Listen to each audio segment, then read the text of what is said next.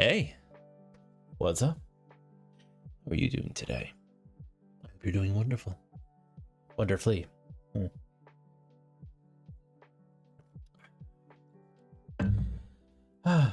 Anyway, so there's been an update in Genshin, so we're gonna play that. And I hope you guys come by and say hi. Anyway, let's do the exact thing. Wow. Boop. Do.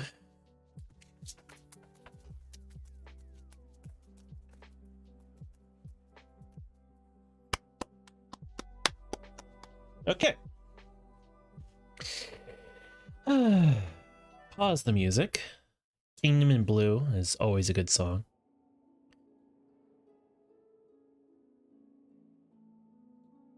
Oops.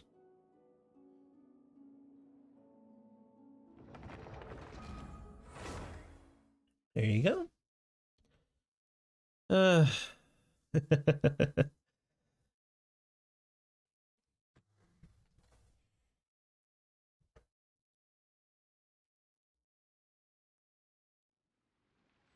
Here I am.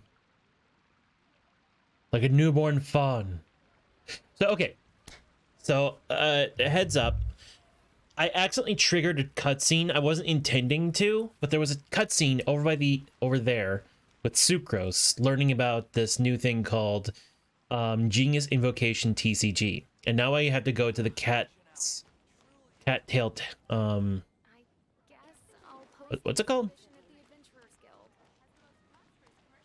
Oh, she's not here. Or is she? Oh, that's just Nora. But we have to go here. Because now we can go to the Cat's Tail Tavern. Can you believe it? We can actually go inside. After all these years.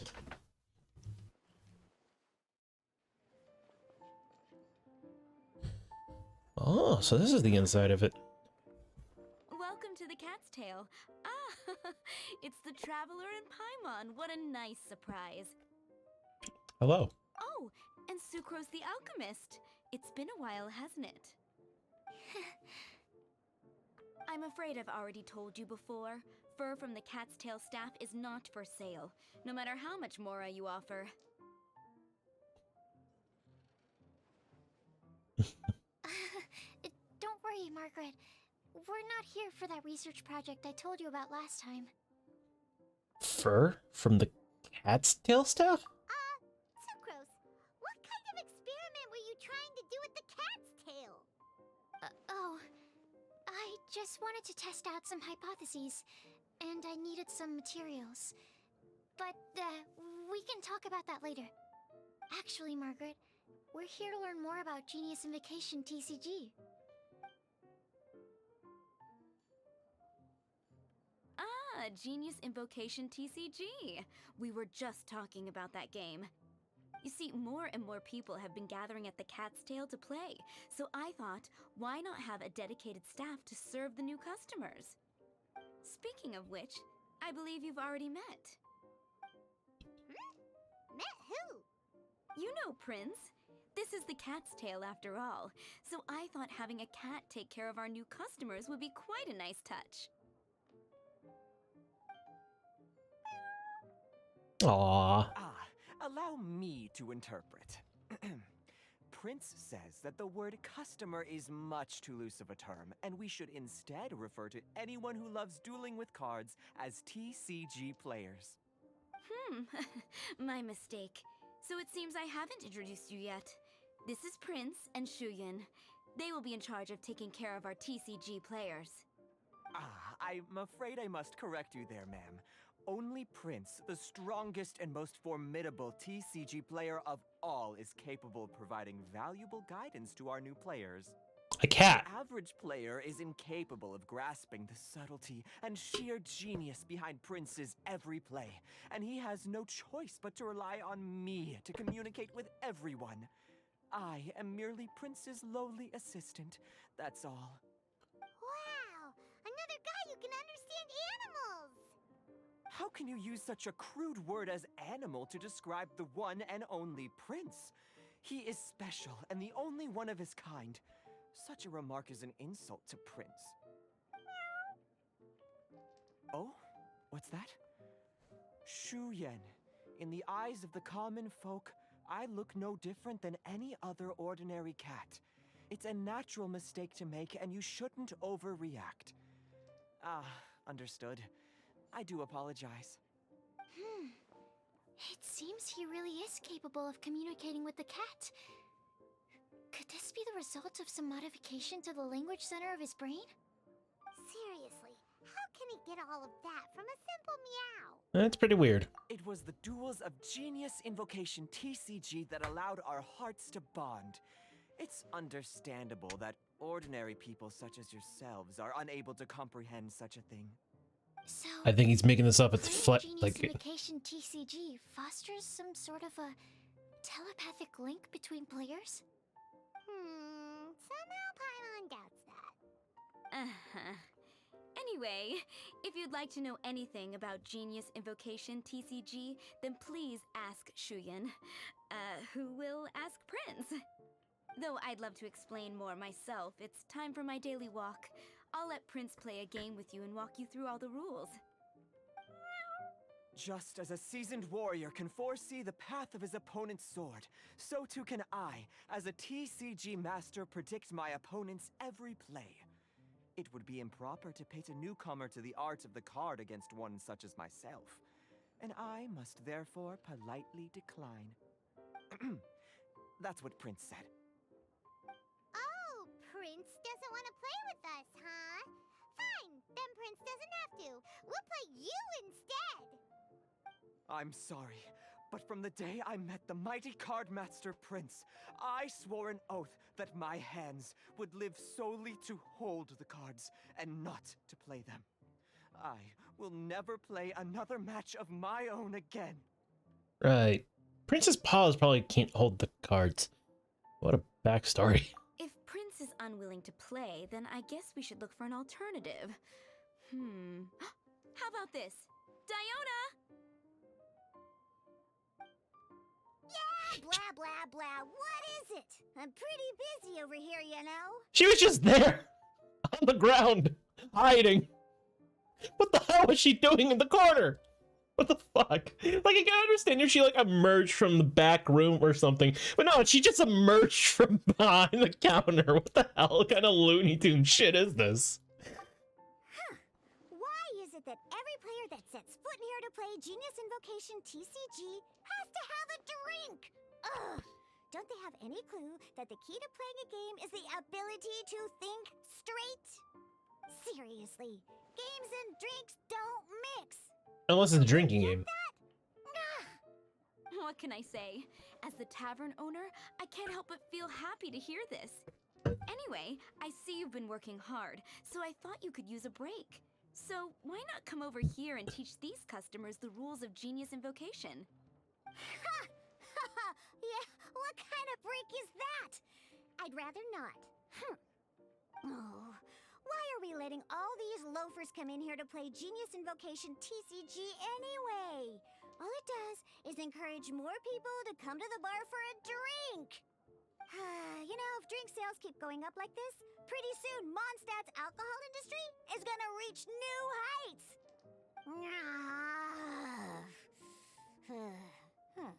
Looks like my first step in destroying Mondstadt's alcohol industry should be stamping out the spread of Genius Invocation TCG. My dear, you are quite mistaken. You said it yourself, a clear mind is necessary to win. Soon, their thirst for victory will overcome their thirst for alcohol. Prince speaks the truth, Diona. Not only is the spread of Genius Invocation TCG no obstacle to your goal of destroying Mondstadt's alcohol industry, it could even support you in this endeavor. Could it really? Sure, why not? Alrighty then, our 2 customers are waiting to learn. Shuyan, let's put you on drink mixing duty for now. But Shu Yan is destined for a far greater purpose. Shuyan, drink mixing, now. Okay. Ooh, all right. Well, will need some space to learn. Let's go to that empty table over there.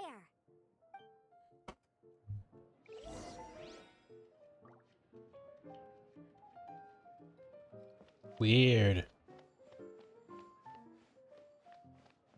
There's an upstairs. What's up here? Nothing. Amazing. Can you go through this door? You can! Oh, hi. I've heard of cat cafes, but I've never heard of a cat bar.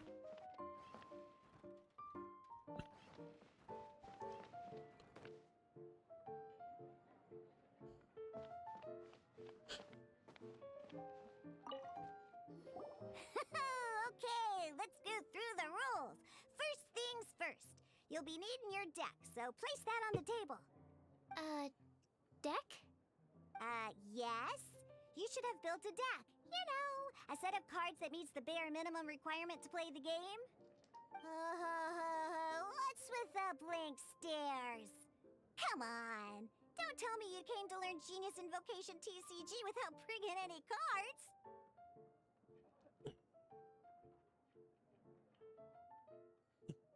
Actually, we do have some cards. Don't you have a practice desk we could try? That's right. We have some cards that I received from a friend. Yeah. You're gonna need a few more cards than that. Okay, let me think. To learn the game, you'll need at least 2 character cards to switch between. Oh, that reminds me. A few days ago when I was closing up for the night, I noticed a customer had left a couple of character cards on the bar counter. Maybe you could use those for now. Are you sure that's okay? It's already been a few days and he still hasn't come back to claim them. Who knows? Maybe he left them here on purpose. Oh, okay, yeah, I got them here with me.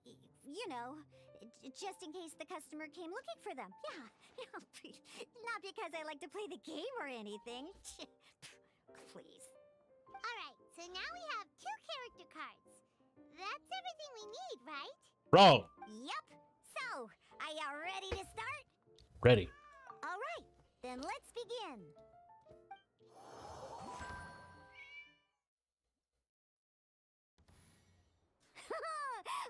Welcome to the world of Genius Invocation TCG. Simply put, this is a game where you control character cards to duke it out with your opponent. Pew, pew, pew! Once you've defeated all of your opponent's character cards, victory shall be yours! Now then, you're gonna need a character on the field to start with.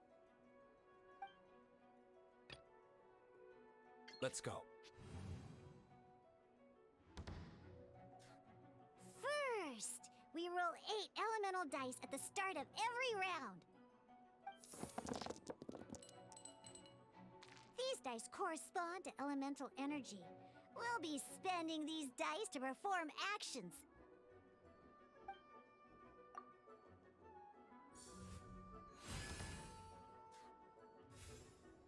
Once the roll phase is over, you'll enter the action phase, where the real game starts. During the action phase, you can spend elemental dice to perform various actions. Of course, the most common action is to use character skills.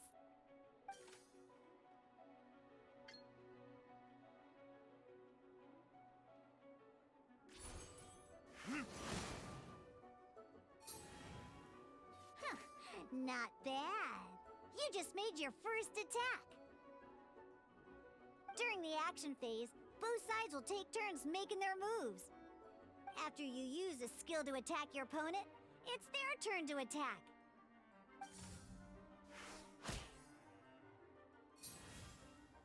And as you can see, once the enemy finishes their move, it's our turn again. Yes, I can see this. I'm not 5. Now, these are Omni-Element dice. They can be spent on any move regardless of the elemental type.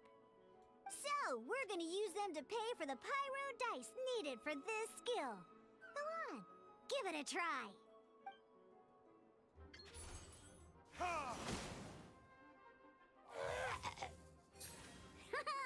That was pretty good. That's one opponent down for the count. Bam! But the game has only just begun. Remember? You have to defeat all opponents to win.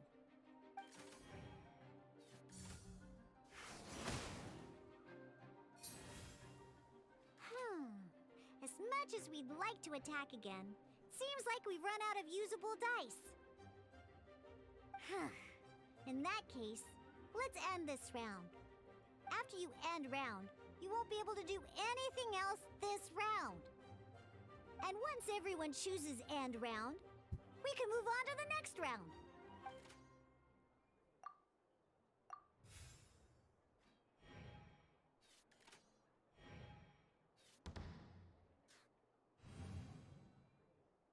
All right, here we are, a fresh new round. Woohoo! And a fresh new round means time to roll the dice again. That's how we're gonna get the elemental energy we need, after all.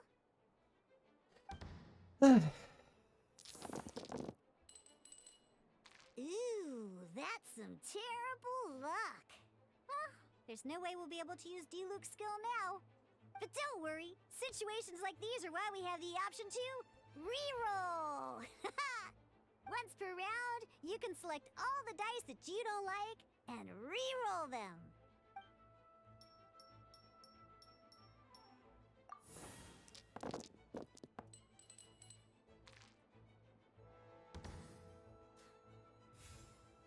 When the action phase begins, the player who first chose end round in the previous round takes their turn first.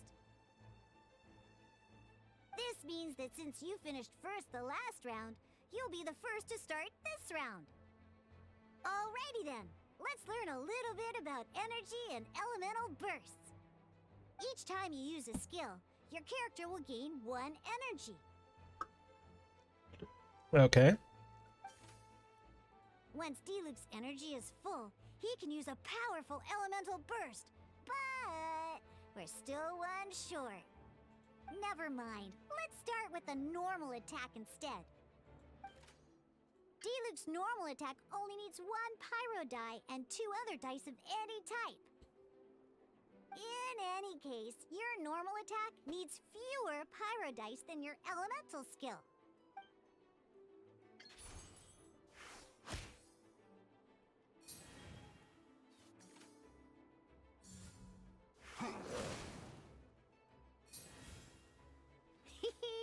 Now we have 3 energy, plus we have enough pyro elemental dice left over. It's time to use your powerful elemental burst!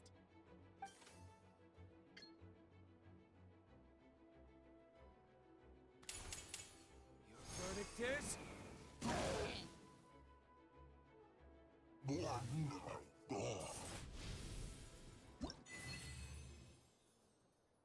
Nice.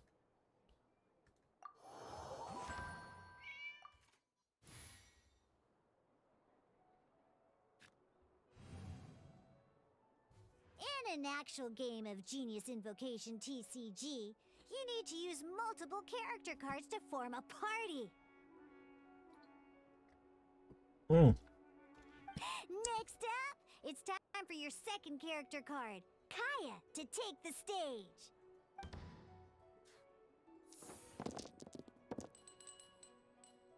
Oh, it seems like any move by Kaya is gonna cost quite a lot of cryo dice.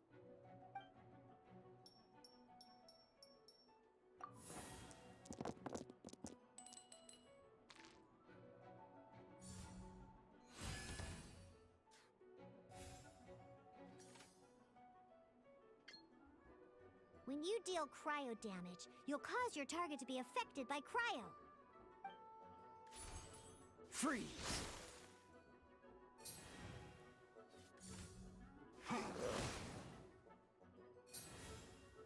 Good! Now our opponent is affected by cryo. This is a good time to learn about elemental reactions. Different types of elemental damage affect enemies with different elements. When a character is affected by certain elemental combos, an elemental reaction will be triggered. You don't say. Your opponent is affected by cryo, so we should try and use a pyro skill on them. Looks like we have to switch active characters, though. Oh, that reminds me. Both sides must have one active character, while others are considered standby characters. Normally, we can only use the active character skills. Now, if we want to use the skills of our standby character, we'll have to switch them to the active character. In this case, we'll have to switch to D-Luke in order to use his skills. You can spend one elemental die of any kind to switch a standby character to the active character. Let's go. Switching characters is an action, just like using a skill. So once it's done, it's your opponent's turn.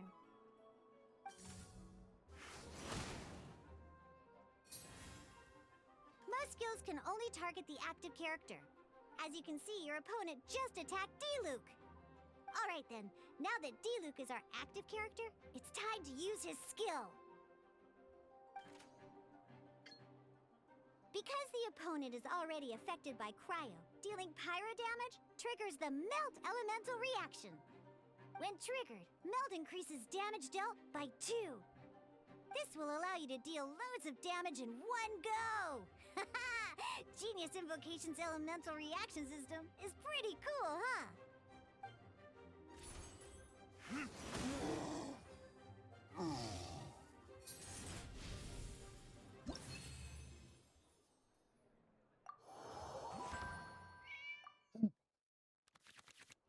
Alright! Next up, let's learn how to use card types other than character cards. These cards are all known as action cards. Each time a match starts, you have to draw 5 action cards to form your starting hand.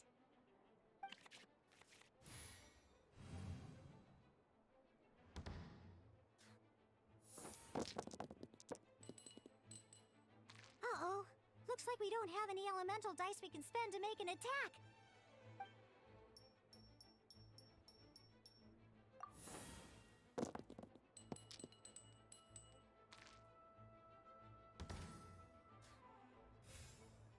Seriously?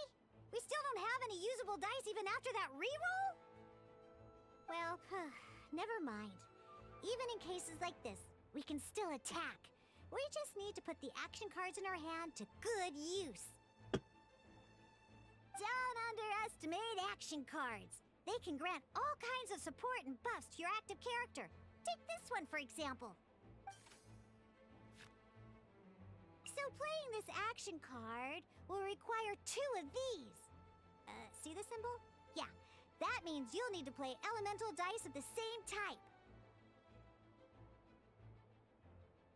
Some other cards will cost you these instead. The cost requirements for these are much more lenient. You can spend any kind of elemental dice. We'll cross that bridge when we get there, though. For now, just play this action card.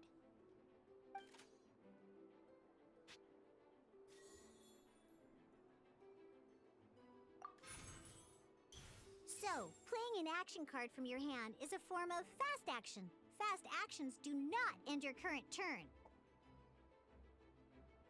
Is that right? Simply put, you can continue to act even after playing an action card. Well then, but wait. Oop. D-Luke's elemental skill costs 3 pyro dice, and right now, we don't even have 1. Well, not a problem. This is where we can use a more advanced mechanic known as elemental tuning. By discarding 1 card from your hand, you can convert 1 elemental die into the element of your current active character.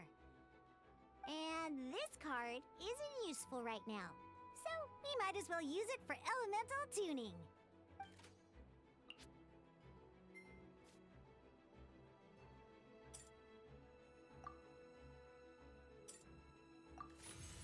Sometimes you won't be able to perform any actions you want to because you didn't roll the elemental dice you wanted. Oh well. Moving on. In Genius Invocation TCG, keeping up a constant flow of combat is much more important than the number of cards you have. In this case, well, Let's just take all these useless cards and use them for elemental tuning. Just like playing cards from your hand, elemental tuning is a fast action. Come on, hurry up! Use elemental tuning to get yourself 3 pyro dice.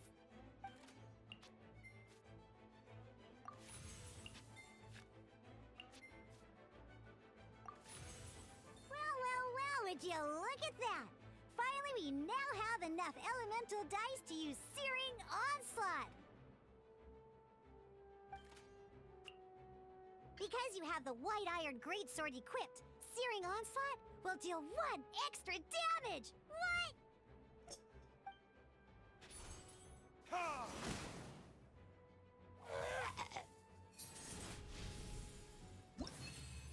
I love the voice actor's like nonsense.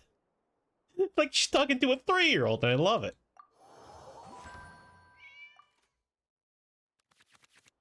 Now comes the final part. Hoo yeah! In a real match, you can make adjustments to your initial hand. At this time, we can select any number of cards in our hand to shuffle back into the draw pile, and then draw the same number of new cards. What?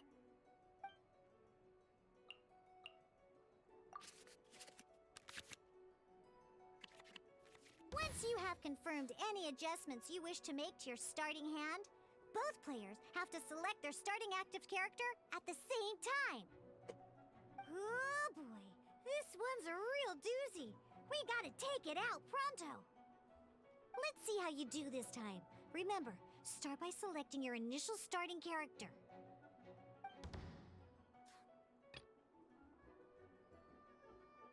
This will be interesting.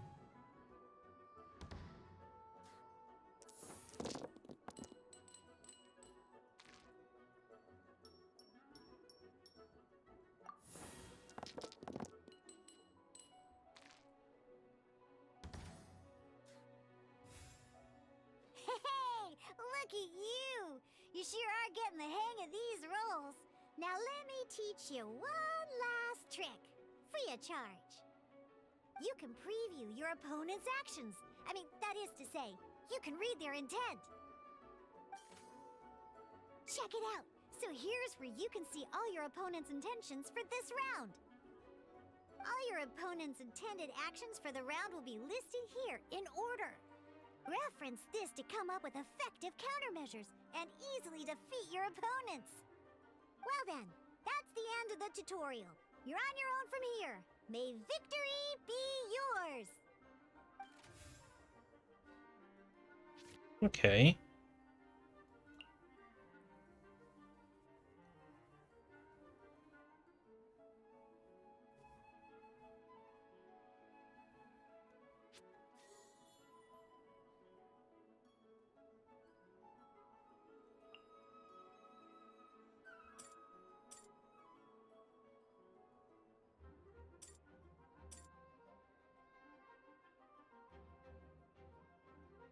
Wait. What was it?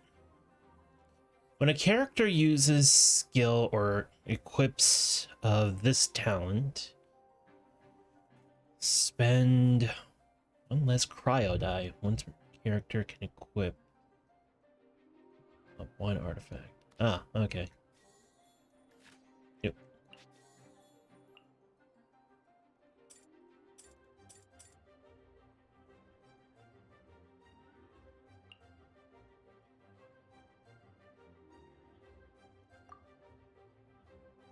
Ah, I see.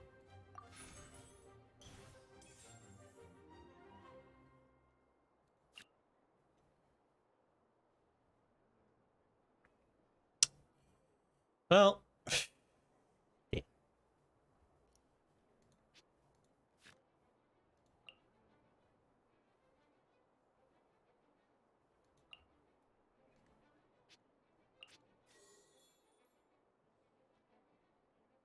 Oh, does it have to be 2 of the same?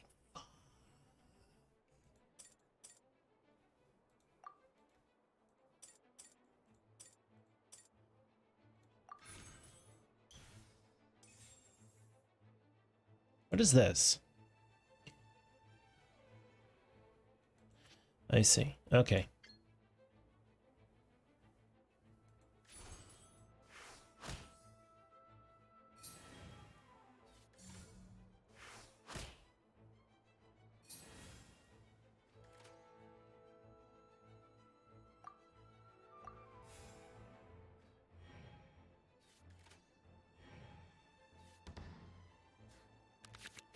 Wait. There's one more thing I almost forgot. Every time you hit an end phase, you get to draw 2 cards from your action cards pile. Remember, you have to make use of both your elemental dice and your action cards to win.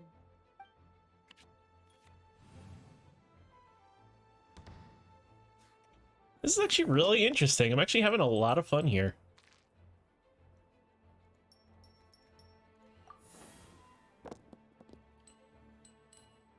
You're kidding me. Okay.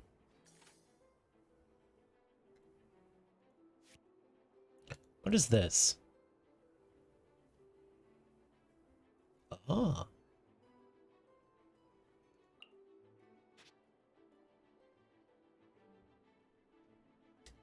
Okay.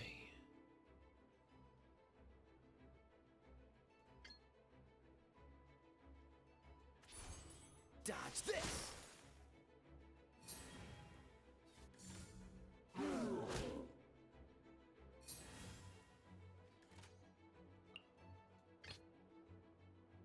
Let's go.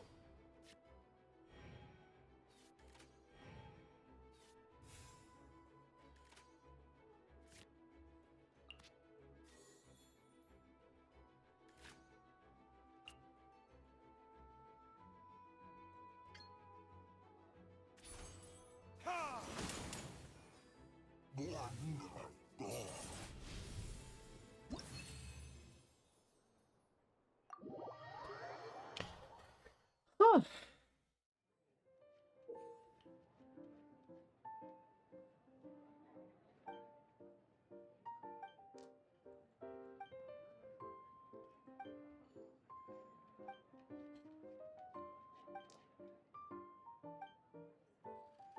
All right, cool.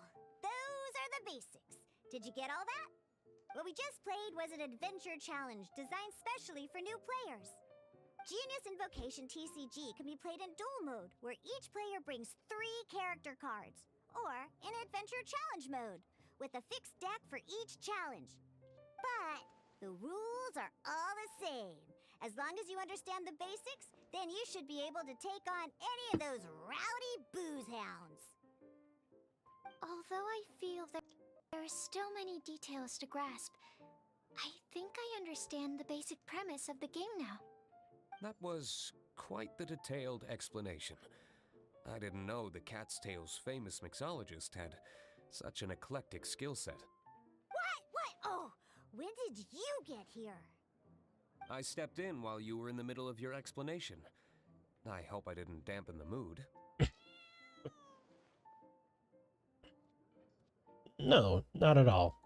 You snuck in without making a sound. Well, it wasn't night. Anyway, what are you doing here? The Cat's Tail is a player in Mondstadt's alcohol industry.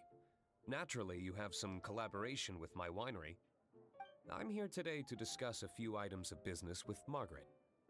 Too bad she just left. But if you head off right now, you might still catch up with her.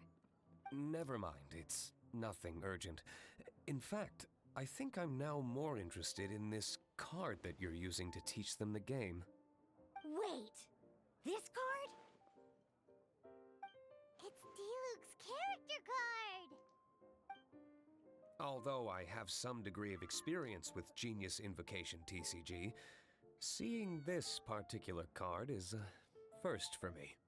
A customer left it behind a few days ago, but he wasn't even playing the game while he was here. Oh? And what sort of a customer was he? He wasn't wearing an eye patch, okay? He had a light complexion and a super serious look on his face. He wasn't much of a talker and looked like he was just drinking his worries away. Never seen him around here before. Eye patch, you say? That's Kaya. No, there's no doubt about that. Gah, I was trying to give the opposite description, but I just ended up giving it away. Sorry, guard captain. Don't worry. Somehow, I don't think he'll be giving you any trouble over it. So, what about the Diluc character card? I don't mind. It's just a card with my image on it. I didn't expect Diluc to be familiar with Genius Invocation TCG. The game has been catching on lately. It's hard to go anywhere without hearing it mentioned. Every now and then, I'll sit down and play a game with the customers in Angel Share. You up for a game now? I was hoping we could play a game, but this issue of someone leaving a character card with my image of the cat's tail is very intriguing. It's getting late, and someone has some explaining to do. We'll have to have that duel another time. Sure, I'm looking forward to it. Good. Then I'll take my leave. You know where the door is. Don't let the door hit ya where Lord Barbados split ya. Uh-oh. Guard Captain. I hope Kaya will be alright. Yeah, it'll be fine. Well, now that we are familiar with the rules, why don't we try playing a game of Genius Invocation TCG? Ooh, 2 new players having their first ever duel. This sounds like fun. But in order to play an official duel, you need to have 3 character cards. Remember, a complete deck has to have 3 character cards and 30 action cards. Got it? Then, let's use my cards. These were mixed in with all the others I had received. And I didn't know what they were for at first. But now that we've learned the rules, I can see that this one must be the Sucrose character card. Now, it looks like we each have the Kaya, Diluc, and Sucrose character cards. So why don't we have our first duel? If you say so. Alright, let's duel.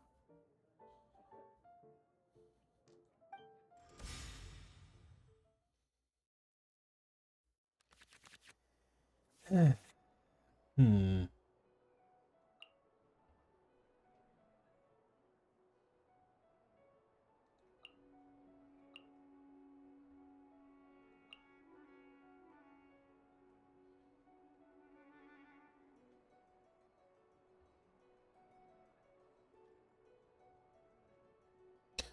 Oh.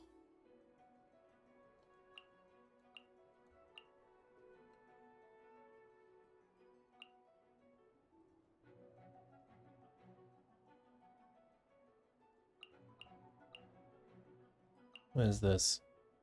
I don't need this. None of them use a bow.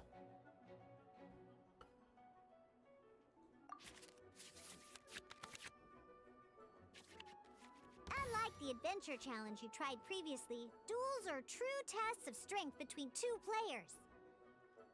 In a duel, your opponent can also use action cards, and they'll also be able to grab new cards during an end phase. At the same time, your opponent must also spend elemental dice to take actions, so you'll be unable to view their intent. Are you ready? It's time for some exhilarating fights to the bitter end.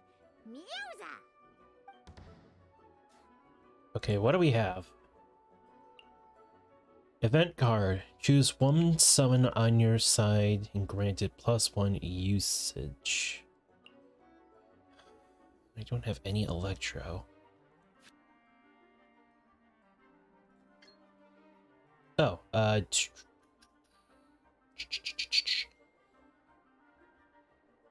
Diluc. Yeah. Let's finish this swiftly.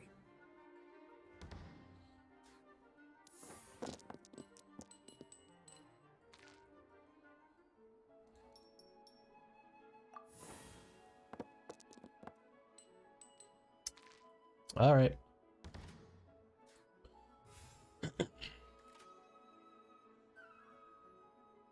Hmm.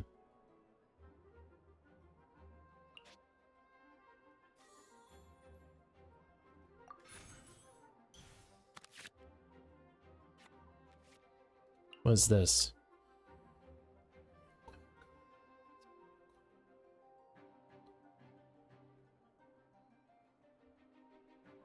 Ah, interesting. This does not help me.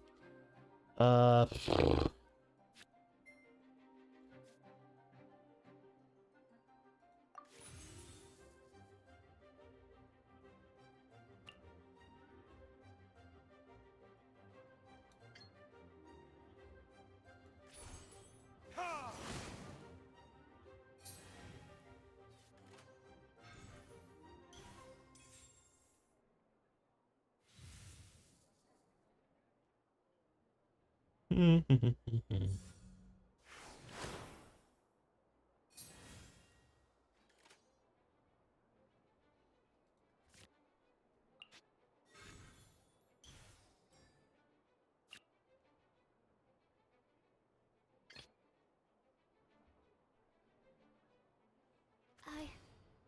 can do it.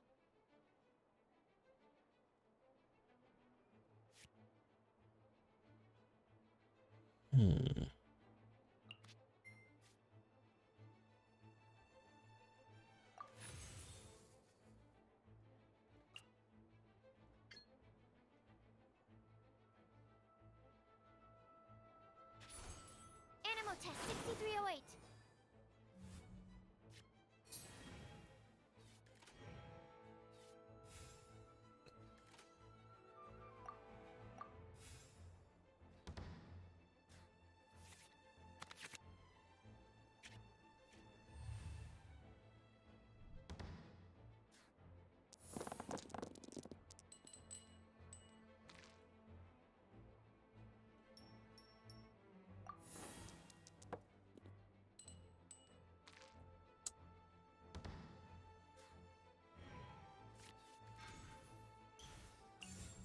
Freeze!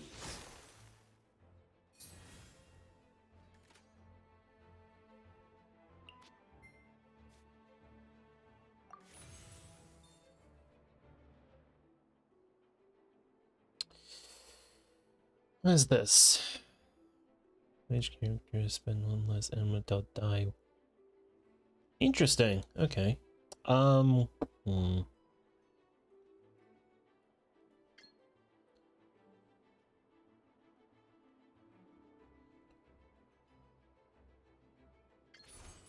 Animal test 6308.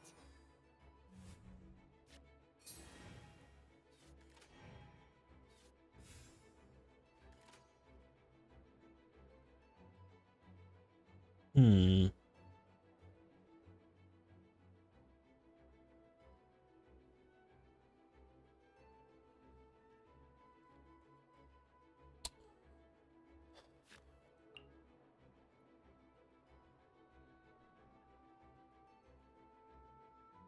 Summon?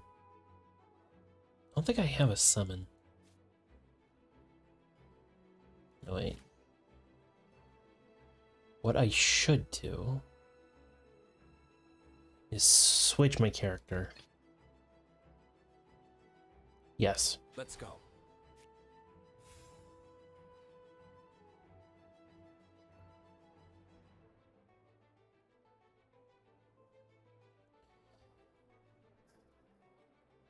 Okay.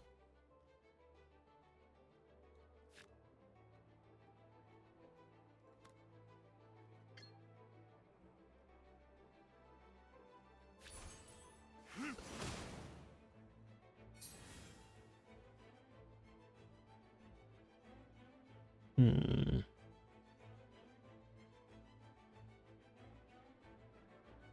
Yeah, let's end it.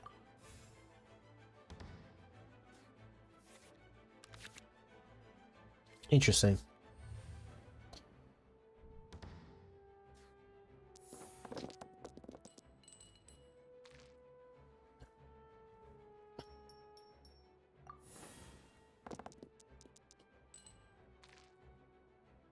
Huh.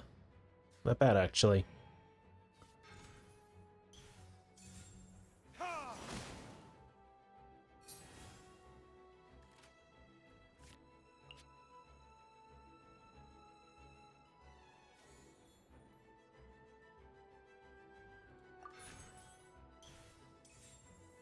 What is this? Destroy all summons. Ooh.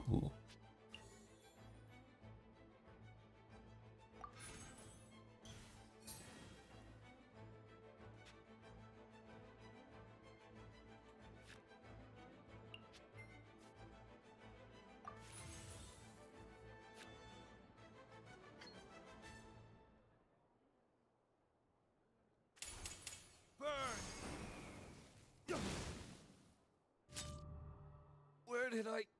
Darn. I didn't factor that into the equation.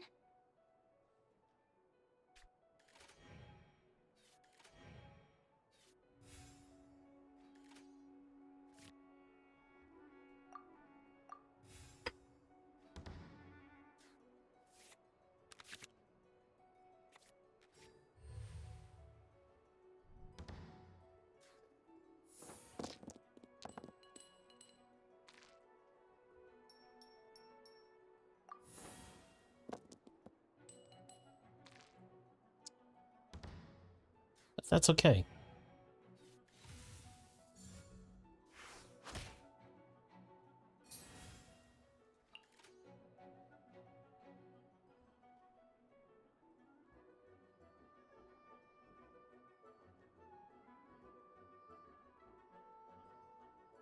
Interesting. Okay.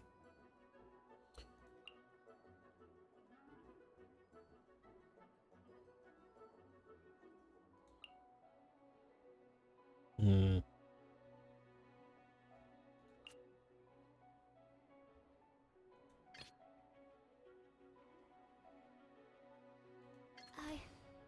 I can do it.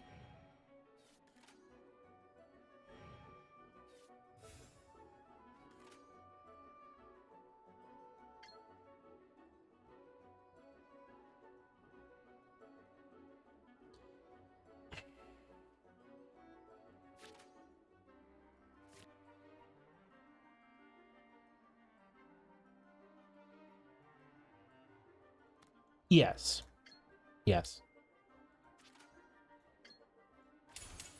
Animal hypostasis emulation.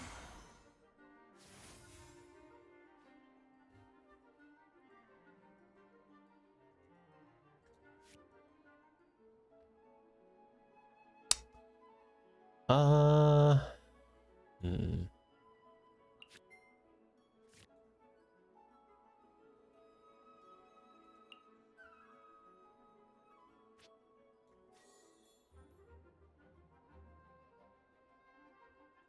Wait, what was it? Ah, okay.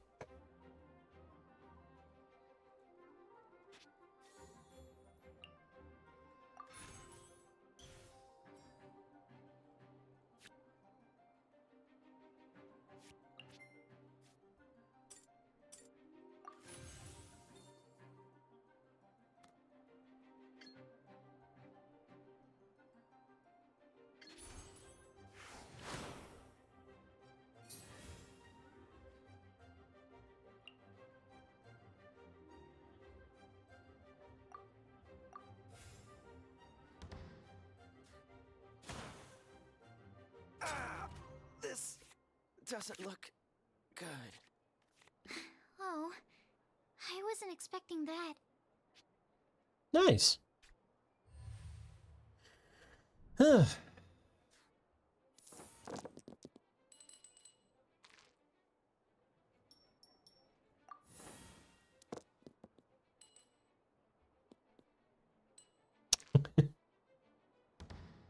Okay.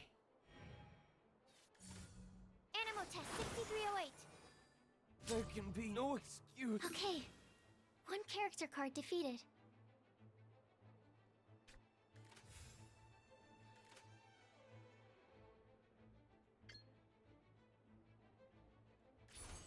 Dodge this!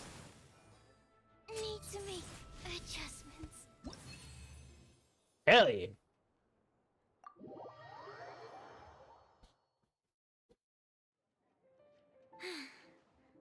I can't believe I lost when we had the exact same character cards. The rules must be more complicated than I first thought. Every decision is a difficult trade-off in this game. If there was only a way to transplant the arms of the two standby characters onto the active character's body. That's not how the rules work, Sucrose. Don't be a sore loser. That kind of thing is looked down on in TCG circles. Oh, I am sorry. I was beaten fair and square. I know that. I just can't stand losing. But it was a fun match. It was so close. Paimon didn't know you could get so competitive, Sucrose. I always get a little upset when I lose. It's like that with my research, too. It always gets to me when my experiments don't go as planned. Especially when there's an alchemy genius like Albedo around to compare myself to. You lost me at alchemy and experiments. But I'm pretty sure it's normal to feel that way. Playing cards is no different. Each game you lose makes you want to win the next one to settle the score. And the desire to win pushes you to improve your strategy and build a better deck. Seizing victory through a winning combination of luck, skill, and experience is where all the fun of Genius Invocation lies. But what if you keep trying and never win a single game? A losing streak, yeah. That'll definitely get you down. But it's way better to keep trying until you win than to just accept you're a plain old loser and give up. You make a good point, Diona. A very good point. Besides, Sucrose, you're already making great progress. It'd take at least 8 of our regular booze hounds to match your level. You played well this last match. Agreed. It was a brilliant game. Thank you. I'm just a little disappointed to lose, that's all. But Genius Invocation TCG is a really fun game.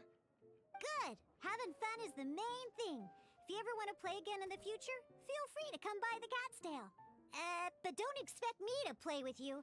I just mean, this place probably has the right atmosphere. I'll definitely be back. Alright. I think you should have all the basics down by now. I need to get back to bartending. Shiyan's likely been busy making his tavern more popular with his delicious cocktails. Pui, pui, pui. And we can't have that.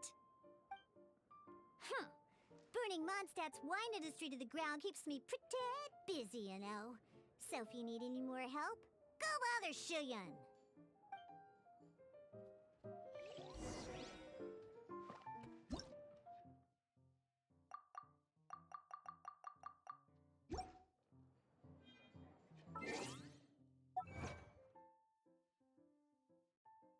Oh, hello.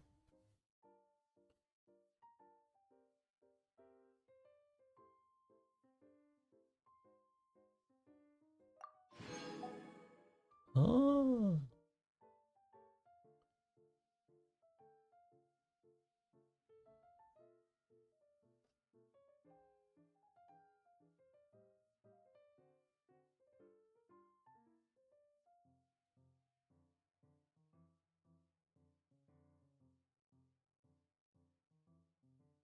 There's a lot. Holy shit.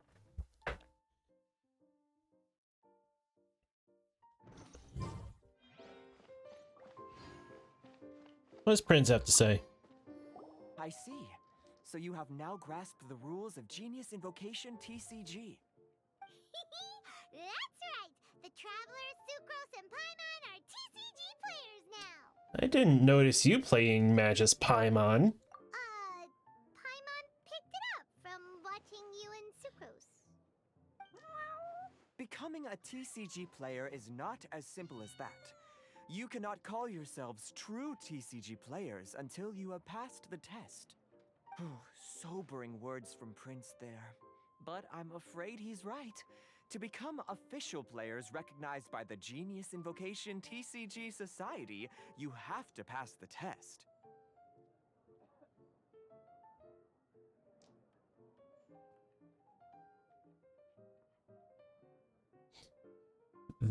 There's really a test? Yes, although to be honest, it's not that difficult.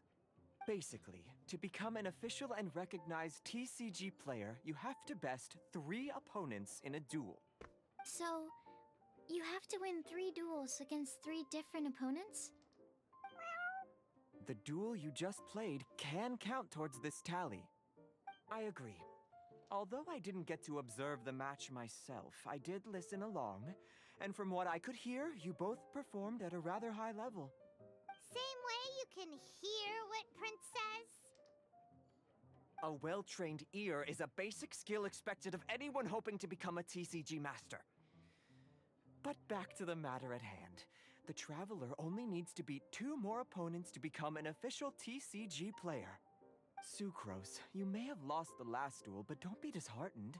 I can assure you that winning 3 games is well within your ability. But first things first, Shuyen.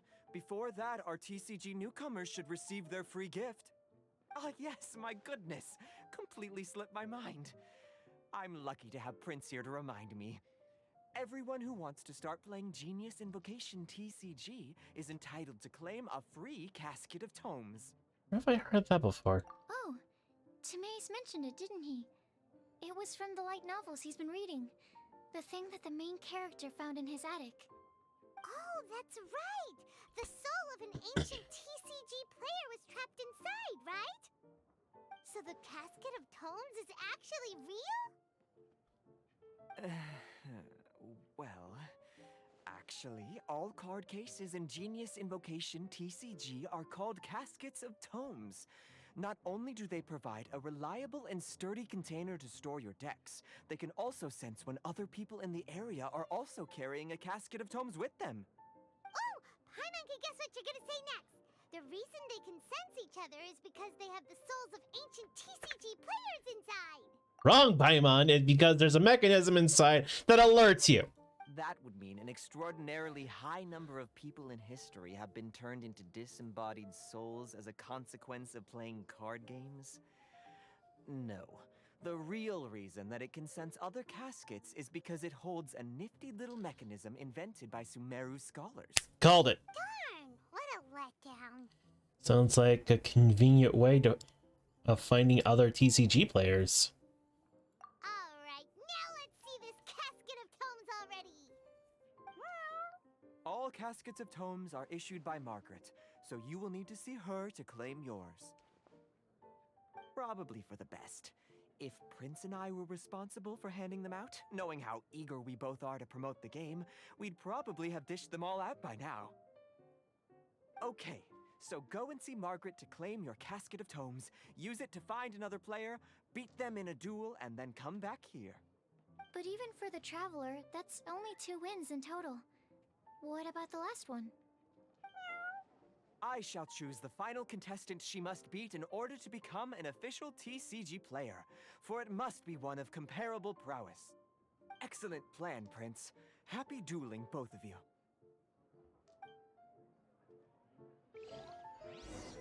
Oh, all right.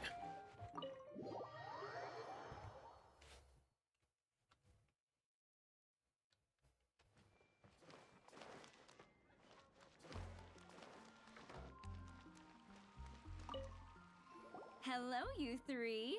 Has little Diona finished teaching you the rules of Genius Invocation? Ah, I see you're here for your Casket of Tomes, aren't you? A very useful tool indeed. Oh, So this is a Casket of Tomes. That's right, a purpose-built case for your card deck that can even detect when someone else nearby is carrying one. Gosh, whoever invented this must have seriously disliked being alone. Yeah, well, even the most fun game is pretty lonely if you got no one else to play it with.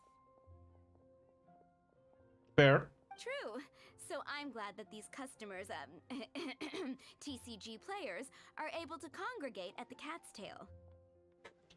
Can't be bad for business. You're not wrong, but that's secondary. The important thing to me is the opportunity for like-minded people to come together and enjoy their favorite hobby. It creates a nice atmosphere. Anyway, now that you have your Caskets of Tomes, it's time to find some opponents. All right. In that case, I'll go find some people to play against too. Let's meet back at the Cat's Tail in a while. Trusting your cards. Thanks. I'll do my best. I knew it.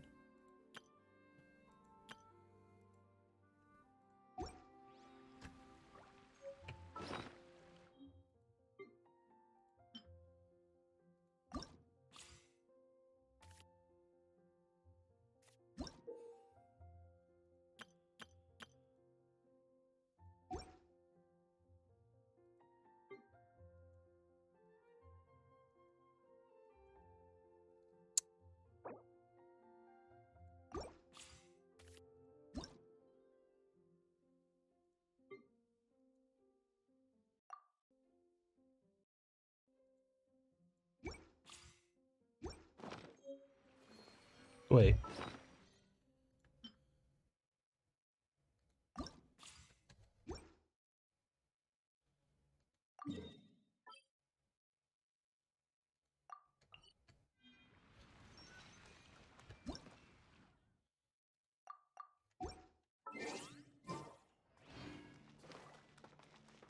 Weird.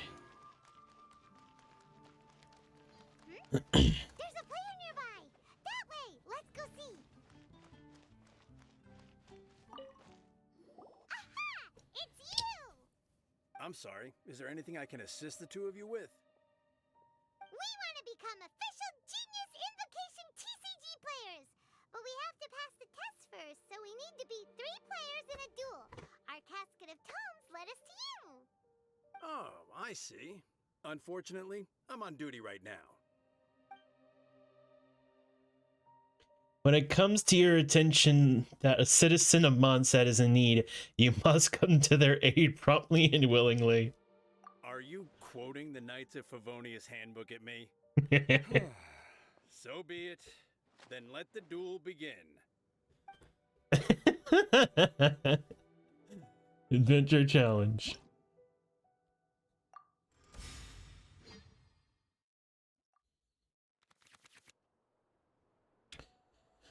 We don't need you.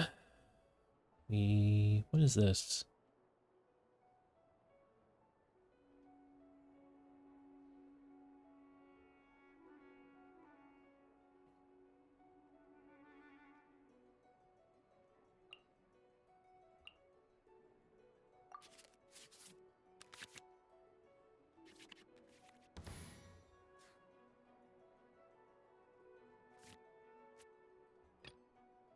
Let's go.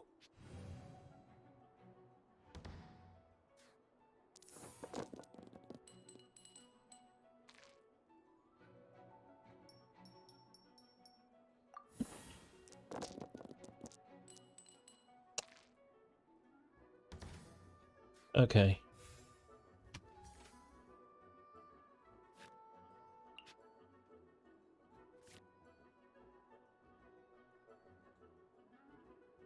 What is this?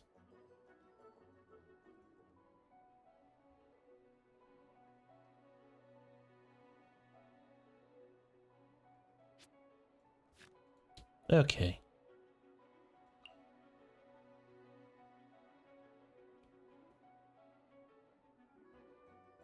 Interesting. Weird. Anyway.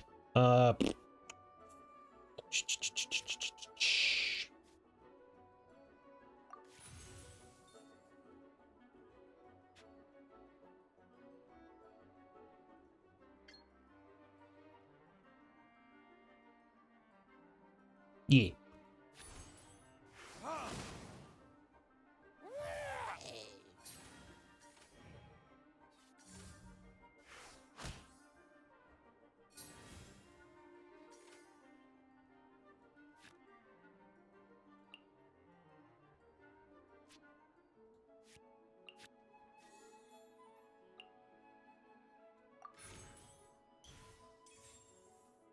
Probably should have done that first, but whatever.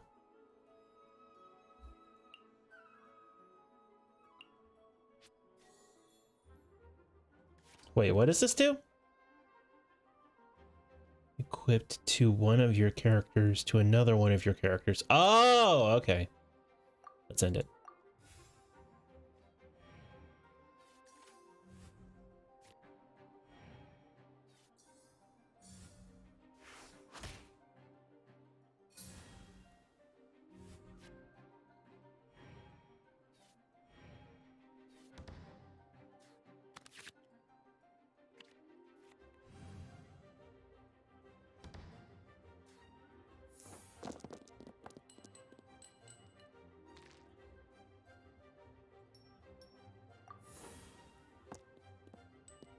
Geo, of course.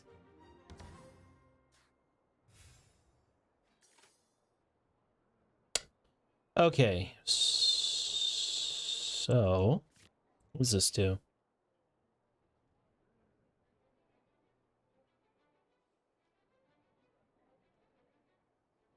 Oh.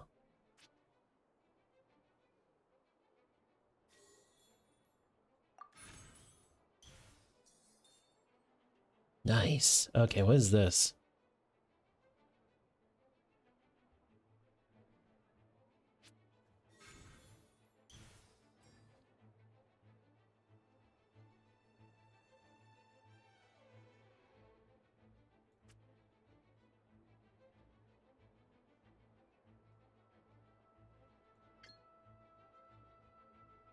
Hmm.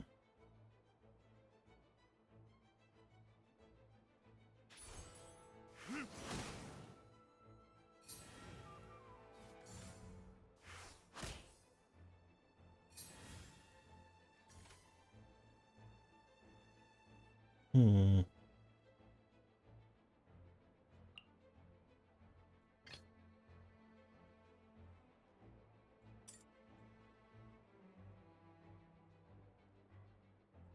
I want to help.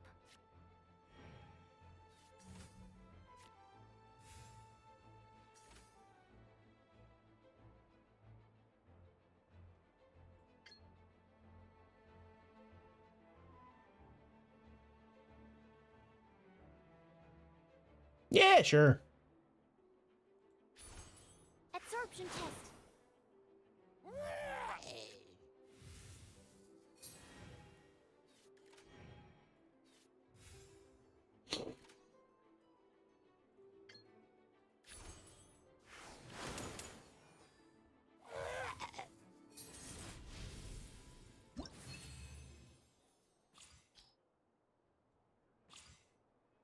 Nice.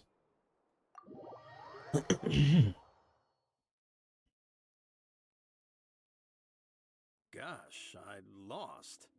You're remarkably good at this, considering how new to the game you are. Let's play again when you have some time. But ideally, not when I'm on duty. You're always on duty. We did it! Now we have 2 victories under our belt. Let's get back to the Cat's Tail. Paimon wonders who Prince is gonna pick as our final contestant.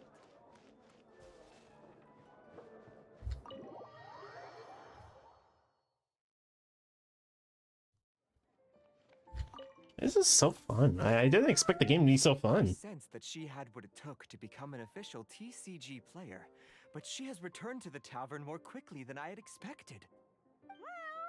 Defeat the opponents I have arranged for you, and you shall become an official TCG player. I look forward to watching this game immensely. Not just Prince. I can't wait either. Come, your opponent is waiting for you in one of the private rooms. She won't lose to them, whoever it is. Right, Traveler? Naturally. What ho, fellow voyager of the Stellar Void! Yes, even I was briefly discountenanced when I heard the tidings of your sworn oath to become the thrice victorious. But so be it. You who are enslaved by dueling desire, be released from your shackles into the glorious arena of gladiatorial combat. I mean, this game is right up her alley. Forth, O brave challenger, your Prinzessin grants you an audience. Hearken well. The wretched clock chimes yet again, as the declining light of the day grows dimmer still. Pardon my directness, but we have not been waiting that long. Mein Fräulein could afford to be a little less impatient. Paimon knows those voices. Your opponent sounds anxious to begin. Do not delay. That's what Prince said. Please enter and enjoy your Genius Invocation TCG duel. Oh boy.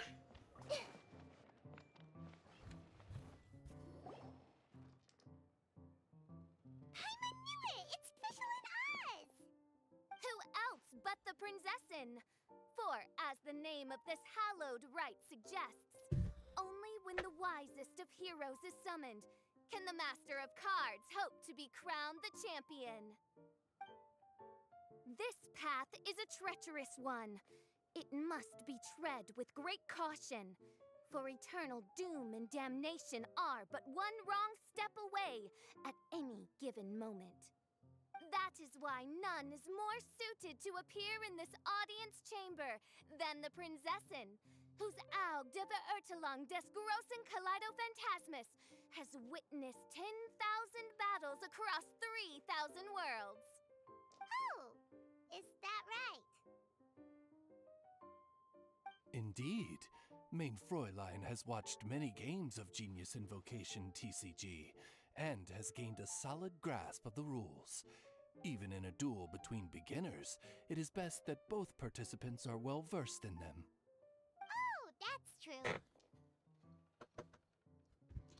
When you say watched many games, This makes sense now. Prince did say that he was gonna pair us with someone of a similar skill level. Guess that means Fischl hasn't been playing that long either. The princessin needed but a single glance at these mere machinations of mankind to discern their working principles. Thus, with speed and brilliance paralleled by lightning alone, do I now arrive here at the gateway to yonder circle of secrets. Main Fräulein, too, has bested 2 opponents thus far, and is therefore 1 step away from becoming an official TCG player. So there's a lot on the line, huh? Either Fischl or the Traveler is gonna come out of this duel as an official TCG player! Indeed. The princessin herself heeds the call of fate and descends to this realm from the Immonachreich. Yet still, you dare to doubt the inevitability of the inevitable. Your stubborn foolishness is contemptible. Main Fräulein, I implore you to consider less odious turns of phrase, lest you be forced to feast on your words in the fullness of time. I shall not lose, Oz! What say you, Outlander? Do you wish to make an enemy of me, the princessin of When did you get there? who even now begins to strum the strings of fate that shall sound out the traveler's requiem? You know, I can't take you seriously when you dead face the camera like that. Verily, 'tis time to duel. Then I say it is time to see what you are made of. Interesting. Okay. We got some good ones. You can get rid of that. What's this?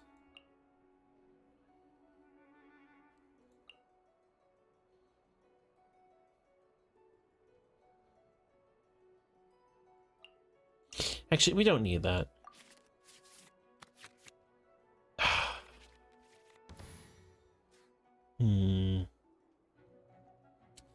Let's start with Kaya. I have a good feeling about this. Will be interesting.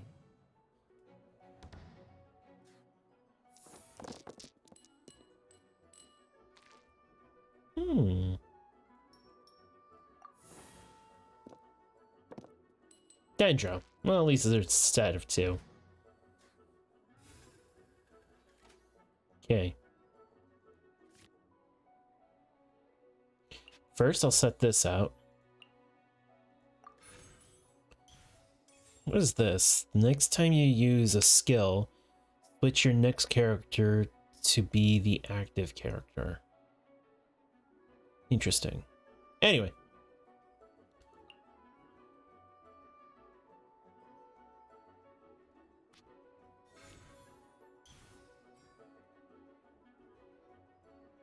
What is this?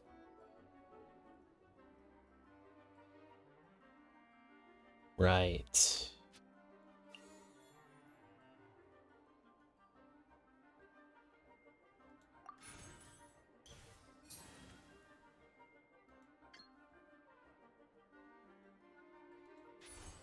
Dodge this!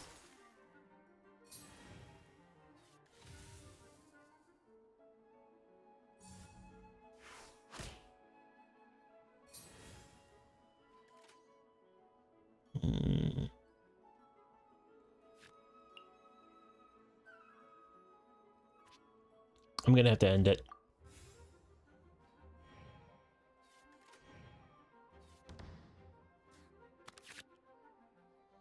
Ooh.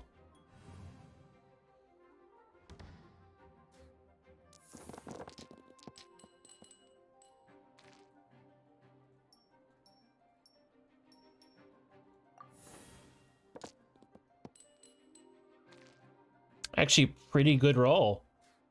2 of each.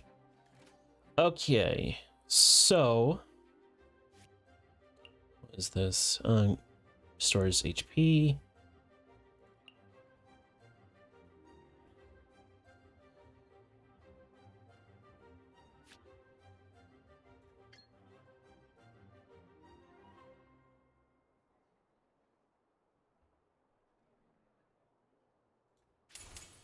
Oh, so sorry.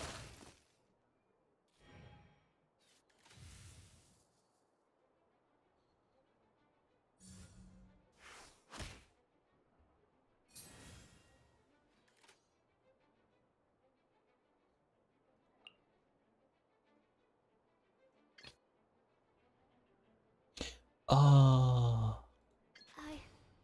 I can do it.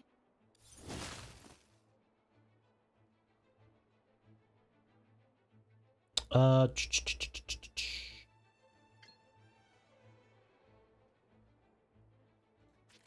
Wait, no. No, I don't have the. So yes. Stand clear.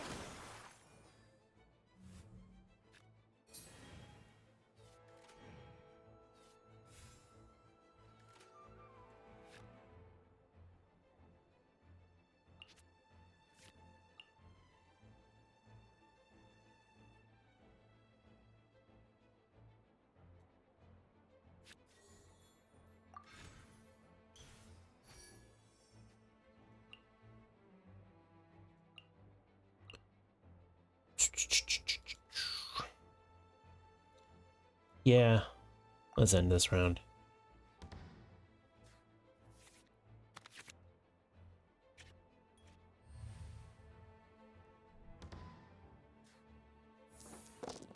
Whoa, physics.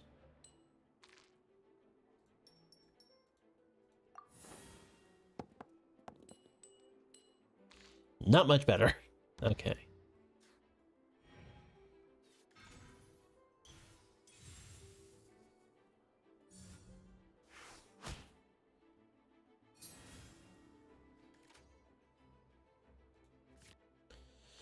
What do we have here? Ah.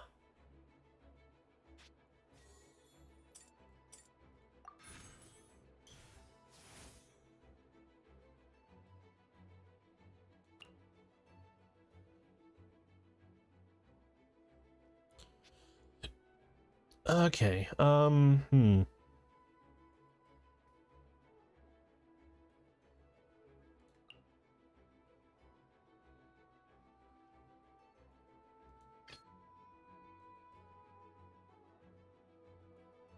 Let's finish this swiftly.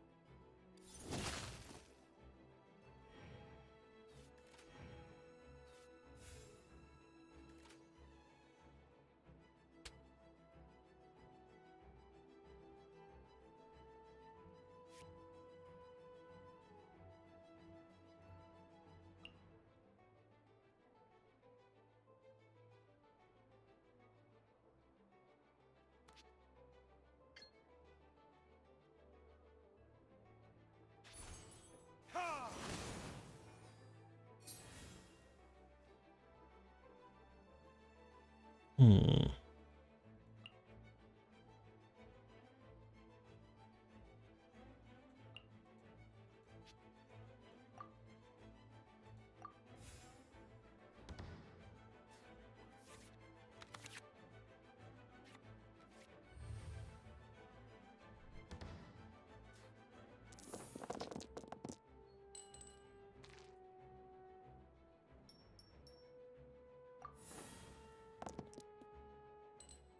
It's not a bad roll.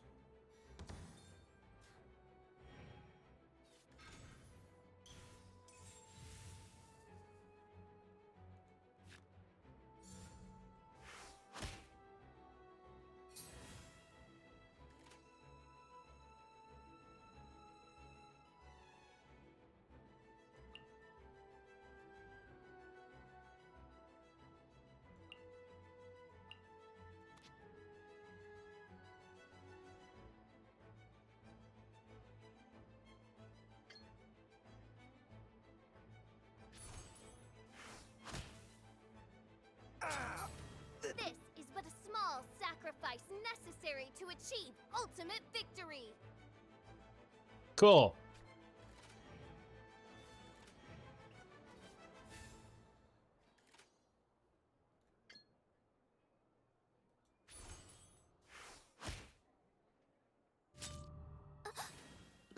What happened? Oz, with lightning twixt upper and lower strike thy pointy beak into this obstacle and remove it from my path! Main Fräulein, I cannot simply attack the traveler. Come at me.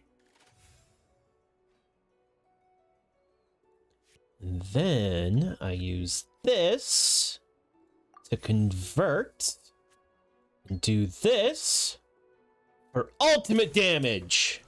Verdict is... Couldn't break the curse.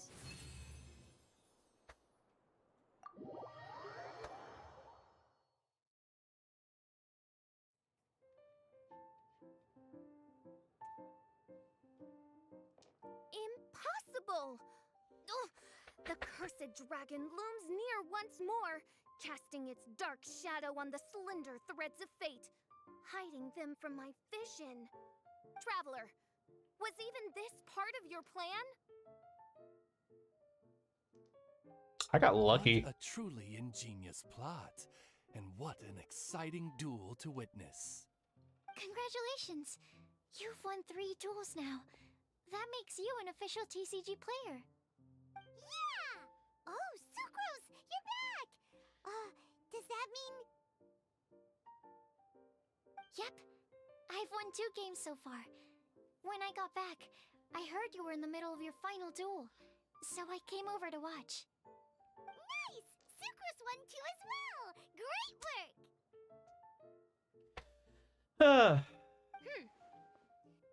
It seems I am forced to admit, fellow voyager of the stellar void, that your mastery of the cards is second to none.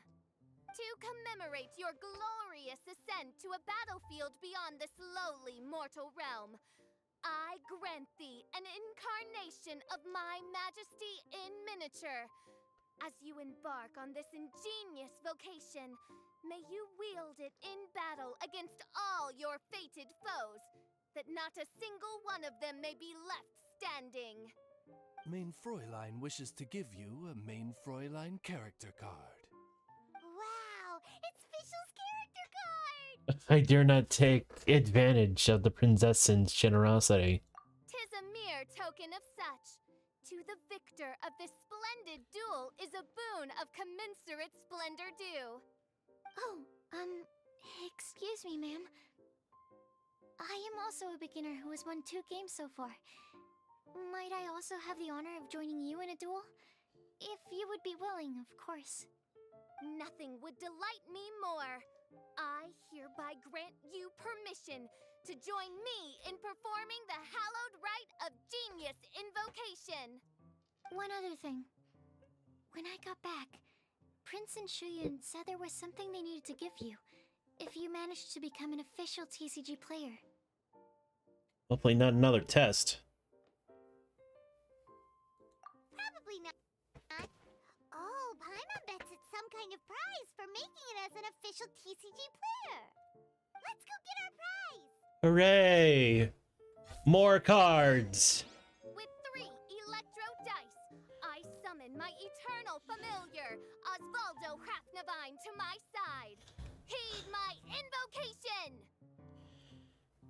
But, Main Fräulein, I have been by your side all along. I mean in the game, Oz. Then, I'll use Chaotic Entropy to invoke a large wind spirit. That deals increased damage when it carries an element other than Anemo. So... Oh, so be it.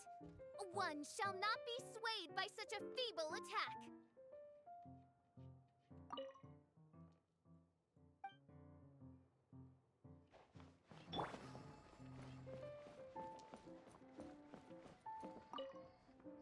Ah, so it was you who won the duel in the end. I knew you'd do it.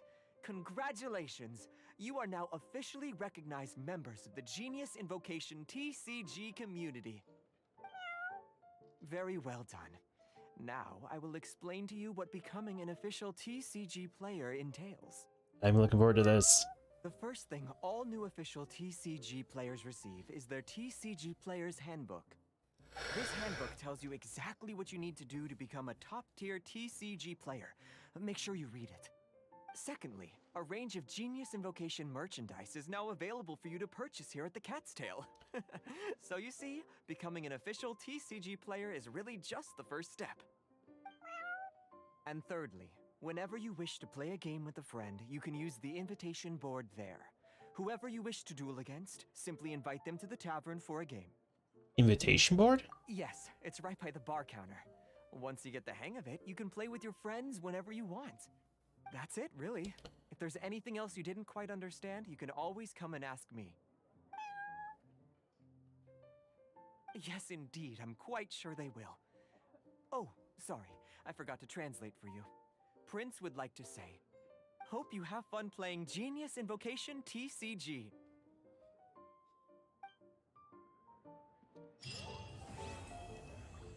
Yay!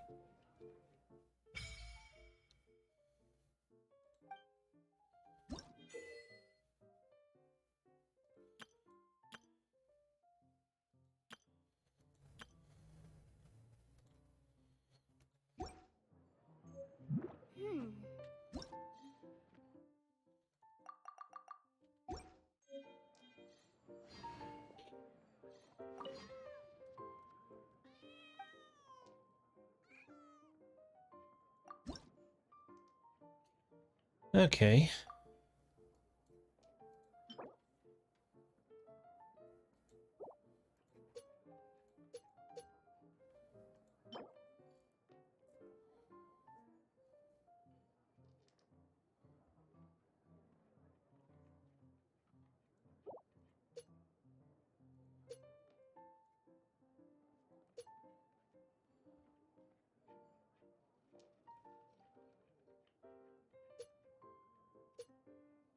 Interesting.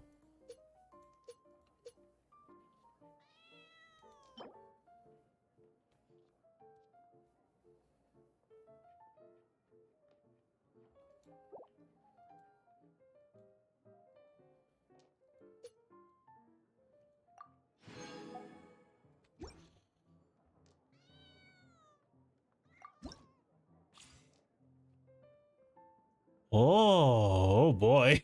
Oh, there's a lot here. Yeesh.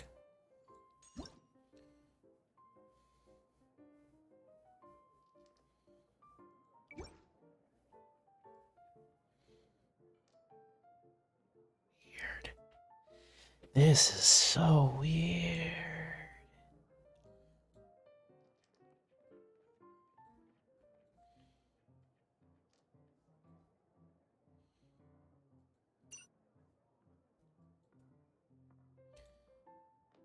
Huh.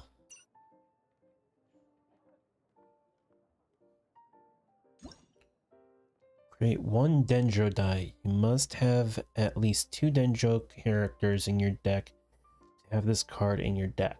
Huh. During the round after your character deals geo damage next time, should there be any combat status on your side that provides shield, get 1 such status with 3 shield points. That's actually not bad.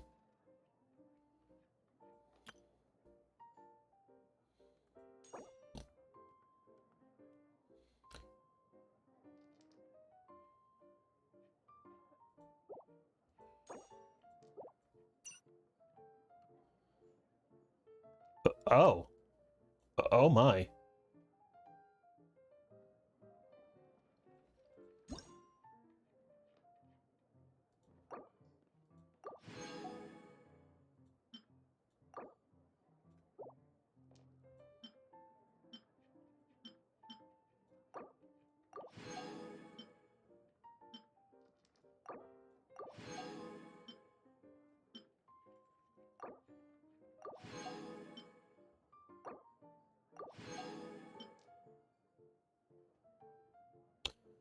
Huh.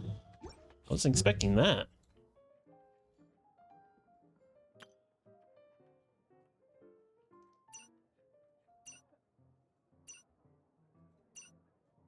dynamic skins for all of these character cards.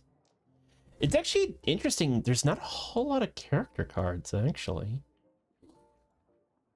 There's Ganyu, Diona, Kaya, Changyun, Kamisato Ayaka, Barbara, Xingqiu, Mona, Diluc, Xingling, Bennett, Yoimiya, Visual, Razor, Kaching, Sino, Sucrose, Jean, Ningguang, Noel, Kale,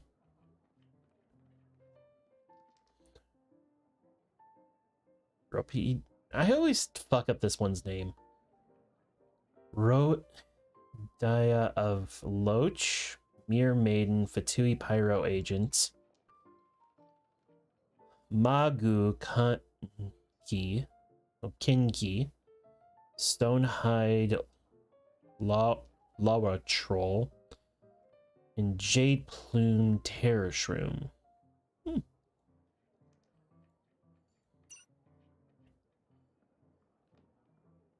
And for all the weapons and such,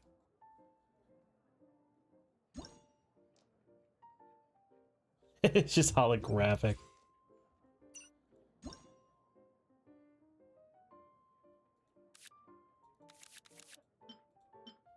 Weird.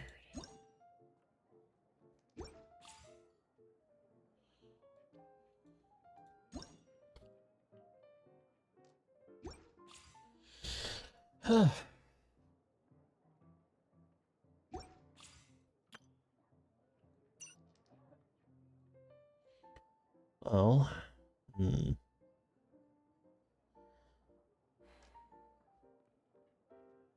I wish I had the Skyward Atlas, the Skyward Harp, and Wolf's Gravestone, Skyward Spine, all an actual real world. But I don't. Anyway.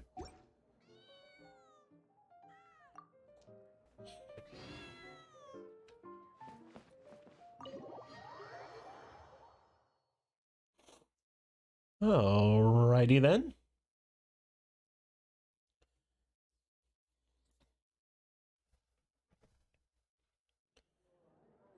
Cool. So now I can just duel people, right?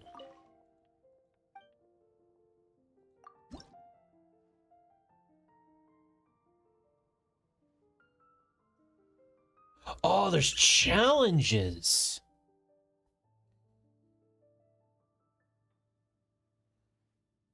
Weird.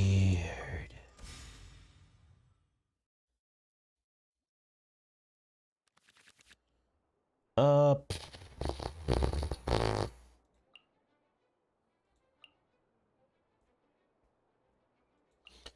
didn't really need this one.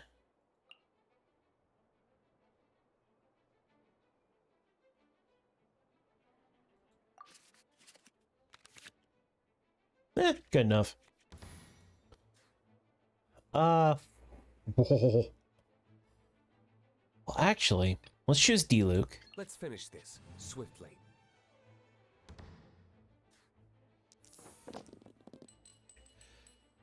That was a good choice, me.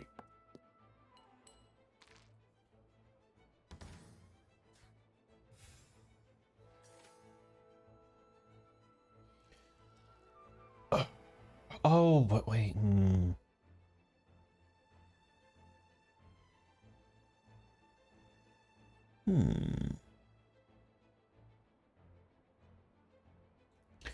First, what I'll do is I'll draw 2 cards.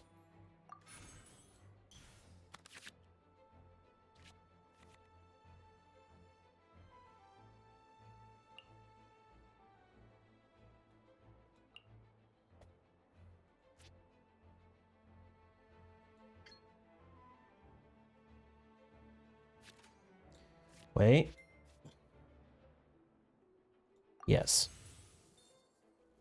Now, I'll attack.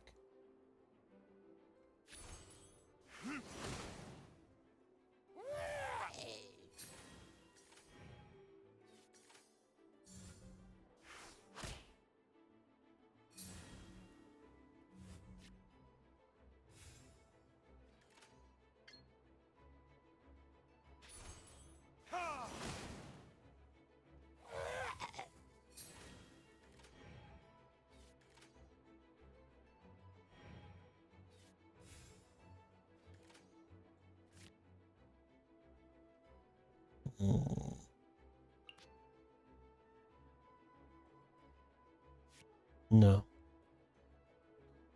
I'll hold off.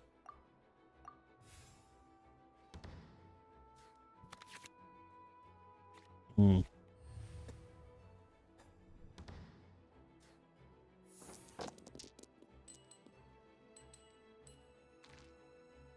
Mm.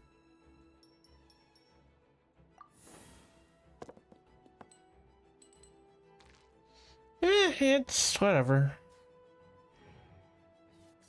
Hmm.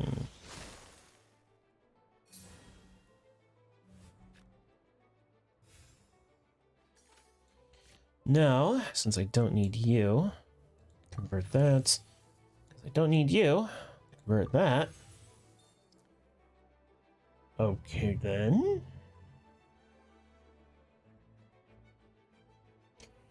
You know what?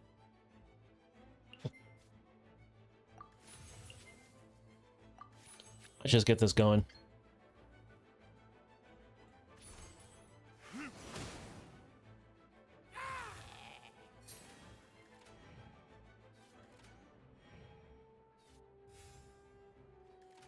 Let's not overkill.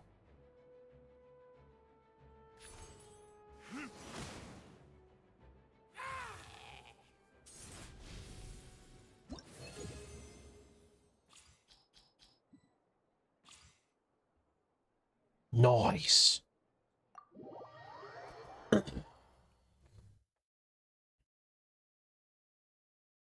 This is actually really fun. Holy shit.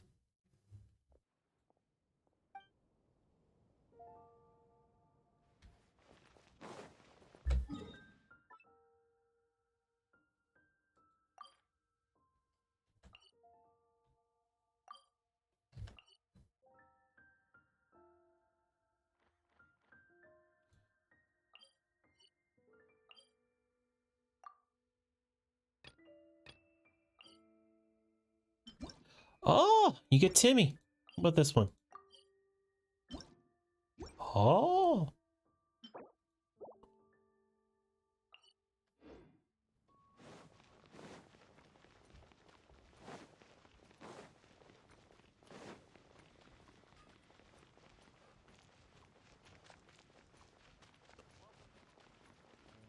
I did not expect card games to be so fun.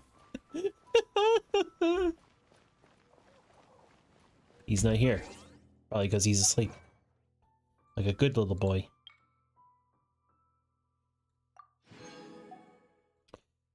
Get TCG player manual and become an official recognized TCG player. Awesome.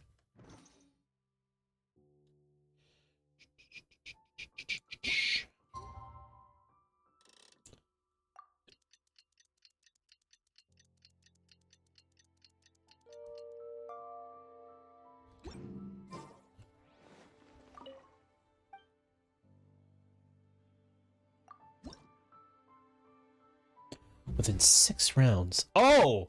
Unlike when you reach player level 10. How good is this kid?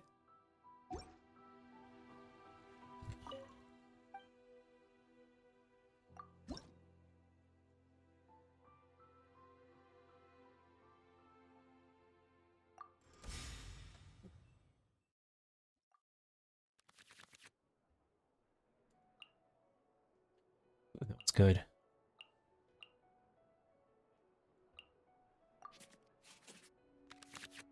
Hmm.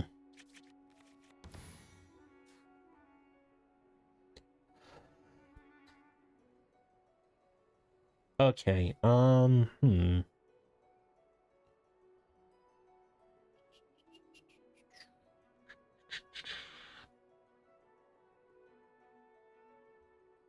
Let's do D-League first. Let's finish this swiftly.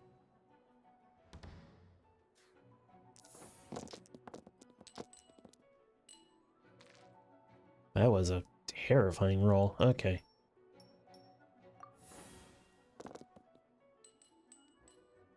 Well, we can't win them all.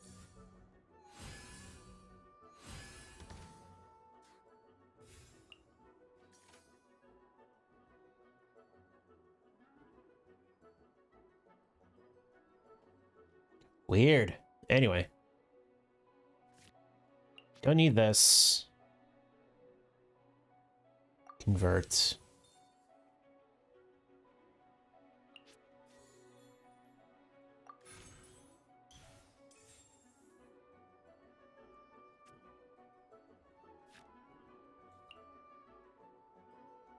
Don't, well, I can hold on to it for now.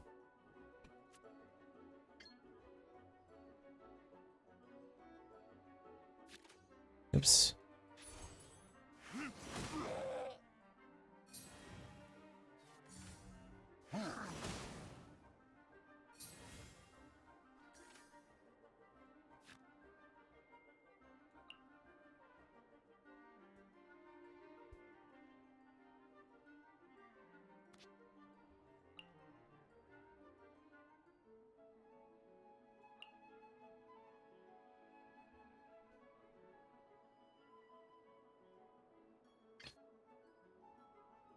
This will be interesting.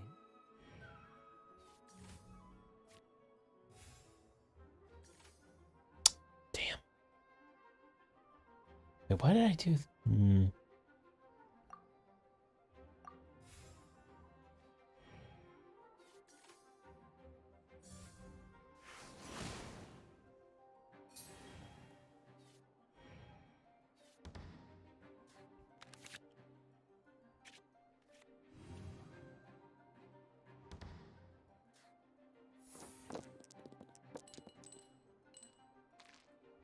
Okay.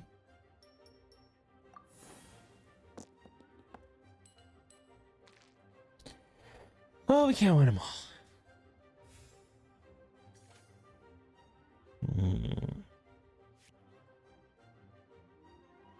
What is this?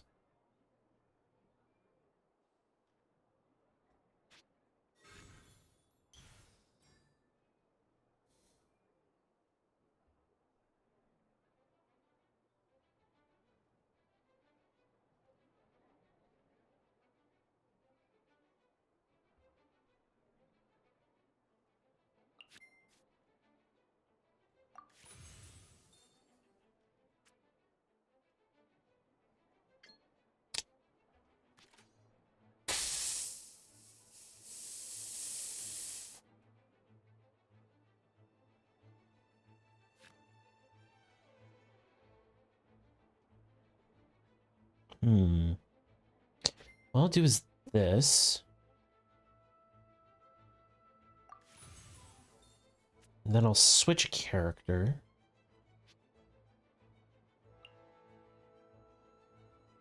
Yeah.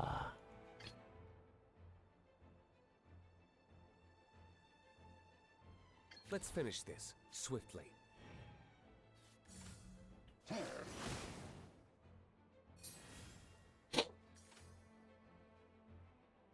Wait, what? No, wait, hang on.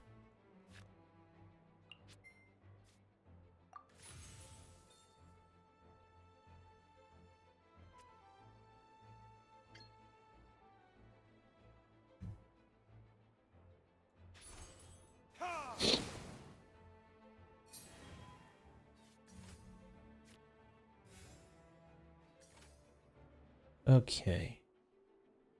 Now it doesn't matter. Ready when you are.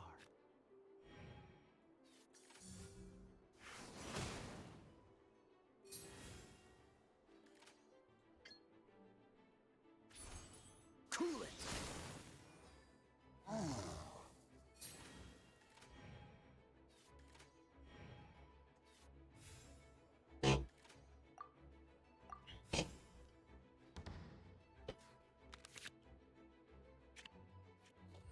Now I get that one. Of course. Honestly, perfect.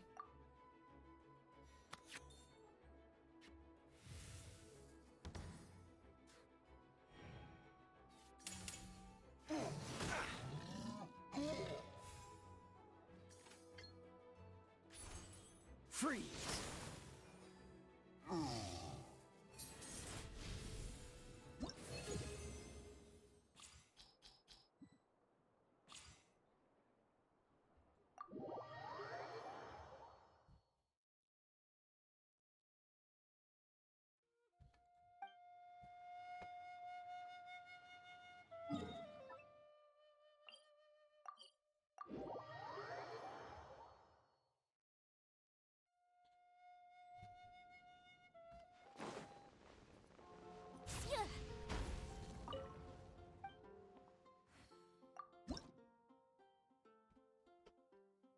Okay.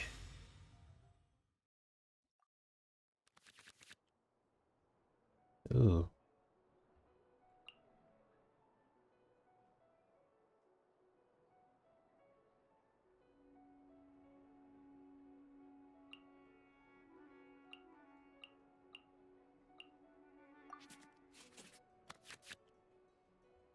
Hmm.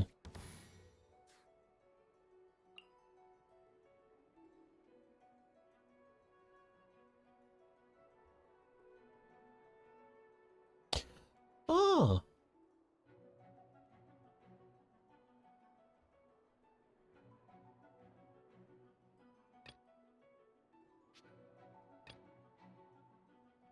Let's go.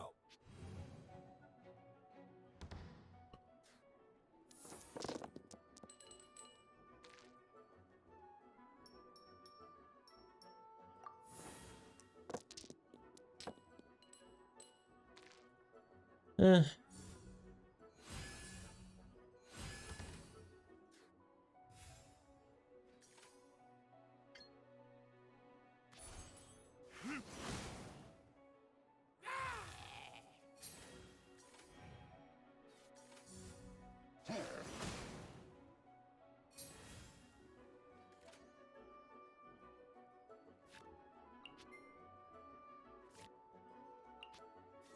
I should have done, well, probably wouldn't have mattered.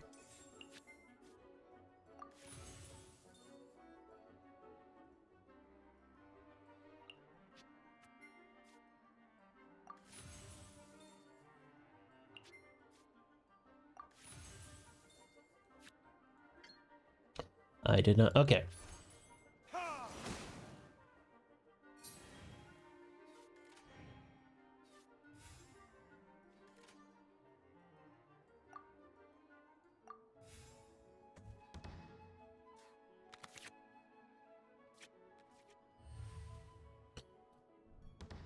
Ooh, wait a minute.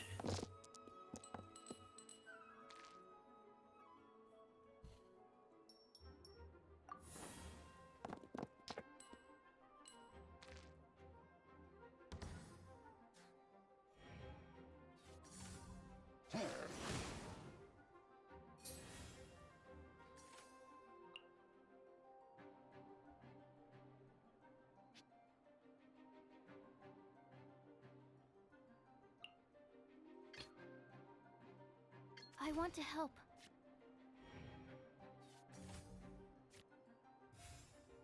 It's perfect.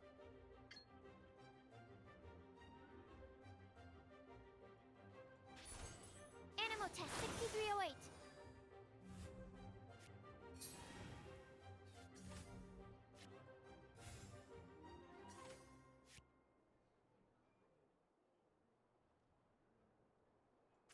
Hmm.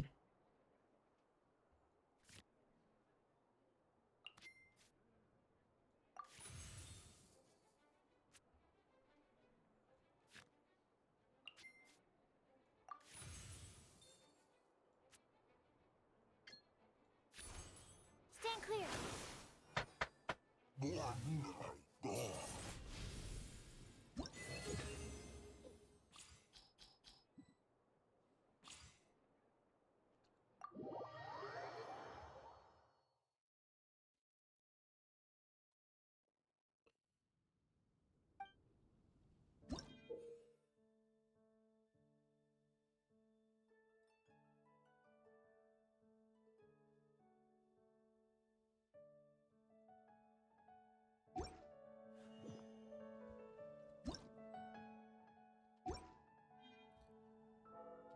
So what was that? V2 or more character cards deck in one single action in total one time. Ah.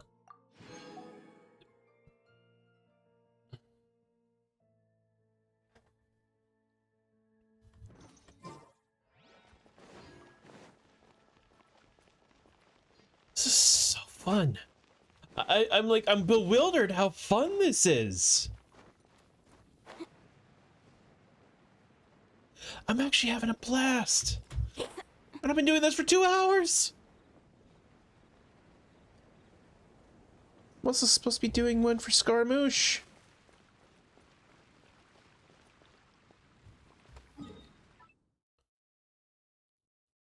My goodness, there's so many. Oops, didn't mean to do that.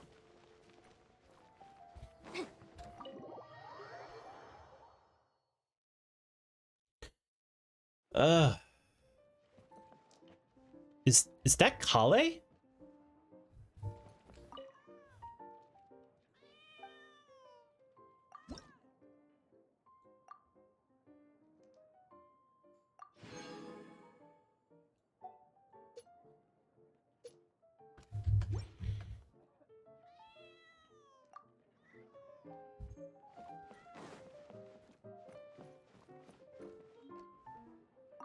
Mondstadt is just the way I remember it.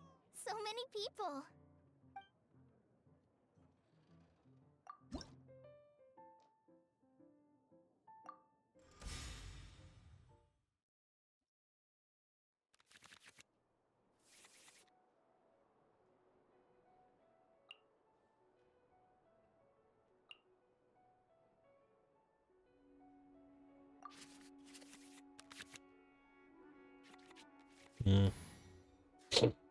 Oh, she has. Okay.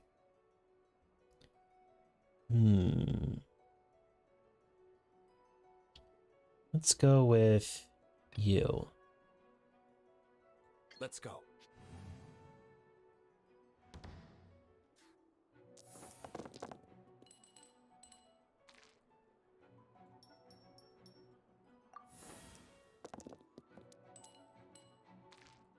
All right, not bad.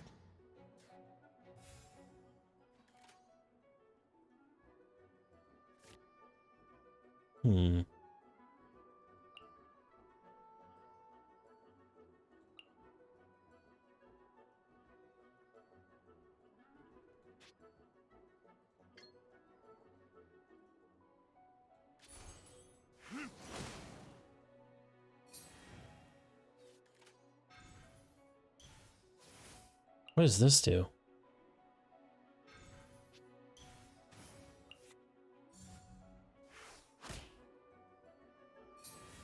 Food, huh? Interesting.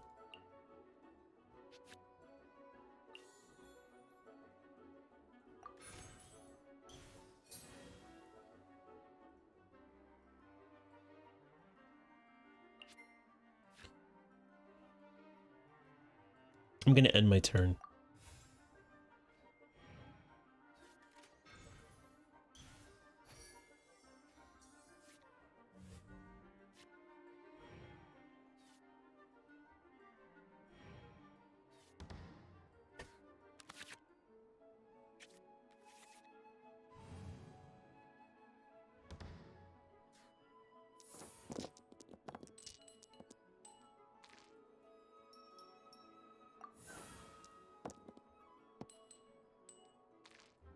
That's pretty good, actually.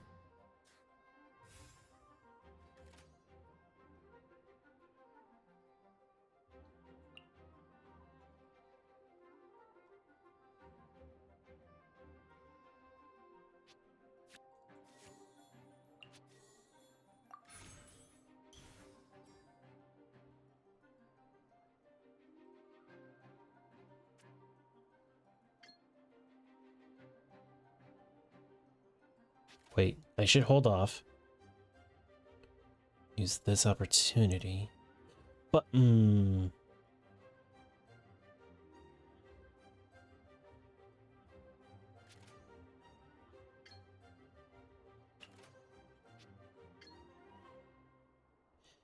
yes.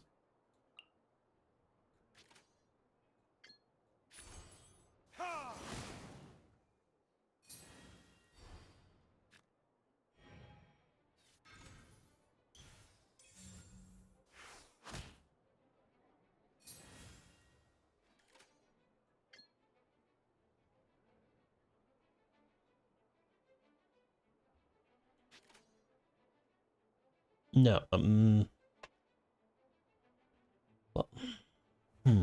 This is actually really tricky.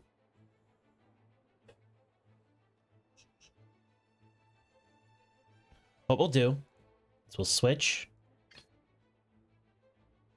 I want to help.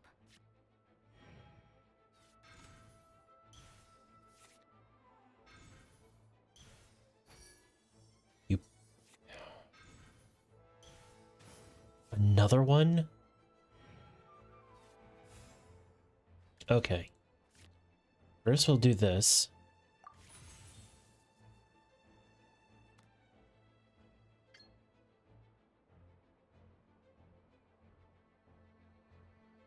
Yes. Stand clear.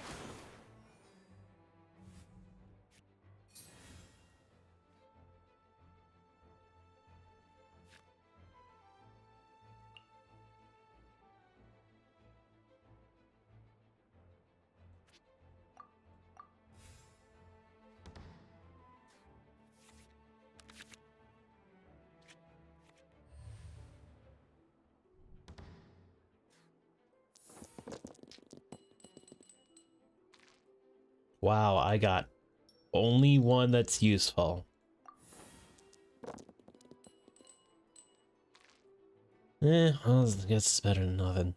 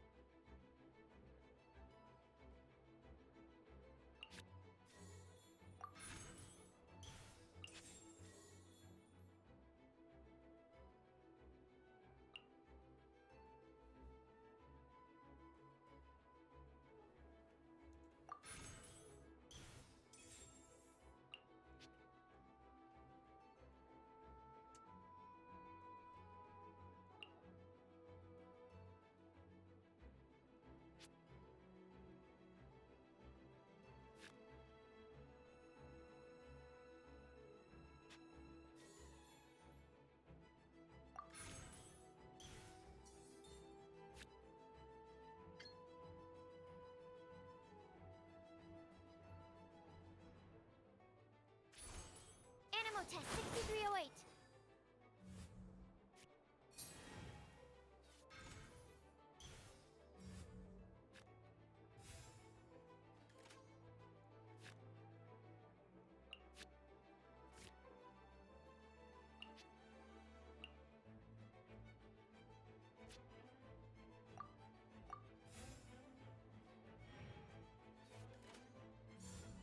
Let me scribe.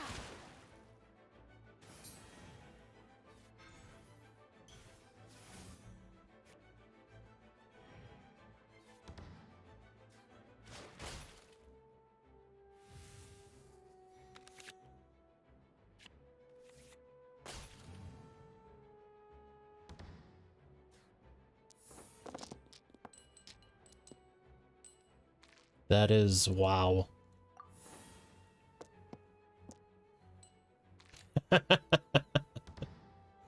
Okay then.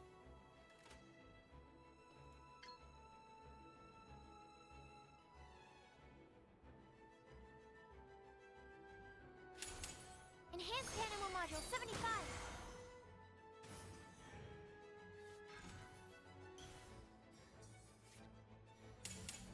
Try this on for size.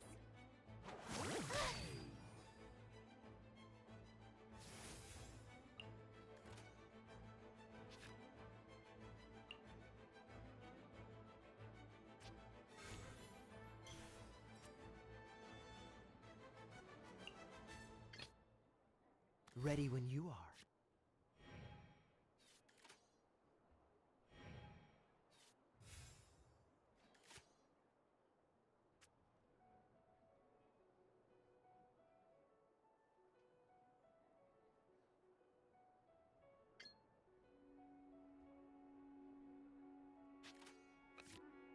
Yeah, no, I have to. Dodge this!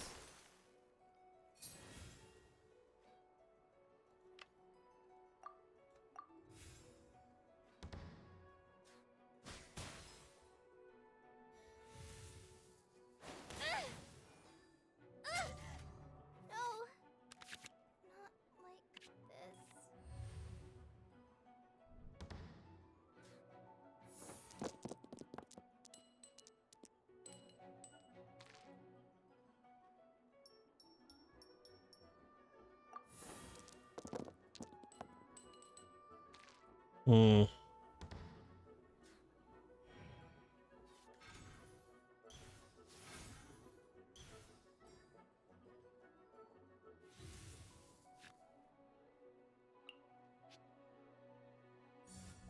Gooba, get them!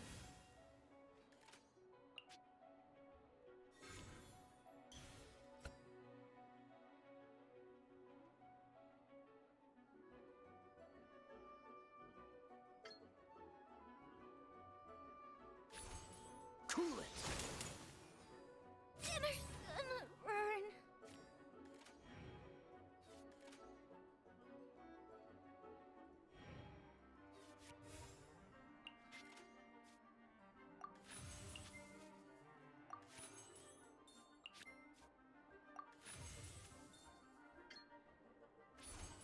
Freeze! My reckoning has come. That's how it's done.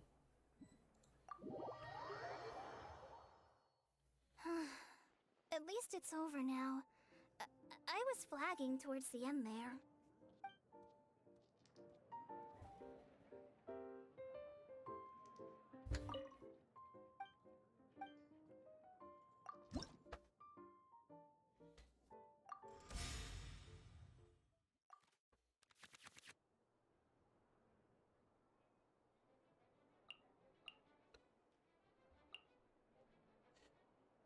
Destroy. Oh, I know what summons are now. Okay.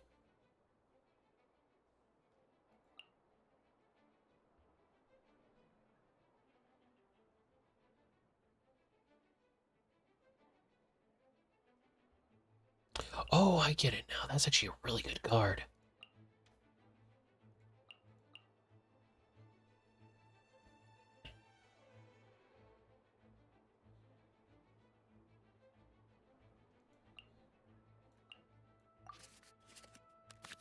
I haven't seen this one yet.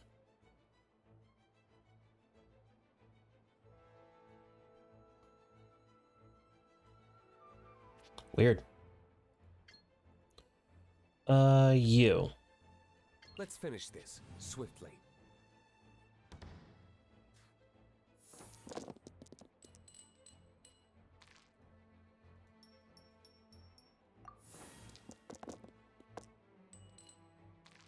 Good enough.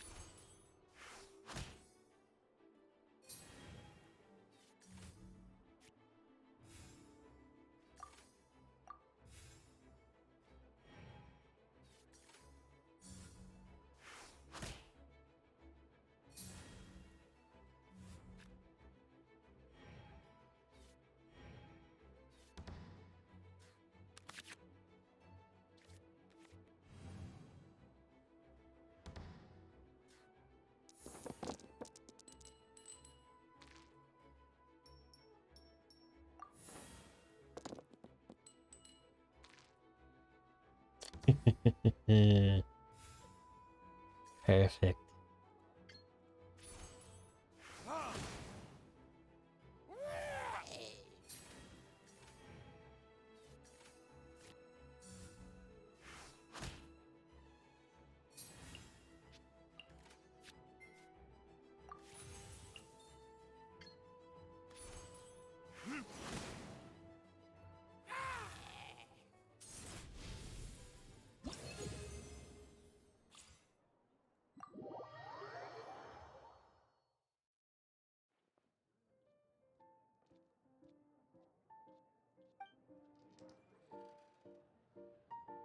Mondstadt is just the way I remember it.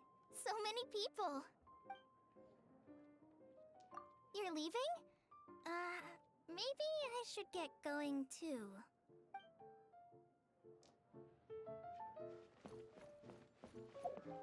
Hello.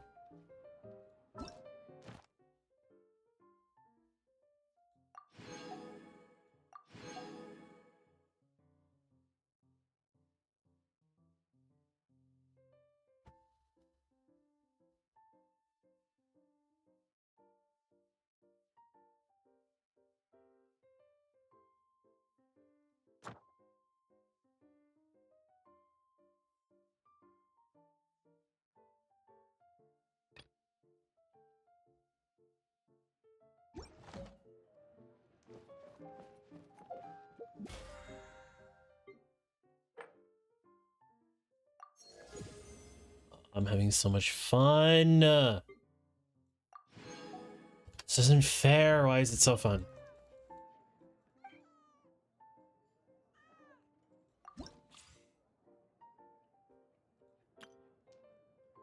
Wow, I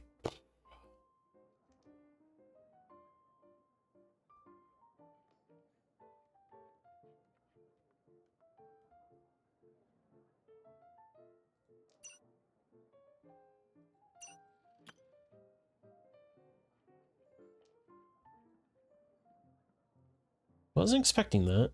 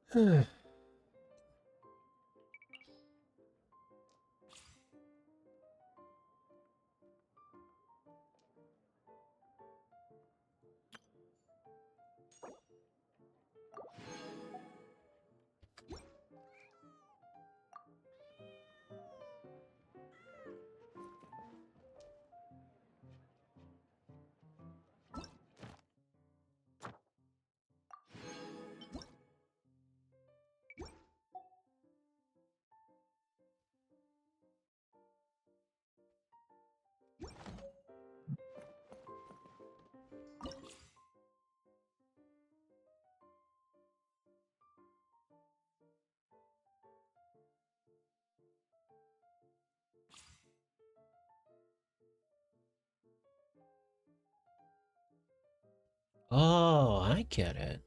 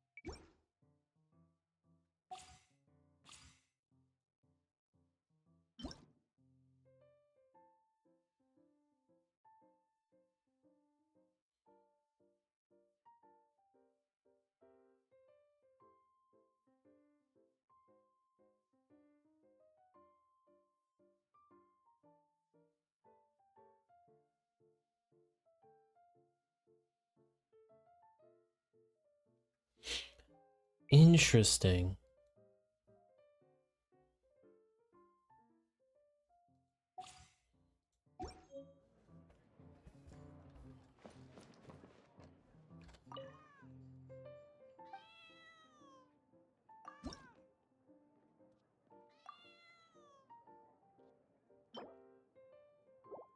So I got 2 match invitation rewards. I get it.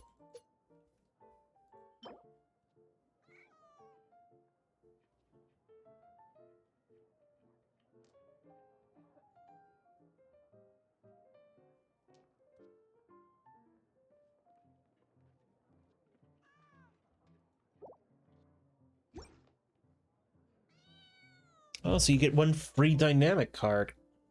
Interesting.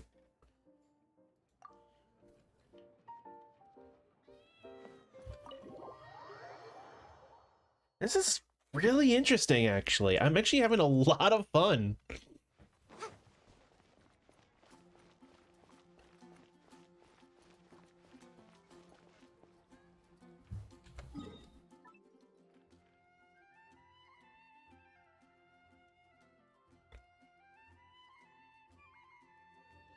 But I'm gonna have to cut this fun short.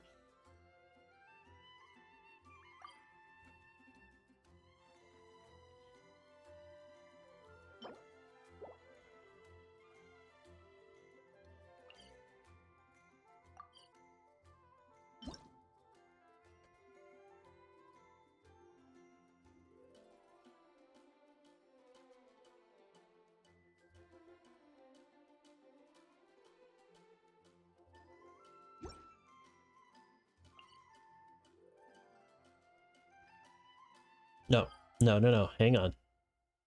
I have things I need to do. We have an Archon quest to do. We will be doing it.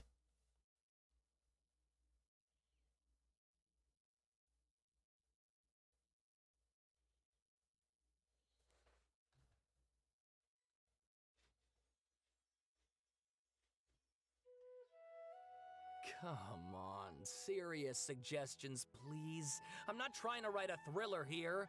It's supposed to be an essay, you understand? An essay! That means facts and logic.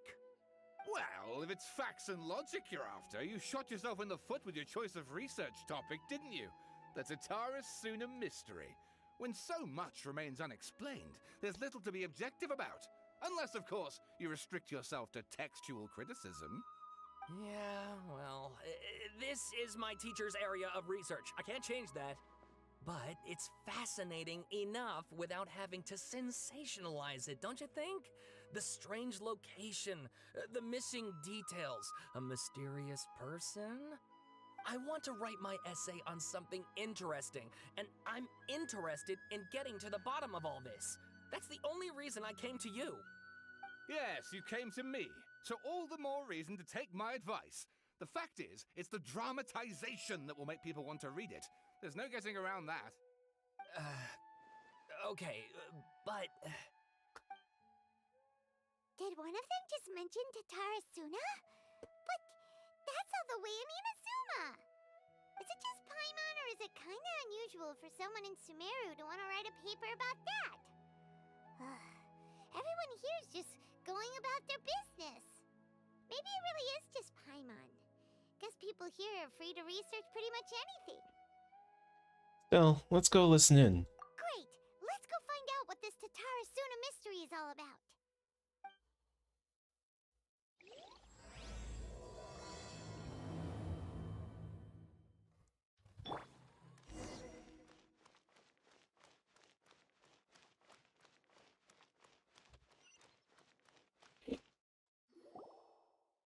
Alright, I guess I'll go with my textual criticism and your editorial direction for the first draft.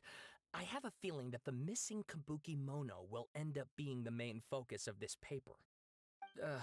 If only we knew where to find that traveler. From what they say about her, this seems like the kind of thing she'd know about. If you're looking for the traveler, that's me. Oh, you're the traveler, you say? Hey, what's with that face? Don't believe us? If you don't believe me, I'll go. No, of course I believe you. Actually, I first heard about your great exploits when I was still in Inazuma. This is my first time coming face to face with you and your mysterious silver-haired companion. I couldn't believe my luck, and out of force of habit, I started, examining the evidence. Sorry. Oh, Sawada, for the love of... Sorry, we don't get out much, so our social skills are kinda lacking. Traveler, I hear you've helped many people a great deal and been to many places. Would you be able to tell us about Tatara Suna? Actually, we don't know much about that place either. In fact, we only came over here because we heard you talking about it and wanted to learn more. Ah, I see. Sorry, I can't help this time. My teacher chose this area of research as a personal challenge. He said it's difficult to get into because even Inazumans don't know much about Tatara Suna's past. But who'd have thought that, If you don't mind, I'd love to show you all my outline for the book I'm writing about Tatara Suna. Hold on, Sawada. Don't you think that's a bit of a deep dive for a first read? Well, fair point.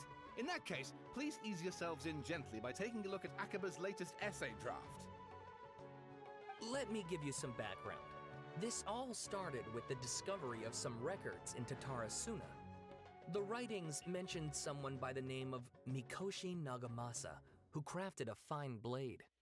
But in the end, he threw it into a fire to destroy it, and killed his servant Katsuragi. Why? Well, no one knows. Apart from the swordmaker, his servant, and the one who wrote this all down, the records also mention a kabuki mono.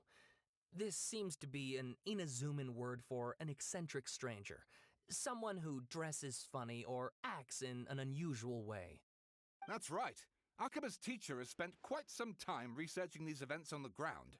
This kabuki mono lived in Tatarasuna for a while before disappearing without a trace. And shortly afterwards, as Akaba mentioned, things got pretty ugly. So first this strange person goes missing, then a murder happens? Seems kinda fishy to Paimon. Yes, my thoughts exactly. So I helped out too. I asked everyone I could think of if they knew anything about what happened back then. And wow! Did I get lucky! Oh boy. Stop shouting! This part's important. I just wanted to make it stand out. It just so happens that a friend of mine works at the government records office. He looked into it for me, and I can now confirm that all the aforementioned individuals did, in fact, live in Inazuma over 400 years ago. Even back then, Tatarasuna was already at the center of Inazuma's smelting industry. The man in charge was a government official named Niwa. Curiously enough, it seems like he went missing too. Well, isn't that convenient? Could it be... Wait, so there are 2 missing people in this story now? That's right! What's more, Niwa is a name with a lot of history to it. Have you ever heard of the great swordsmith clans of Inazuma? Oh, the swordsmiths? Yeah, like Ishin art and so on? Wow, yes, you really know your stuff. That makes things easier. So basically, this Niwa was a distant relative of the Kaidahara clan, the last practitioners of Ishin art. Something then seems to have happened in the Kaidahara clan, leading to their downfall. I don't know the details, but taken in light of everything else going on around that time, it makes you wonder whether it's all connected somehow. The Kaidahara clan? Sawada, you left out the biggest detail of all. There's more? Oh, yes, of course. How could I forget? Brace your minds, ladies and gents, for they are about to be blown. Or maybe you won't believe your ears. I wouldn't blame you, of course, because in all my years as a writer, this is by far the most. Get to the point, for Pete's sake. According to information acquired by Akaba's teacher, the Kabuki Mono was not a human, but a puppet. A puppet? The Shogun puppets that the Electro Archon made should be ruling Inazuma with her as we speak. It couldn't be her. The Kabuki Mono has to be the Balladeer. But what was he doing 400 years ago in Tatarasuna? Aha! Judging by the looks on your faces, you do know something after all.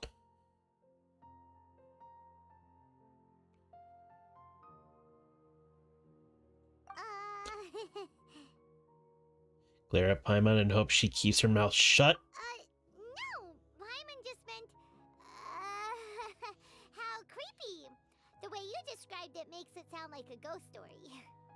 I agree, it does. But considering that non-human races in Inazuma are by no means uncommon, spooky events are to be expected. And that's exactly what my book is about. Please, take a look. Oh dear God! I am not reading all of this. Oh, and please read my essay draft as well. Oh, it's even bigger! The book was smaller! Sawada was encouraging me to follow his more creative approach, but I think essays should be grounded in facts. I don't think explaining everything away with mysterious forces will cut it. Oh, how about if I plug the holes in Sawana's narrative with political intrigue? Like, I could put a turf war between rival factions at the center of the whole series of events. Wait, you're allowed to just make stuff up? Pretty sure you've gone from essay to guessay there. Yeah, it sounds more like a novel. Has this guy never even written an essay before? Akaba, look. Your teacher has researched this extensively. I've reached out to everyone I could think of. Whatever information we have now is all that there is to know. This is as much detail as you're ever going to get.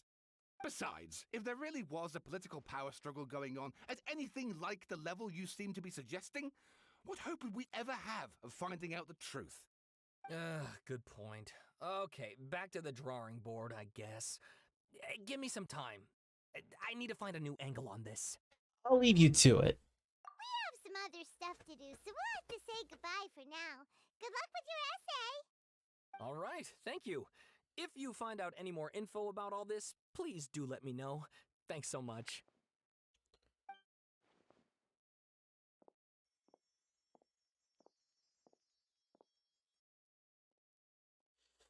Hey, so that thing they were talking about, it has to do with the balladeer, doesn't it?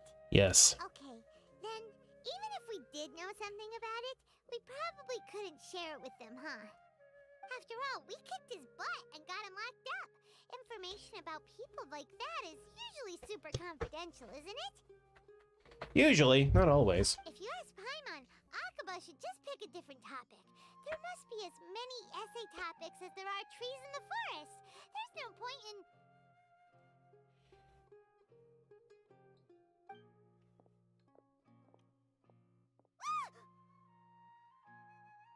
What's wrong? Hey, did you see that?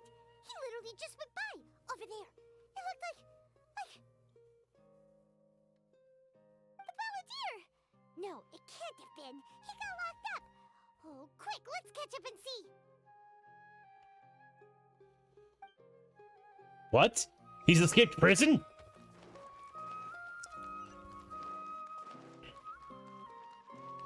How horribly intriguing.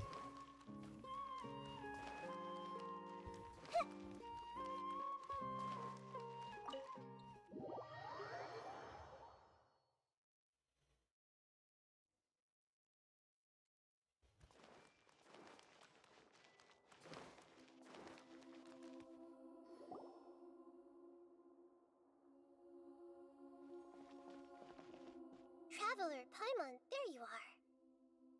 Nahida! Bad news. We just saw the balladeer strolling around in public. Did he escape or... Ah! It's him! Sure enough, you're here. Hey! What are you doing in the sanctuary of Surasthana? Aren't you supposed to be locked up? I know you must have a lot of questions. Please, allow me to explain. It was my idea to set the balladeer free. We made a deal, and he's gonna do some investigation in Irminsul for me. A deal? Huh. You sure you trust this guy? What did you expect? Why do you think Sumeru would keep me around otherwise? Or maybe killing me is all you can think about. But if that's the case, why haven't you done it already? Don't flatter yourself. It was... Nahida said there's still some mysteries in you to figure out. Ah, so if it were up to you, you'd finish the job? Guess I had you all wrong. There I was thinking you were just getting cold feet. Well, that escalated quickly. Not a good start. Could I ask you all to please calm down? But Paimon's worried about you, Nahida. Don't let him trick you. It's not every day you see people questioning the God of Wisdom's judgment. Just when you think you've seen it all. Don't you dare try to drive a wedge between us! As long as the terms are reasonable, I don't think there's a problem in making a deal. Even with the balladeer. Well, I for one have no reason to doubt you. Considering you even struck a deal with the doctor. Yes, one in which I gained valuable information. You'll come to understand more about that in the fullness of time. The Balladeer's power was all but completely spent after your battle. He's no longer strong enough to be a strategic threat to us. That puts him in quite a precarious position. Plus, he's a former Harbinger with knowledge of many of the Fatui's sensitive secrets. Being stuck here in Sumeru could make him a sitting duck, depending on how the Fatui plan to respond. Wait a second. Farmer? You mean he's not a Harbinger anymore? I take no pleasure in saying this, but it seems as if the doctor had no intention of welcoming back a loser, so... So he tossed you out like trash. Sometimes it's you using them, other times it's them using you. Most human relationships are this way. Certainly all the stable ones are. That's how it was between me and the Fatui, and also between each of the Harbingers. So as long as you have some value to offer, nobody will ever abandon you. But after recent events, even I have to admit that I'm not worth quite what I used to be. Really? What a crying shame. Well, if the Fatui are gonna reevaluate my utility, I need to have a backup plan for myself. As we discussed, I don't like causing harm to living beings, and you said you need protection. So, why not join forces with us? I don't like causing harm to living beings. As she says that she is one of the most OP characters in the game right now. I think these two have made their objection to that idea fairly clear, don't you? Excuse me. And they're your friends, so I guess you'll be siding with them. Yeah, obviously! Nahida, don't listen to him! Then let's put that discussion to the side for now. We still have time. Today can be a trial run. Where we go from here will depend on how well we manage to cooperate today. All right, then I'll do what we agreed. Good. Go now, and keep in touch. Nahida, are you serious about this? Yes. I have my reasons for this decision. In fact, I'm largely doing it for your benefit. For me? Yes. As I told you once before, there's information about your twin in Irminsul. Oh, yeah. Actually, that's the whole reason we came to see you today. So, you have an update on that? Mm-hmm. You may remember me mentioning that the Fatui had not included your twin's details in the Descender category. This is an extremely important point. It's possible that the Fatui have other information that even I don't know about. And since the Balladeer used to be one of them, he'll be better acquainted with this information than I am. He was granted the power to connect with Irminsul when he almost became the god of a new era. Even though he no longer has the Gnosis, some traces of its power remain in him. He can still connect. The amount of information in Irminsul is vast beyond description. Sifting through all of it without knowing what to look for would take too long, even for me. So I asked the Balladeer to search in Irminsul for any information about the Descenders. He's more familiar with this kind of information, and should be able to find it more quickly. What if he lies to you? Exactly! Or what if... Paimon just doesn't trust him! He's treated us as enemies every time we've run into him! I understand. But sometimes, everything is dictated by which side you're on. How things will go in the future depends on what information he brings back. And Traveler, I know what your heart desires most of all. Our minds have connected several times before. There is a corner of your heart reserved for an intense longing. A feeling of being all alone in the dark, searching for the one candle whose light still burns. As Sumeru's deity, it is my responsibility to be on guard against the Balladeer. But as someone who counts you as a friend, I want to do something for you. If this deal with the Balladeer can give you the answers you've been longing to find, then it's worth it. Thank you, Nahida. It's my pleasure, really. You're Sumeru's hero. You've more than earned it. Paimon's still worried about this idea. Is there anything we can do to help? I was gonna contact you about that, but then you suddenly showed up on your own accord. Seems like we have a telepathic connection. In fact, I was going to ask you to supervise the balladeer on my behalf while he carries out the task I assigned. Even though he only has a fraction of his full power left, that's still a fraction of a former Harbinger. If you could accompany him, it would put my mind at ease.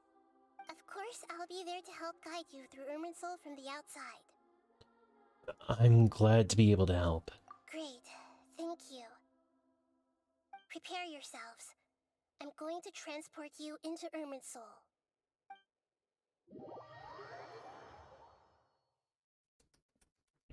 Wow, it looks pretty different here compared to last time.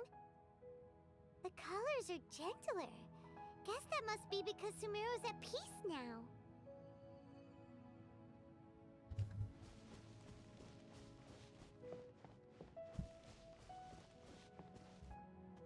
Look at that. Hot on my heels. You know, you didn't have to cut your catch-up short just to keep me company. Oh, but I guess you panicked when you realized that I might enter Irminsul ahead of you. He had sent me to babysit you. Shut your beak, Jailbird! No way a prisoner gets to be so smug! I understand that prisoners have to put up with harassment from the guards. But right now, I'm on temporary release. So maybe you should think about backing off a little. Sounds like a successful rendezvous. I need to be quite clear about something. In a few moments, you'll be entering into the innermost region of Irminsul. It is an environment like no other, and the most important place in all of Sumeru.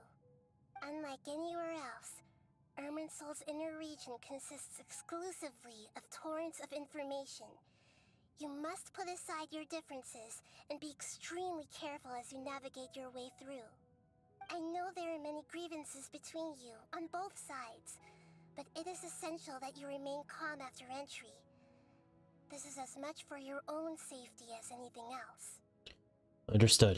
Fine, let's call it truce, but only until this mission's over.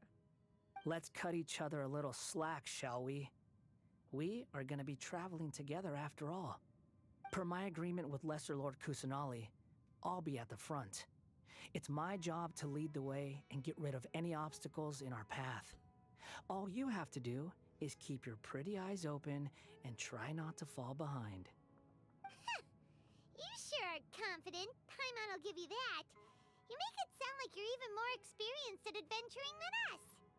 If there are no further objections, I suggest we get going. Or did you need some time to mentally prepare yourselves? Ew! Ugh, the snark on this guy! It's unbearable! There's no need for all that biting sarcasm. We can start now. Irminsul access granted. Initiating connection procedure. Is this a small sapling? Oh, darn it! Come on, let's catch up with him. Okay.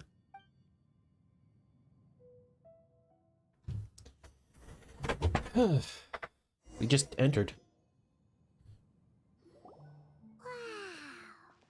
So this is the inside of Irminsul. It's different than what I imagined. Ooh. Paimon's never seen anything like this. And it feels like a sacred place. Irminsul is closely intertwined with the entirety of Teyvat. Every bit of information flowing here means something.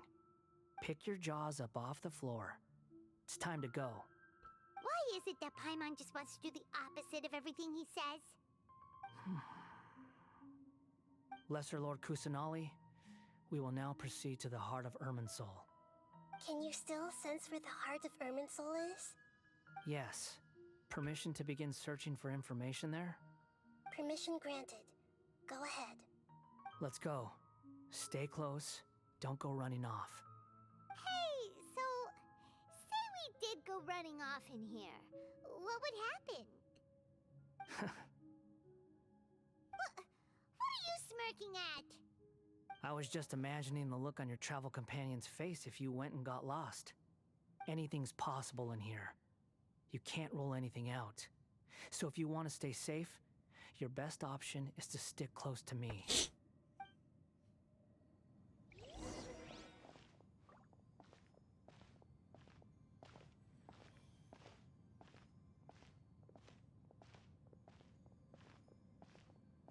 These sapling things have spread out. Those are all packets of information from inside Irminsul. Be careful not to touch them.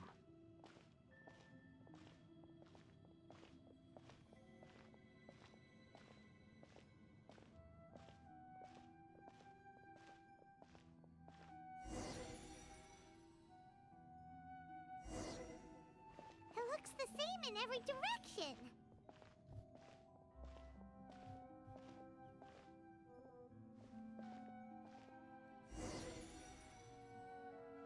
No wonder he mentioned about getting lost. Huh. What do you know? He was actually telling the truth. Is he mocking me again? What is it this time? There's a time and a place to lie, but this definitely isn't it. So why don't you relax your guard a little?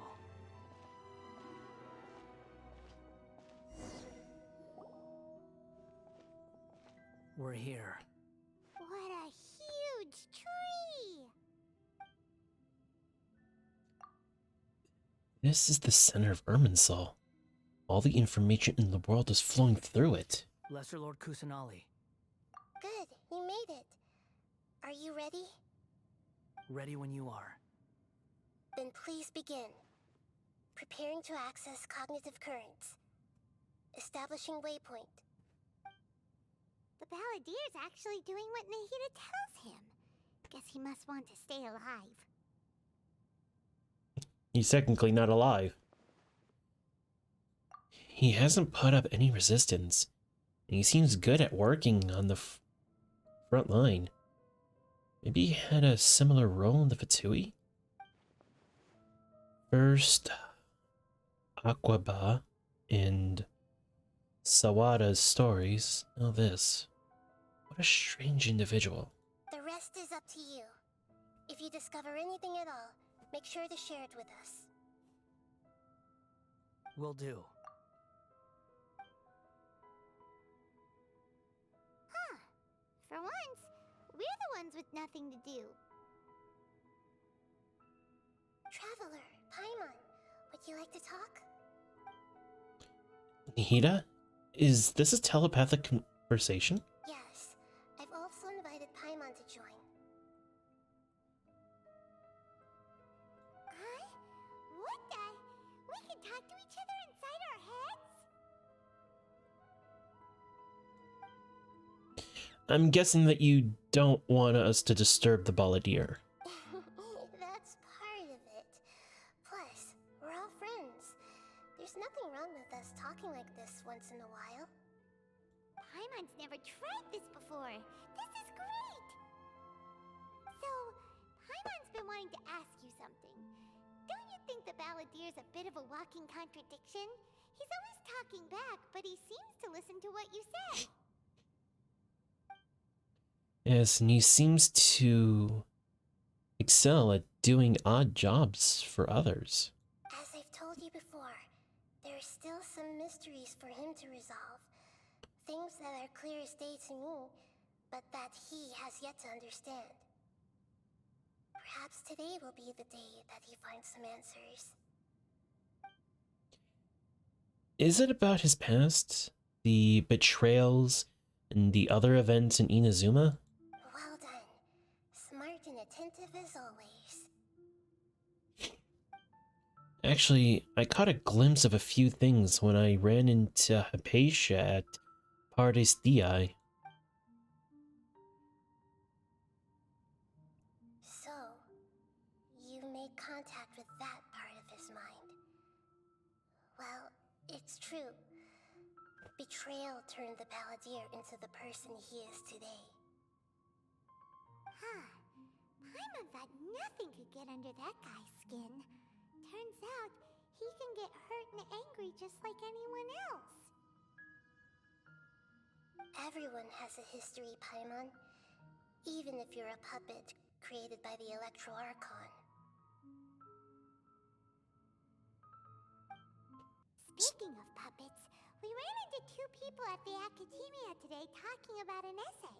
Turns out their topic was about the Tatara Suna incident. Nahida, do you know anything about that?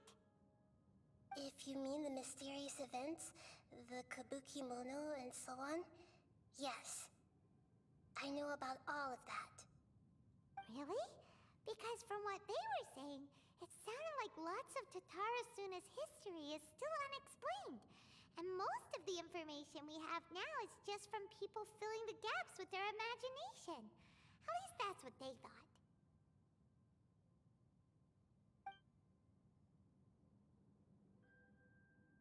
Oh? How interesting. Those two managed to deduce quite a lot through guesswork alone. So the Gase got it right? Well, they guessed right about one thing. Tatara Suna was sabotaged. Must be a riveting conversation you three are having. Funny how all the good ones happen when I'm not involved.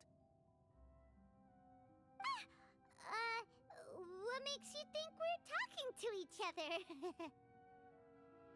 Don't insult me. You're having a private conversation without me. Obviously, I must be the topic of said conversation. We have every right to keep certain things confidential. Of course you do. You can't have your prisoner knowing too much. Oh, you fucking... We're trying to keep the conversation to ourselves so that you can focus on your fucking job. You little bitch. So, have you found anything yet? Still looking. Don't get your hopes up, though.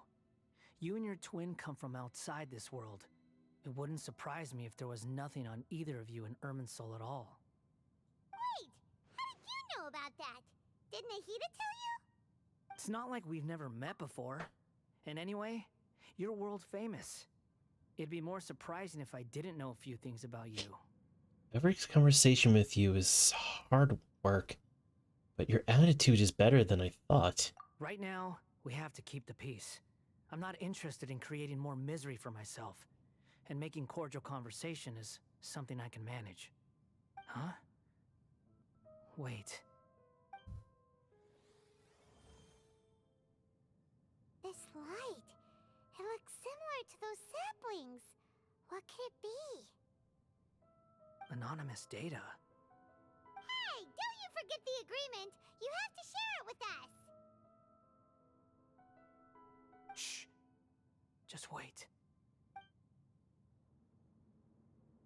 Mr. Niwa, are you certain this is worth the risk? We are talking about Tatara Suna's furnace, after all. It may not pay to act rashly. There's no one else who can enter the furnace. It has to be me. Oh, I know that voice actor. Is that so? Well, since you insist. It's... The name Niwa was the man in charge of Tatara Suna. Thus, he belongs to the lineage of Ishin art.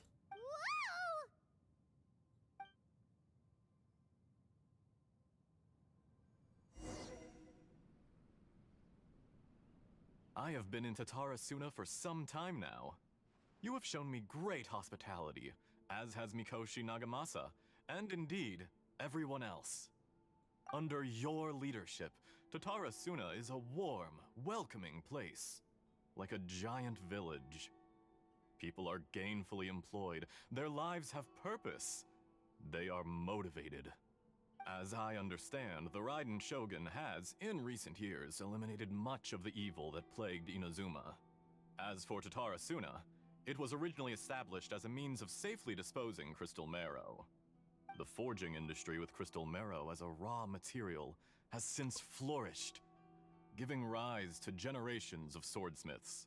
Some world-renowned, others unknown, all passing on their legacy. Skills, blood, dreams, Every smith brought into this trade looks to find their purpose between steel and blade. That is why you accepted the proposal brought to you by myself and Akame. Of course, one of the backstabbers is from Fontaine. Yes, well, were it not for you coming to Inazuma and happening to make Akame's acquaintance, the two of you never would have joined forces.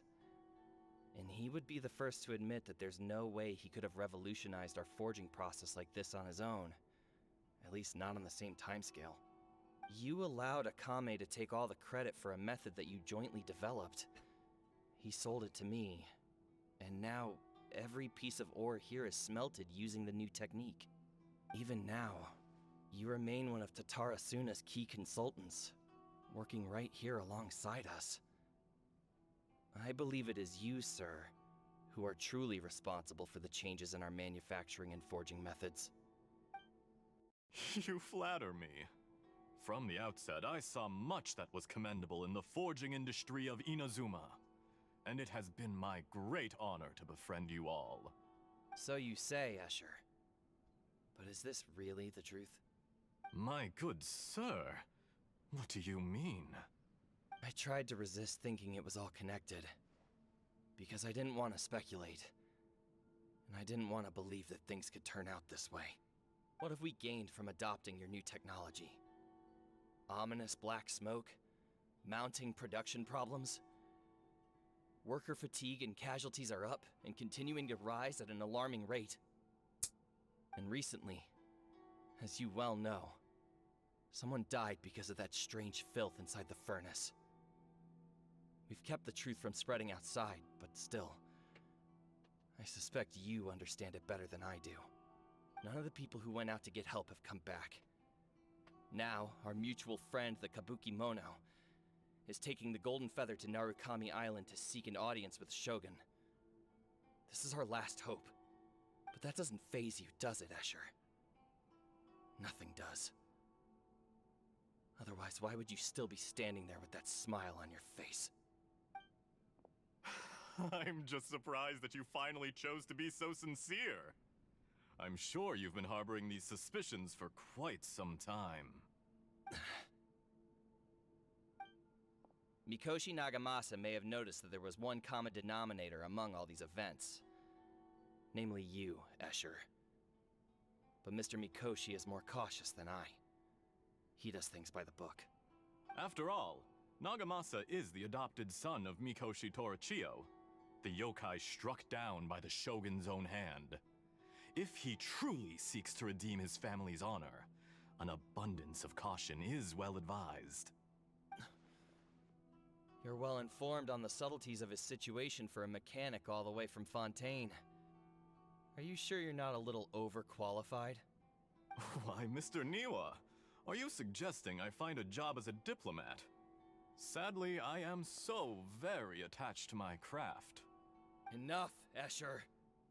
I'm here because an evil force is raging inside the furnace. And someone needs to take your new device inside the high-risk zone so we can absorb it and put an end to the problem. I'm in charge here. And I'm about to take some responsibility and head inside. Probably to my death. But what about you? What are you still doing here? Judging from the look in your eyes, you don't seem to trust me. Oh, what was your first We're past that now. Whoever you are, it looks like your plan to destroy Tatara Suna has worked. I just want to know what you're still doing here. What's left? Don't you have all your answers by now? Honestly, I'm just waiting for the right moment. You know, I have a sneaky suspicion that I've met Escher before, and I think I have. My guess is Escher is one of the Harbingers. A moment like this, where you finish talking and I stop you from entering the furnace.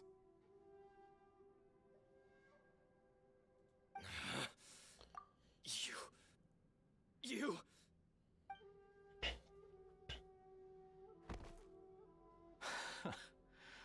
You're a little smarter than I initially gave you credit for. I thought I'd disguised myself exceptionally well, at least for the first few days. But to my surprise, you had your people look into my background right from the start. It's a long journey from Inazuma to Fontaine, but that didn't stop them.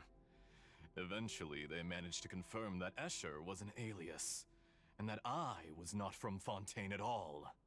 And yet, despite all of that, you still fail to realize my true identity, and what I seek in Tatarasuna. Did you really think you would be able to see through my plan? I know that voice. If you kill me, there's no one who can get inside the furnace. So you're really going to destroy this place? Is that it?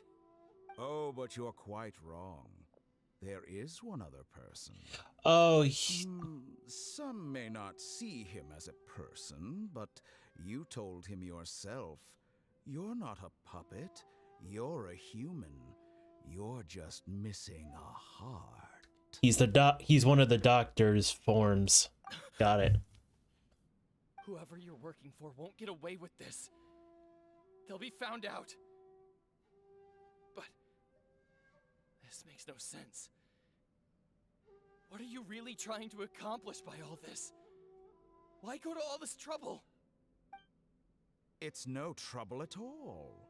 Patience is a virtue which I have in abundance. This is all part of a carefully controlled experiment. If you must know, I'm happy to divulge my true identity. I'm a Fatui Harbinger. Call me the Doctor. The Fatui? Who? What do you want? Just to create a minor inconvenience for your nation. That's it? That's why you gave us your cursed technology? Just to let loose the evil energy from the crystal marrow? Look how even the righteous soul is filled with venom when faced with its demise. My device functions precisely as you say. It is the only chance you have of preventing a catastrophe and keeping the truth from the outside world. However, I did not make it with you in mind. It is easier for a person to be possessed by evil spirits when they are filled with hate. So give in to your fury. I want to see what happens when a malevolent heart is placed into an unsuspecting puppet.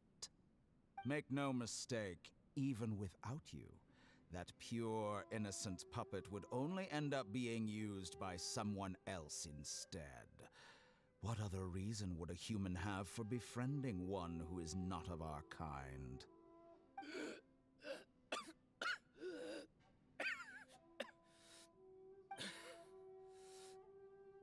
If you give him my heart, tell him that both Nagamasa and I see him as one of us. He has nothing to prove to anyone. Because not everyone just wants to use other people. The only ones who think like that are people like you. That's actually really good voice acting. Beautiful way to see the world. It almost makes me feel a little guilty.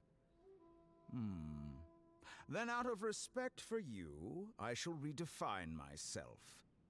Think of me as a monster or a demon, if you wish. At least this way your death is not a consequence of your own folly turning you into an easy target. You simply lost to something more powerful than you could ever hope to defeat. I say, Mr. Niwa, let's see what happens. Will your puppet friend become a human? No, that will prove quite impossible. Mr. Niwa? Already dead. What a pity. Jester, I have completed the task you gave me. Creating a gap and infiltrating Inazuma's inner workings. What fun it was. I'd like to introduce a puppet to you.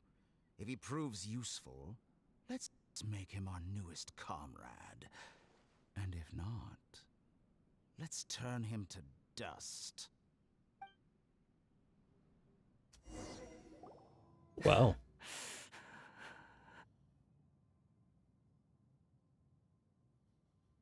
Hey, are you alright? Dottore?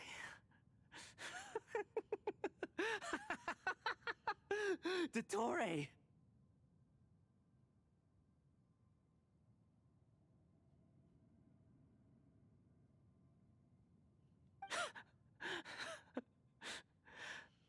Good. Good. Was that the doctor? Did he turn into a mechanic from Fontaine? He was the one behind the Tatarasuna incident. But why did we see things from his perspective? When I touched the doctor to confirm whether he'd eliminated all his segments, I read this memory in his mind. You have to admit, it must be the truth. Maybe so, but it means nothing. Does it? But this memory shows that Niwa didn't betray you. He never meant for you to be the one to take the device into the furnace. You know very well what that means. Even more so than I.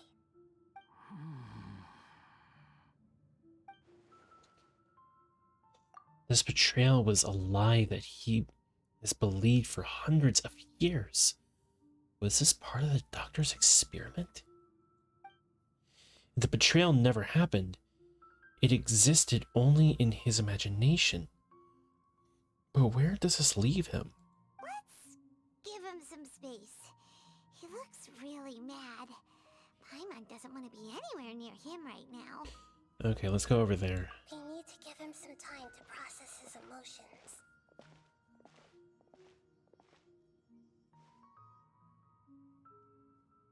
Paimon's still confused about the Tatarasuna incident.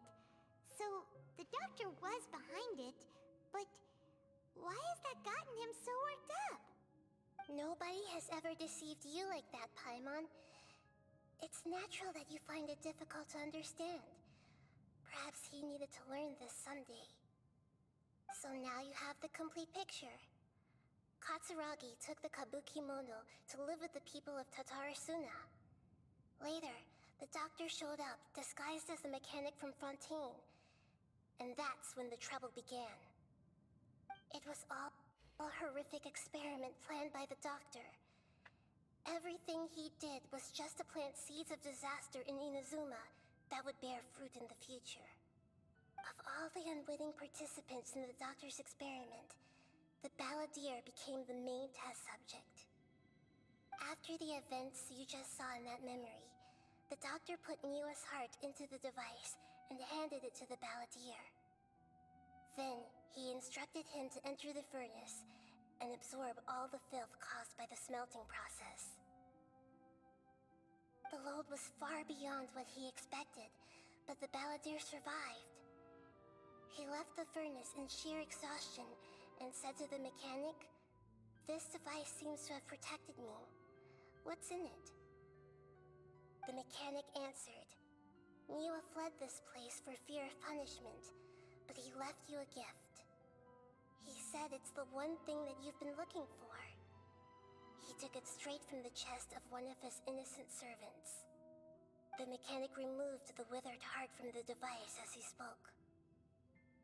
The Balladeer was stunned that such unthinkable cruelty had brought him the thing he'd been longing for his entire life. A heart acquired through cold-blooded murder is a cursed thing, but it has protected him from the filth. He thought Niwa had completely betrayed him, and yet this very betrayal had ensured his survival. Overwhelmed with anger and sorrow, the Balladeer threw the heart to the ground and left Tatarasuna without looking back. Holy moly! So the doctor killed an innocent man and pinned everything on the victim? That's terrible! Being betrayed and abandoned by a close friend is sure to cause great resentment. I only know what was behind his decision to take revenge on the Raiden Gokuden 100 years ago.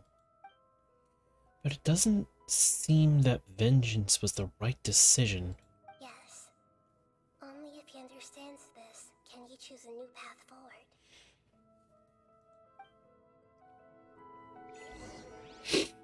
Hang on. Tori, you brazen-faced... Niwa didn't run from justice. You killed him.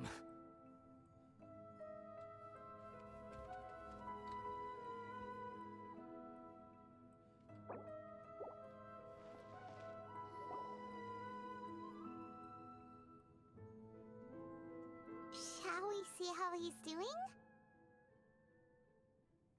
Sure, but I'm gonna get a drink. Hey, you alright? That's a scary expression. Are you worried about me? If we didn't have such a history, I'd almost think that qualifies me to be your friend.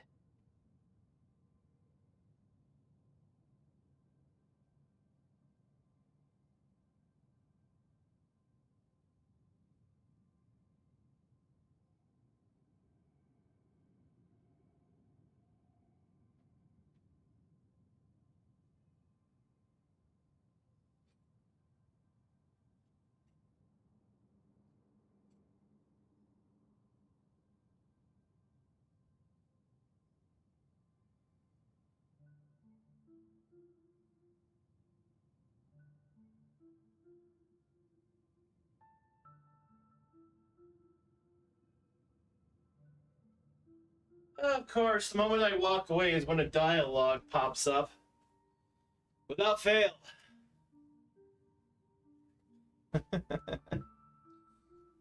Gotta love perfect timing.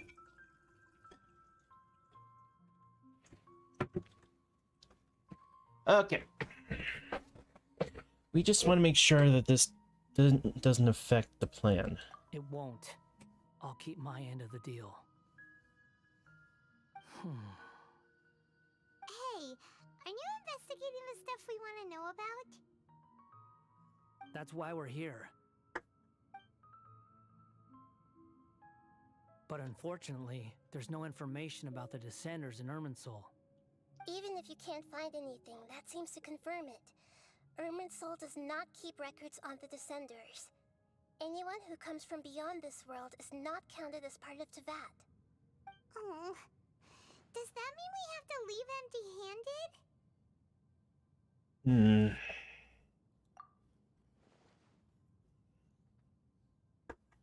Unexpected, but still, thank you. Don't thank me just yet. You look really upset. Well, since Irminsul was a dead end, I guess I can share some other info that might interest you. Huh? About what? The reason why there are records about your brother in Irminsul. It might have something to do with Conria. Apparently, Conria was his first destination when he arrived in this world. Plus, he only came to this world because the heavens responded to the summoning. The heavens responded?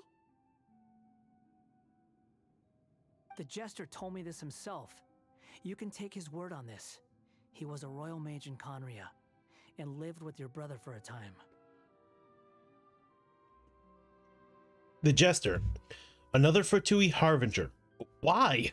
I don't know the details. It's up to you whether you want to believe me. All I can say is, I wouldn't lie to you about this. Did you get all that, Lesser Lord Kusanali? Yes. Astonishing news. Does this info count towards my mission? It wasn't from Irminsul, but was it valuable? Very valuable. Good. In that case, I'll take some time for myself now. Huh? What have you done? Lesser Lord Kusanali was right. My power's all but completely spent. Even if I use all of the divine power left in me, I can't sustain this shield for very long. I shared a secret with you, and now you owe me. So in return, I'd like you to answer a question for me. What do you want to know? Give me your hand.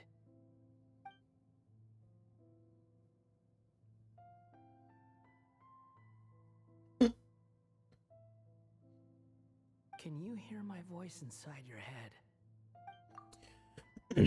Are you trying to brainwash me? No, I can't do anything like that anymore. At most, all I can do is exchange a few words with you.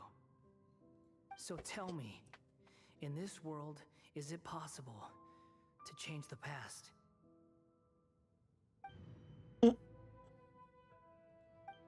Wait, why would you ask that? Done. Huh? What the? What happened? Paimon only saw you hold hands for a second. Nothing. I was just thanking her for helping me. Wait, that look. Did he see me hesitate? But that was because I knew about Greater Lord Rukkhitavata. Uh-oh, I think... So long. I suggest you get yourselves out of here quickly. I didn't press. I didn't get to finish the line. Where are you going? Hey, wait up! Didn't you say not to go running off? Baldir, stop! Fast reaction time. But I don't think we'll be seeing each other again. From this day forth, the names Baldir and Kabukimono will cease to exist. Those who died in Tatarasuna because of me deserve another chance at life. Hey, Baldir! Don't do anything stupid! You know, I never did like insects. Hordes of the puny things swarming together can be a real nuisance. And I enjoy nothing more than to stamp them out like the pests they are.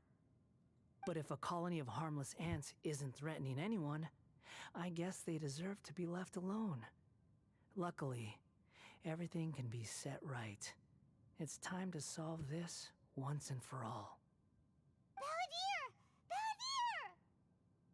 Uh-oh, he disappeared. Come on, we gotta find him somehow. Uh-oh.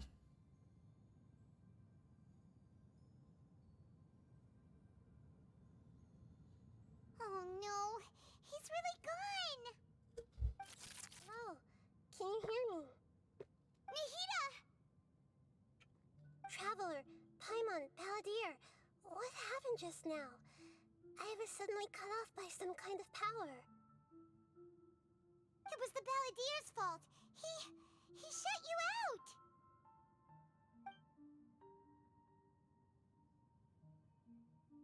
I didn't think he'd be capable of something like that with so little power left.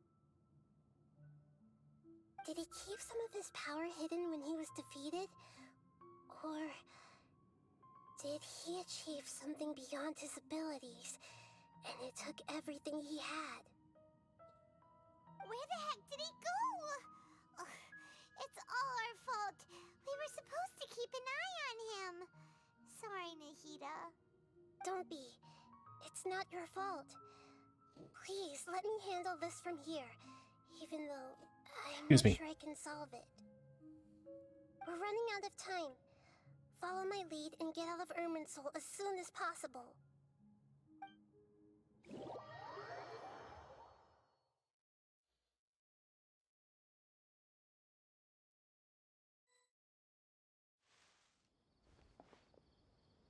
We're out! And we're at, an inn or something? This is an emergency. I'll have to ask you to stay here for now. Everything's arranged, and nobody will disturb you. No, I want to help you. I'm sorry, but this isn't something I need your help with. Leave this one to me. An emergency? How bad is it? Don't worry. Oh, my bad. If my assessment is correct, though there may be some minor disturbances, it won't lead to a disaster.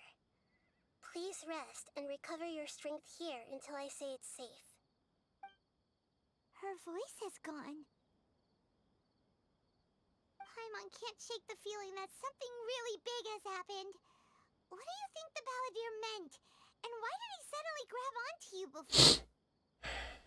Paimon doesn't remember Greater Lord Rukkhadevata. The Balladeer's question was a strange one. It's hard to explain in full. The truth might be very distressing for Paimon. I'll keep the part about Greater Lord Rukkhadevata for now. Focus on the Balladeer. He wants to change the past? But surely that's impossible! It's not easy, that's for sure. Right! You can't just rewrite history. All that stuff happened already in real life!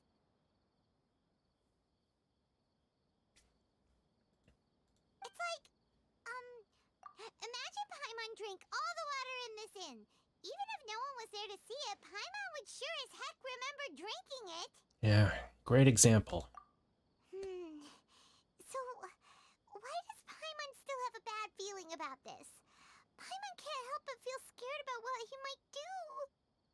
Oh, Paimon's so confused. Maybe he wants to erase himself from history.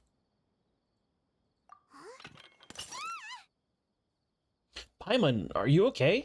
Sorry, Paimon accidentally... It's the Balladeer's fault for causing Paimon all this mental stress.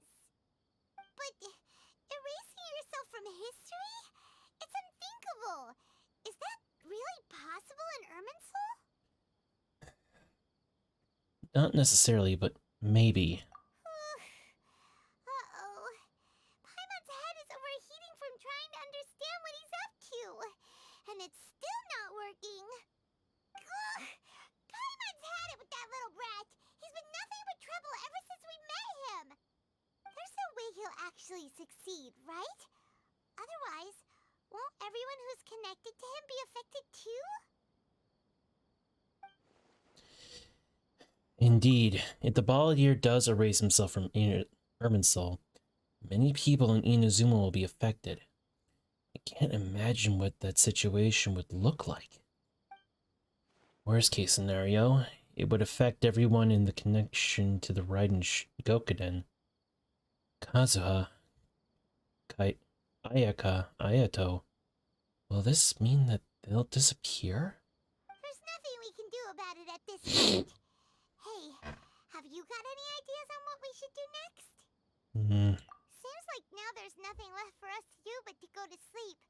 But Paimon's still so worried. Paimon won't be able to sleep a wink tonight. Me neither. So, how about, we list all our favorite foods to take our mind off things? Heck, if that doesn't work, Paimon's probably gonna collapse of anxiety here. Alright, Paimon will start. First dish. Munstack grilled fish. Oh, and chicken mushroom skewers. Tea break pancakes, cream stew, sauteed matsutake, and Drayon chili chicken, almond tofu, satisfying salad. Oh, also Adeptus Temptation, golden shrimp balls, triple layered consomme, lotus seed and bird egg soup, and...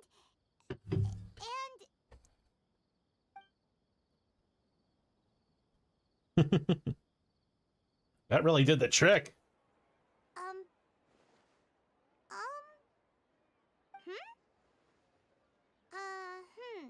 Paimon, what's wrong? What was Paimon supposed to be doing just now? Paimon was, talking? Huh. Paimon suddenly can't remember what she was talking about. What was it again? You were getting so worried about the situation of the Balladeer that you started listing foods. The Balladeer? Is that a food too? Huh. Weird name, though.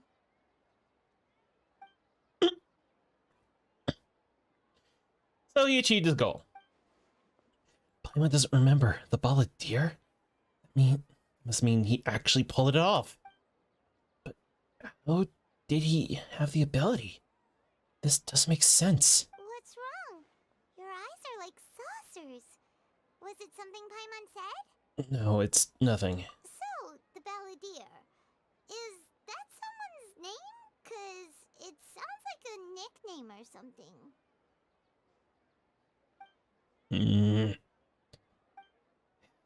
If it really happening, I guess I need to know what else has changed. Paimon, come with me. Okay, sure. Where are we going? I want to go back to Inazuma. Huh? Fine by Paimon, but is everything okay? You're acting like this is an emergency. Now's not the time to explain. Let's get over there first. All the way to Inazuma.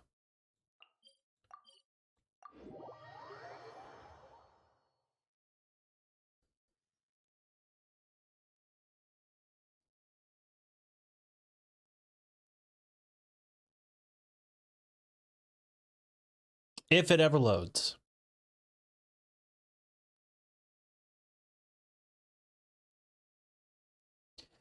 There we go.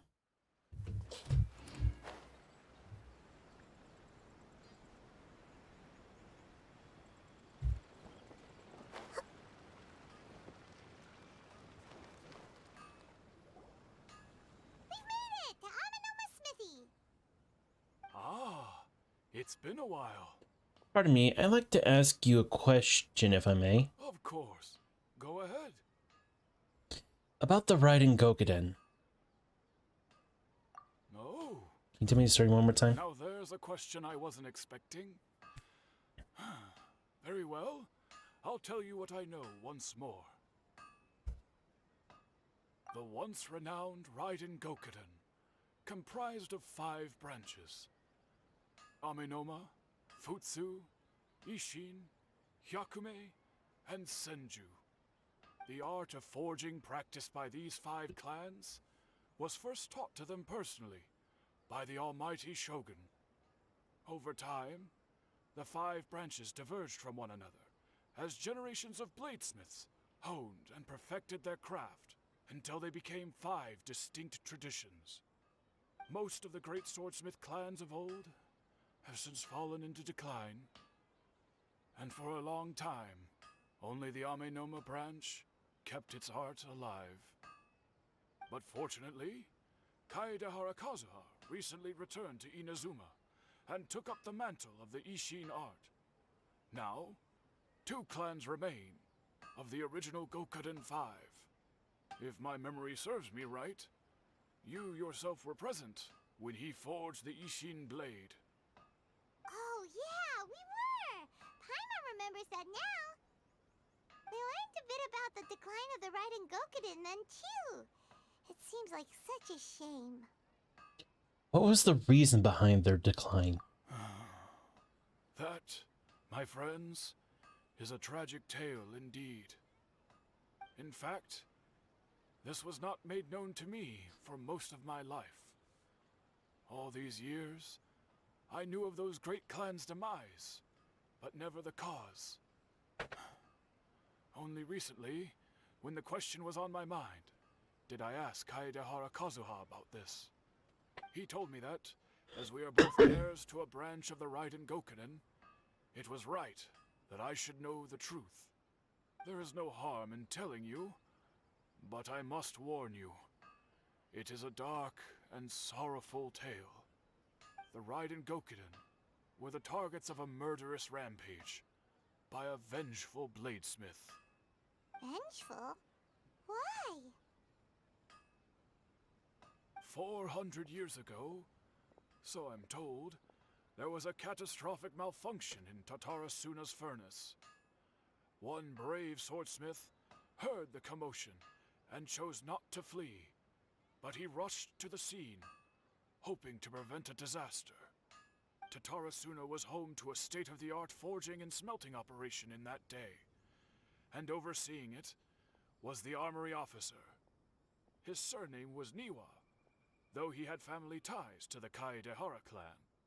Knowing that they had just one chance to save countless lives, Mr. Niwa and the swordsmith leaped together into the furnace. The furnace quickly stabilized, but neither of them made it out. The smith's death, though heroic, dealt a devastating blow to his family's fortunes. His orphaned son was left to fend for himself, and grew up deeply resentful at the world. In his heart, the whole of Inazuma was culpable in his tragedy. He hated the almighty Shogun for her apparent indifference towards his father's death, and he hated everyone who had done nothing to try and save him. Powerless and destitute, the only legacy he had to pass on to his children was his hatred. Generation after generation bore this grudge, living in utter misery. Alas, if only the story could have ended there. But 100 years ago, the then head of this family reached the end of his wits. He could bear their fate no longer, and yet he could do nothing to change it. Finally, he made a drastic decision to take revenge on the Raiden Gokuden. In doing so, he sought to vent his pent-up anger and shake the very foundations of Inazuma's forging industry. In his fury, he murdered indiscriminately, killing even bladesmiths from the Hyakume clan which he belonged to. His goal was absolute, the devastation of all of the Raiden Gokuden. But when he came to the Kaedehara and Kamisato clans, his killing spree came to an abrupt end. He failed to catch them unawares. They fought back fiercely, and they did not spare his life. That is why the Kaedehara clan and their Ishin art survived that day. I suppose they were the lucky ones, under the dire circumstances. The legend of the Raiden Dogen has changed. Someone else attacked the swordsmiths. It looks like the Balladeer did something to Irminsul, but it seems Niwa still died. Was there anything else you wanted to ask? Have you seen Kazuha recently? Kazuha? Why, yes. Just yesterday, in fact. We spoke for a while over some tea. He seemed well. So he still exists. He's the same Kazuha I know. Things don't seem as bad as I feared last night. That's all. Thank you very much. My pleasure. Don't tell Paimon. There are other places you want to visit too, right? Your expression says it all. You can't hide anything from Paimon. On to the next stop. Lead the way, traveler. Paimon will be right behind you.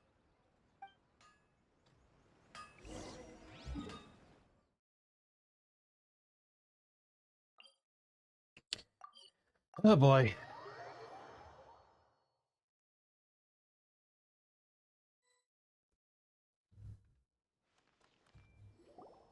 We're here! This is the Yashiro Commission's headquarters, so... Traveler, it's been a while. Hello. If you're looking for the Commissioner and Miss Kamisato, I'm afraid your timing is unfortunate. They're not here right now. Are they out on business? The Commissioner is out on business, and Miss Kamisato is standing in for some meetings in the Commissioner's place. If it's urgent, you're welcome to wait inside until they get back. What do you think? Shall we go in? Thank you. We'll take you up on that offer.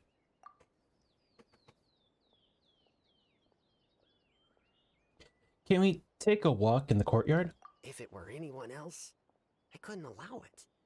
But seeing as you're so close with the Commissioner and Miss Kamisato, I think it should be okay. We'll be heading in then. Thanks!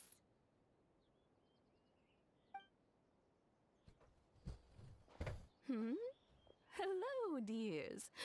Is there something you want to say? Ma'am, can I ask you a couple of questions? Of course, traveler. Yes, I know who you are. Miss Kamisato has told me about you. What would you like to know? How are the Commissioner and Miss Kamisato these days? Oh, they're both very well indeed. Lately, Miss Kamisato has been rather busy attending all kinds of meetings and occasionally paying visits to some local organizations on the Commissioner's behalf. As for the Commissioner himself, well, you know, busy as ever. That much hasn't changed. Although he does seem to be in a rather good mood these days. So pretty much business as usual in the Yashiro Commission, huh? Very much so. Ayato is still Yashiro Commissioner. Ayaka is still the lady of the house. No changes there. As far as I can see, nothing's changed in the Yashiro Commission either. I was expecting as much, but it's still a big relief to know that the Kamisato siblings are both safe and well. Well, got any more questions? That's all for now. Many thanks. You're very welcome. In fact, I would love nothing more than for you to come and visit more often. But I'm sure you must be far too busy to have time for that. Miss Kamisato talks about you all the time. She seems so thrilled to have you as a friend, and she's always saying how talented you are and how much she admires you. I must say, many things in Inazuma seem to have taken a turn for the better since you arrived here. So you're not just Miss Kamisato's knight in shining armor, you know. You're a hero to us all. I'm flattered. I mean it. Whenever the Commissioner dines at home, Toma always joins him. I always find myself at my most relaxed when I'm serving the two of them and listening to them chat away. The Commissioner has such a busy schedule that he doesn't always have the chance to take his meals at home, but given the opportunity, he always prefers to dine here. They say it's because Toma's a much better chef than most. Oh, the Commissioner is so fond of home comforts. They get to talking about you sometimes too, you know. Always with a very fond tone. The way one would talk about dear old friends around whom one can truly be themselves. Miss Kamisato occasionally joins them as well. Whenever the whole family gets together and they start talking about people they've met and experiences they've had, you always get a mention. It's been many years now since the late Mr. and Mrs. Kamisato passed away. Much has happened in the Kamisato clan in that time. As someone who is old and gray enough to have watched their son and daughter grow up, it makes me so happy to see them meet a dependable friend whose company they enjoy so much. So, in the future, if you ever do have the time, please know you are always very welcome at the Yashiro Commission headquarters. There will always be at least one old lady who would be delighted to have the pleasure of your company. Thank you. The people of the Kamisato clan are very dear friends to me. Wonderful. Thank you. Paimon likes it here too! Also, you were saying something about the food here being really great. Paimon's itching to try it. We may just have to invite ourselves around for dinner sometime. Paimon meant we should come pay a visit again real soon. Ideally around dinner time. Of course. You're always welcome. welcome. Alright, goodbye for now. Where are we going next? Tatara Suna. Great! Goodbye, ma'am! Don't worry, we'll see ourselves out. All right then. Take care now. Hope to see you soon. Oh, are you two leaving already? Yep, everything's taken care of now. Don't worry. Very well. Safe travels. Goodbye. That man's voice does not match his face, and I love it.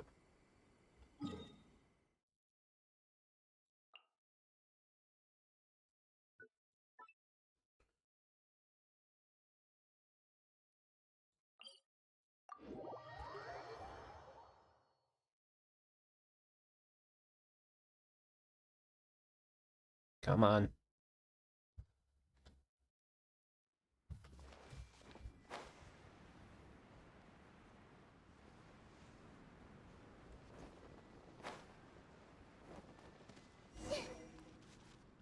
Xavier, my man. Here we are. But what are we looking for? Something or someone? Do my eyes deceive me, or is that the Traveler and Paimon? Xavier? What are you doing here? Oh, it's Xavier, not Xavier. I was in the general area, and now I'm in this specific area. There, that's me. So what about you two? We have some questions and thought you might be able to help. Do you know much about the Tatara Suna? Certainly do. I've researched the furnace here in some depth.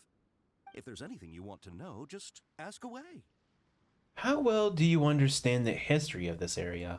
Like the back of my hand. Make no mistake, I have been here a good many times before. Not only that, but I've met people in Inazuma whose families used to live in Tatarasuna years ago. They said it's all true, the history here. Go on, I'm listening. Oh, well, it's a long story, don't you know? The tale of Tatarasuna starts a long time ago.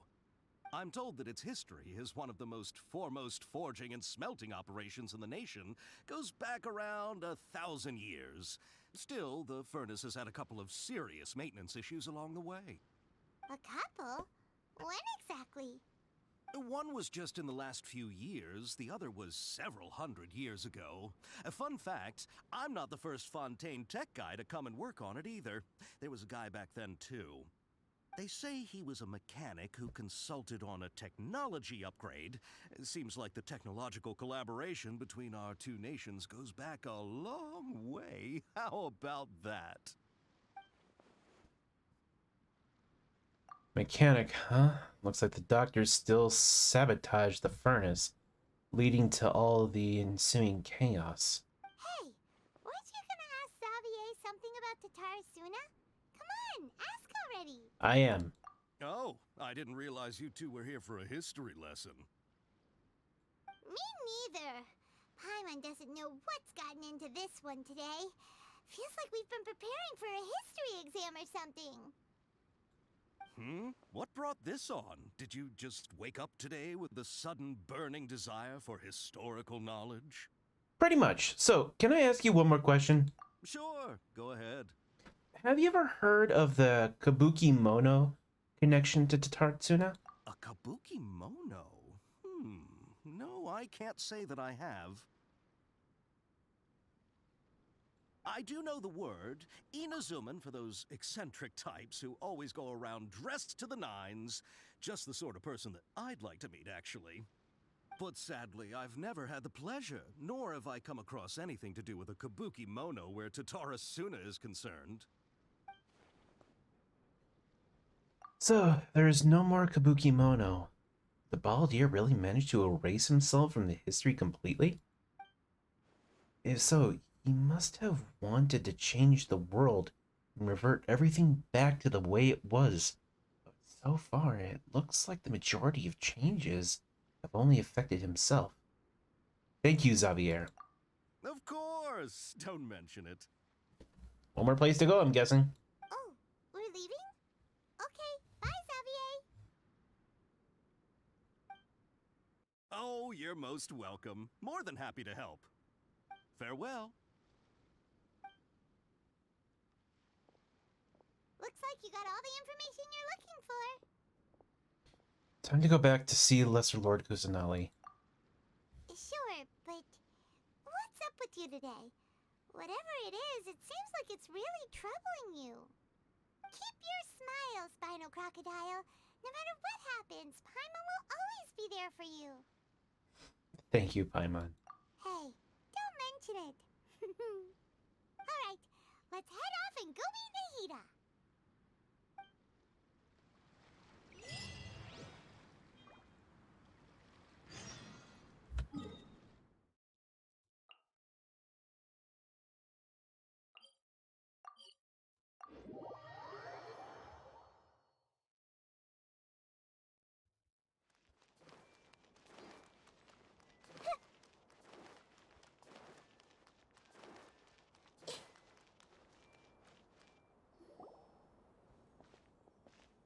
Hey, it's them!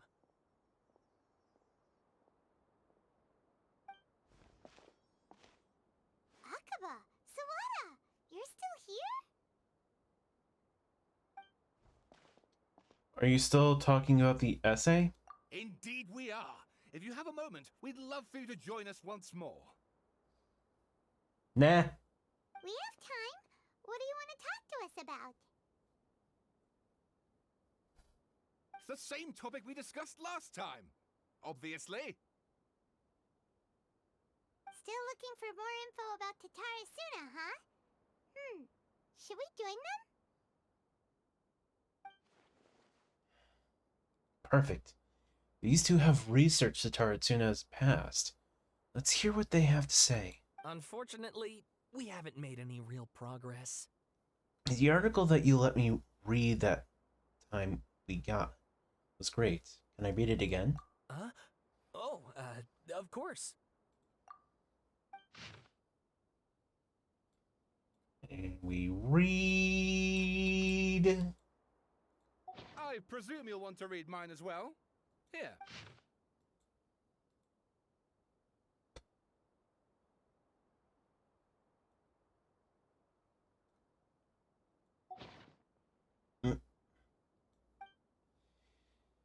The content has changed.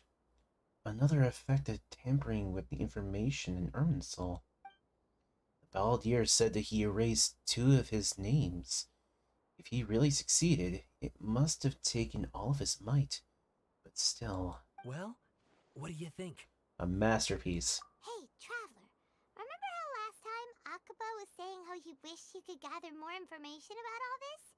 Well, we just got back from Inazuma.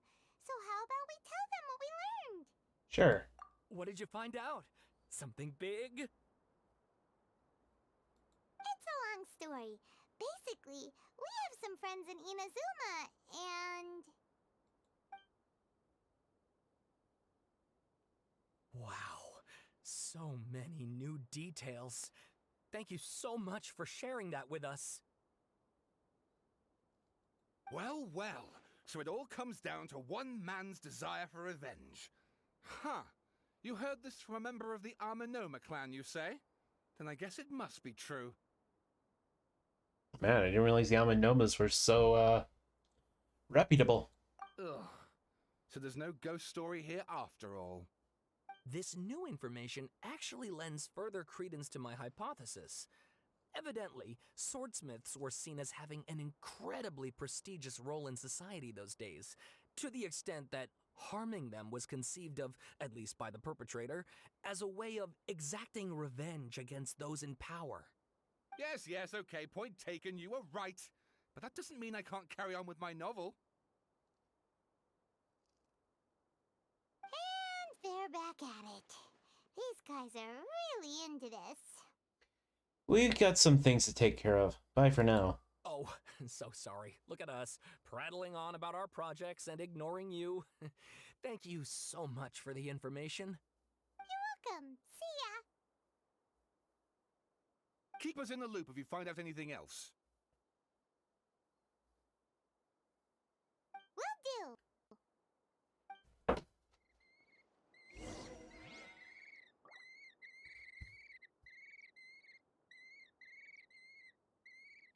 but that's what they sound like.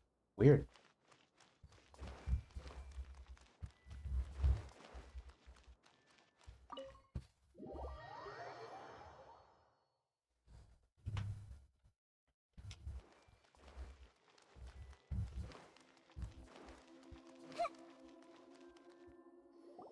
Nahida, we're here! Traveler, Paimon, how have you been? Ugh, where to start? Paimon hasn't had a moment's rest this whole time. That night, we ended up chatting and chatting until suddenly the sun was up. And then she decided she wanted to go to Inazuma. I was investigating the situation with the Balladeer. The Balladeer? It sounds like some kind of code name. Oh no. You look troubled.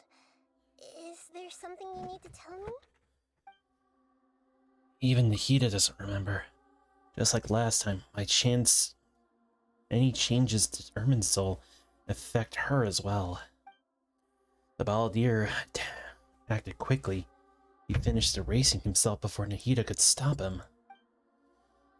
I'm the only one who still remembers the things that were erased. Once again, I'm the record keeper. Traveler? Hey, what's wrong? You look so upset. There are things that have happened that only I can remember.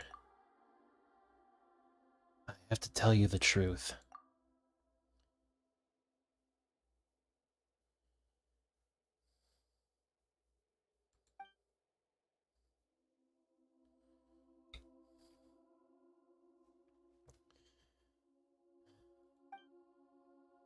After a series of events into Tatsuna, the Balladeer, thinking he'd been betrayed, left Inazuma to roam the world beyond.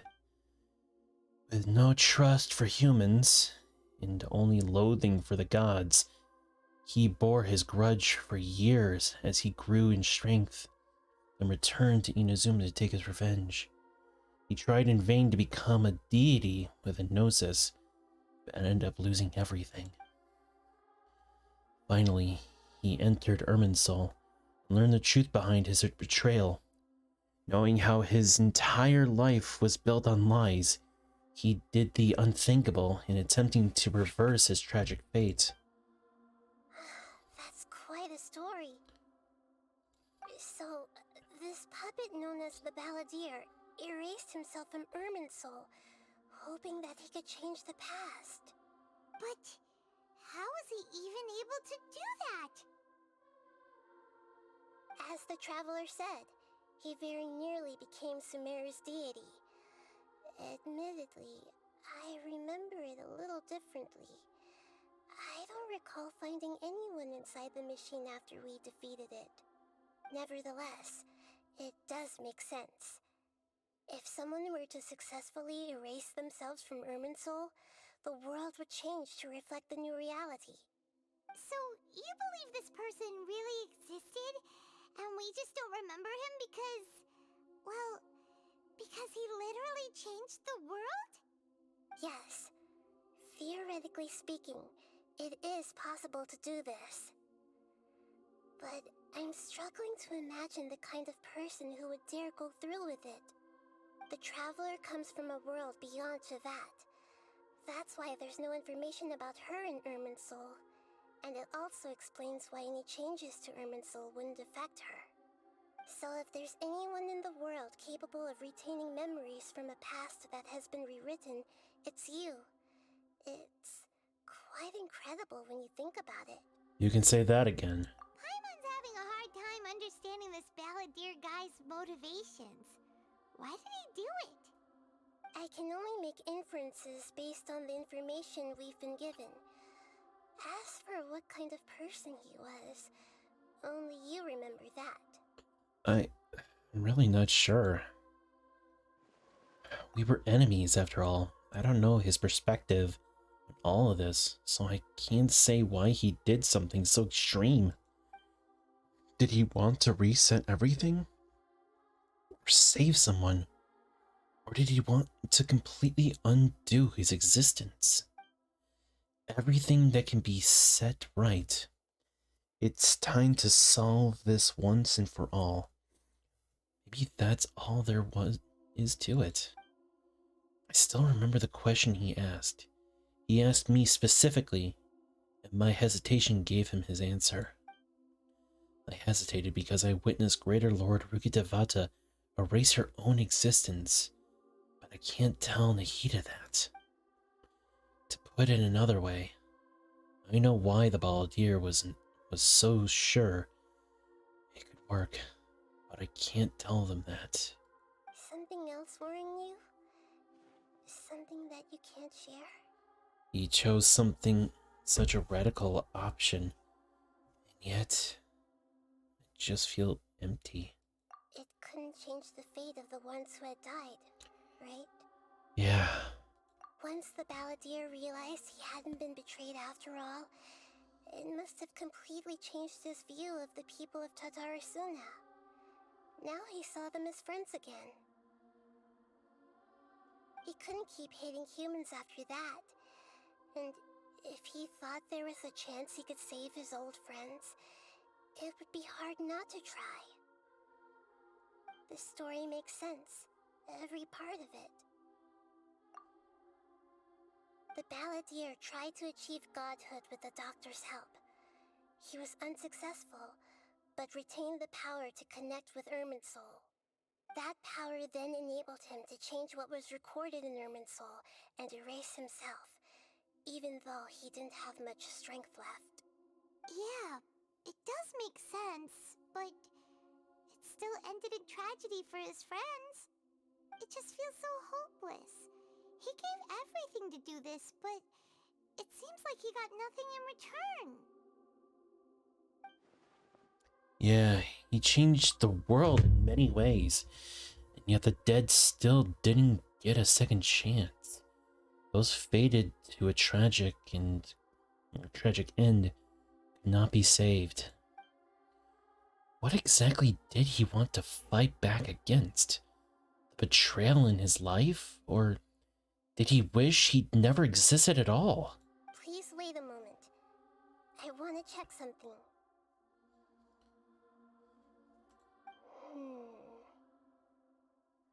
Found it.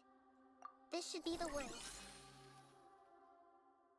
It turns out that I have a strange way of confirming everything she has told us. What is it? A record from a personal collection. It was tucked away in a corner. You should take a look. Surprisingly, the information is presented to you in a way that resembles. Is this a fairy tale? Who wrote it? This matches everything I said. I authored this record myself. Huh? You wrote a fairy tale that somehow has something to do with the Balladeer? When combined with the Traveler's narrative, it's clear that this story is an allegory. Everything in it is a symbol for something else. Hold on. So this record survived from the past? Yes. Any information about the Balladeer or the Kabuki Mono and other records will have been changed. But I wrote this story in a way that means it was left intact. Changing the information in Irminsul changes to that. But Irminsul can't change information that was well hidden in advance. I guess I must have written this story as a backup before the Balladeer entered Irminsul. That's incredible! What a great idea! And sending the Traveler into Irminsul with the Balladeer must have been a further precaution. I knew she'd remember everything. This story is abstract enough that it still resonates with the present information recorded in Irminsul. But if we connect all the different pieces together, the true story that emerges is the one she told us. The now erased life of the Balladeer.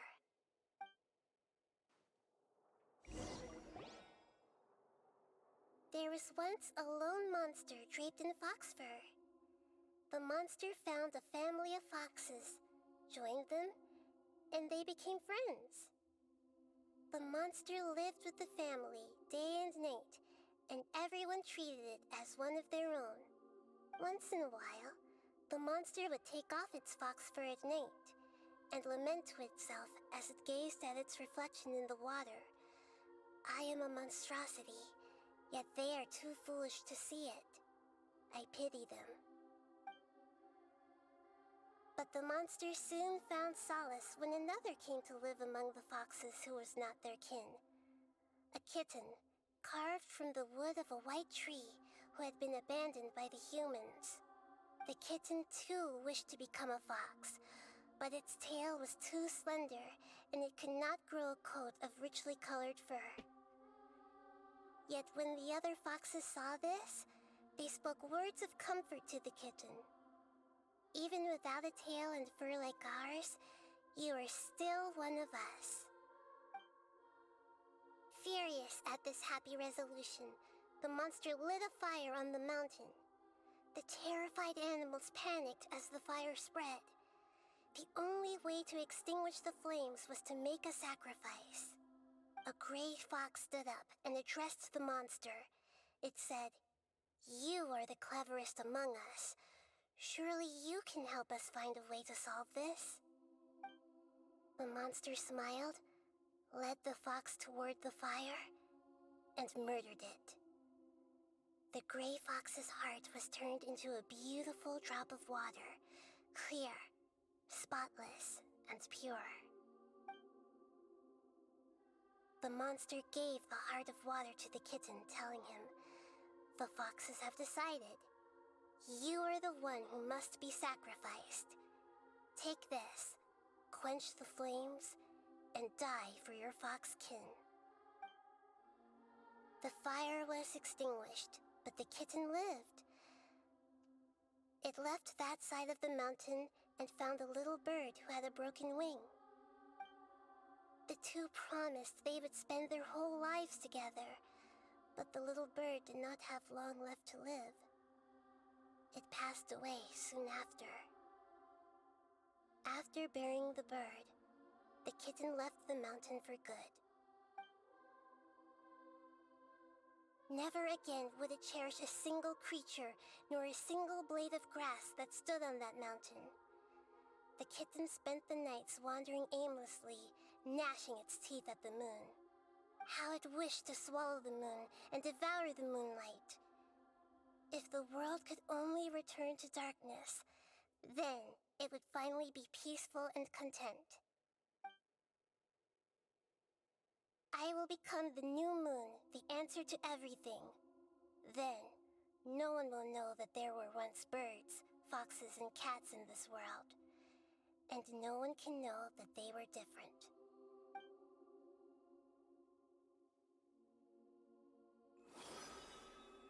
We solved it! I remember now. This is not just the Balladeer story. It is his very own memories.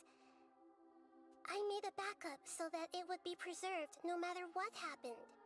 To become a god, he was experimented on and modified countless times. It was brutal torture, and the only reason he was able to survive is that he was a puppet. This memory was extracted from him by the scholars. Presumably, they kept it to have something to defend themselves with. Creating a deity was just the first step. Some of them wanted to be able to control it. That's why they backed up his memory for later use. I buried it deep inside one of my own dreams, and then hid it inside an allegorical story so that it wouldn't be altered. It's hard to believe that this person really existed, let alone that he tried to get rid of us on more than one occasion. Paimon has no memory of him at all.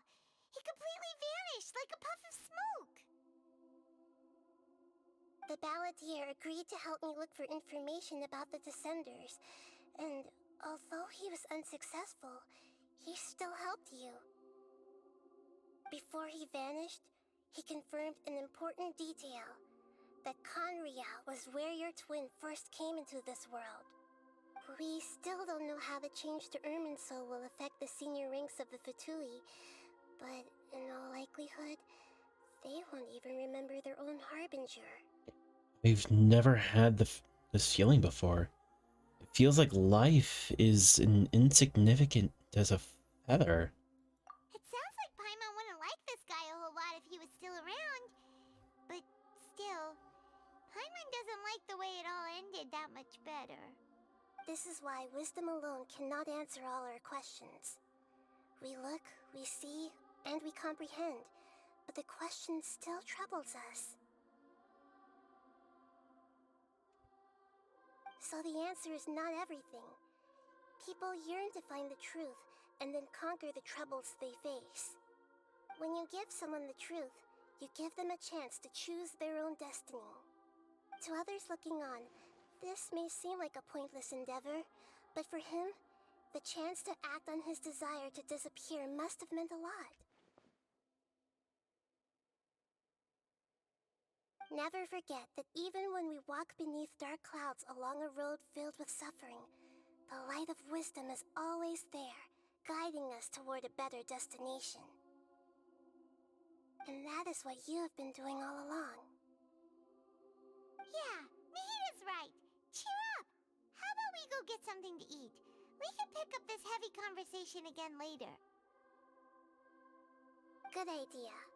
Paimon, why don't you take her out for a walk to clear her head? You got it! Come on, Traveler! You need to get out of your head for a while. You'll feel much better after taking a walk. Alright. Let's go get a snack from one of the stalls in the Grand Bazaar! That'll be sure to lift our spirits. And that's where we run into the Wanderer. Really tough being the only one who remembers all that. But Paimon's always here to help cheer you up.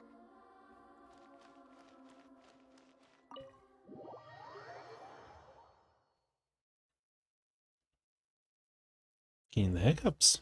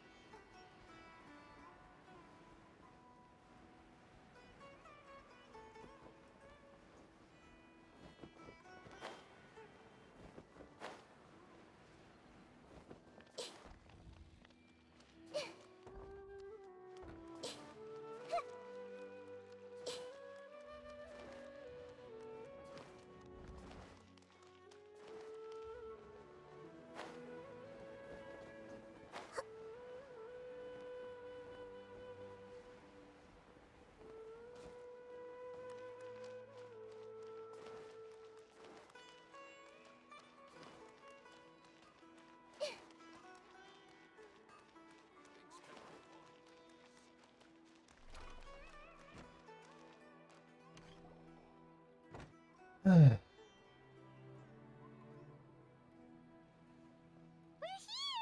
What should we eat first?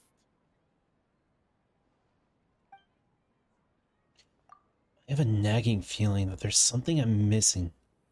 Something important that I'm forgetting. Hey, are you gonna answer or what? Sorry, it's just... Give me a minute. I'm still processing.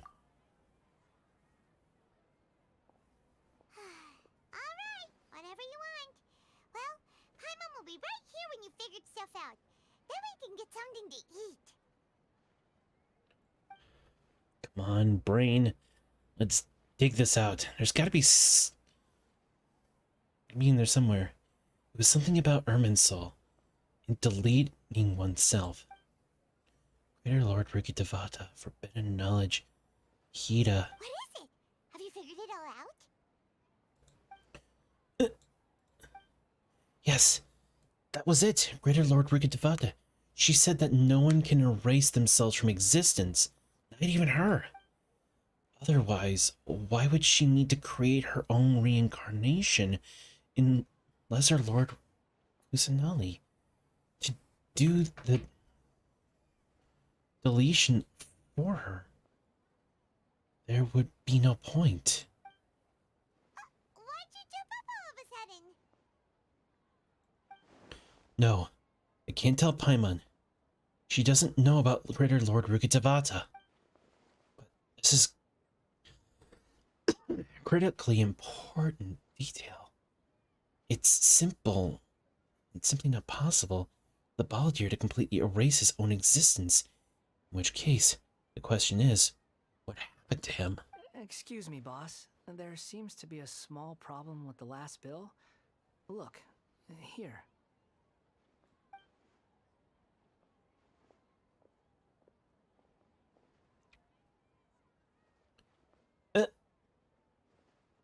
Hey! Hey, wait! You mean me?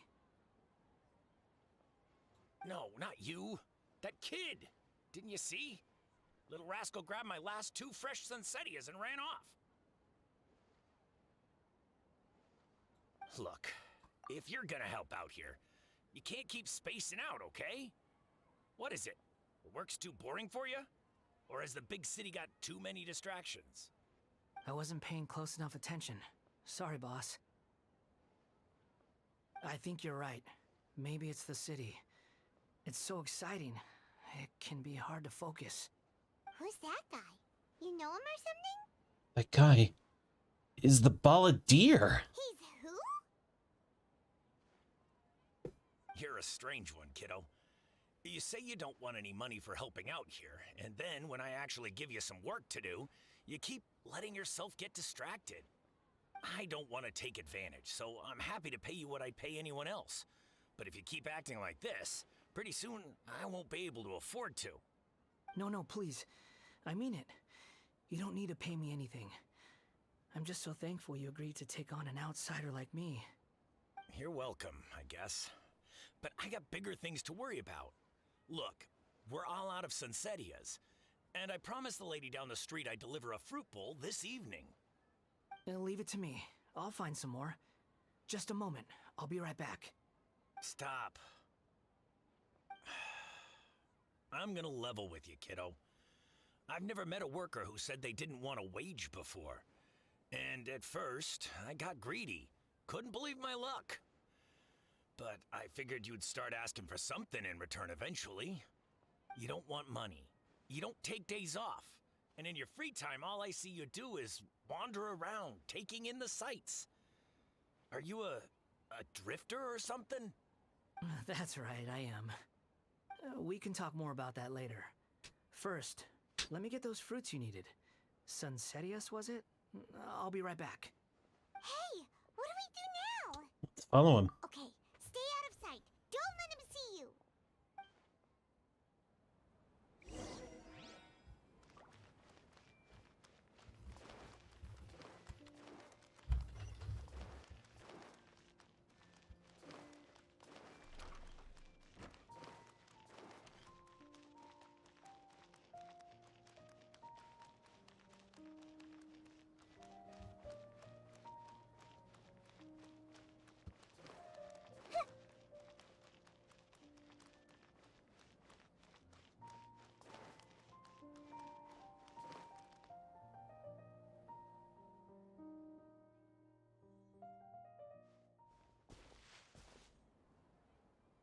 Yeah, this'll do. Even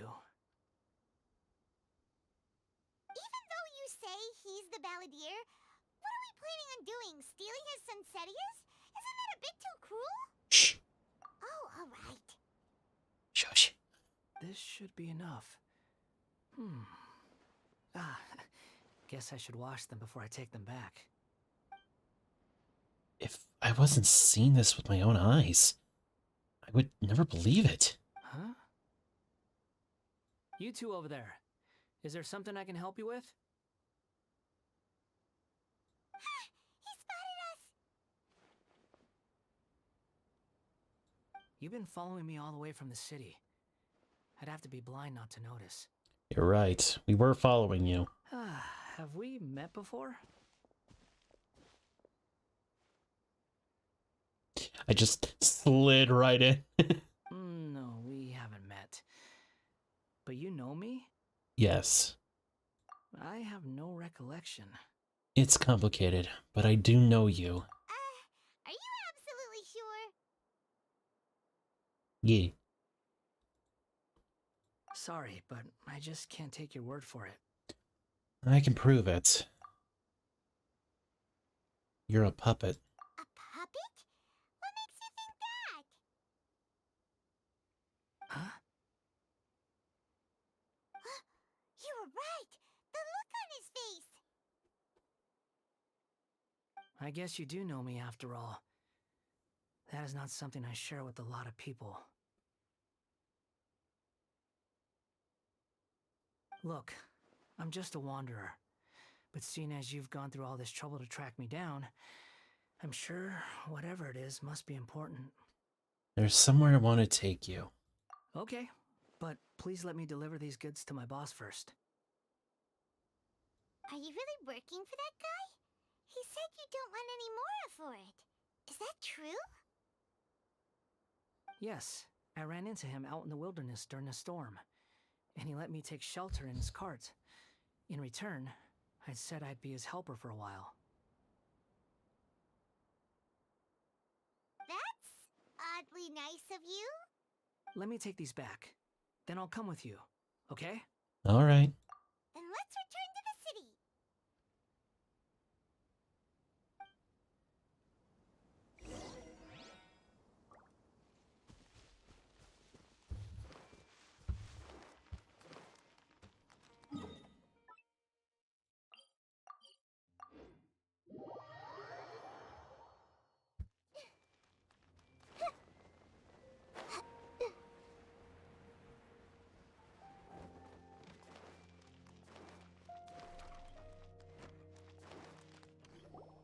Here you go, boss.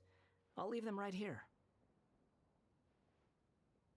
Oh, you really went and picked some more. Who are these two? Something's come up, and they need to borrow me. Sorry, boss. I'm afraid I'll be away from the stall for a while. I was just about to pay you anyway. Go wherever you want, kid. Don't waste your time here. What? I get it, okay? You just wanted to help me out, to thank me for giving you shelter from the rain that day. Even then, I don't understand why you're so adamant that you don't want any pay for it. But look, it was pouring down, and there you were, sauntering along without a care in the world, like you had nowhere to be and didn't even care that it was raining. Imagine you and me for a second. It's a little weird, right? Why is this guy traveling during a rainstorm if he's not trying to get somewhere? And why is he taking a shortcut through the open country if he's not even in a hurry? But anyway, taking you in didn't put me out even slightly. You don't owe me a thing for it. Certainly not all this. Your time is valuable. You know, you should go live your life. But I don't...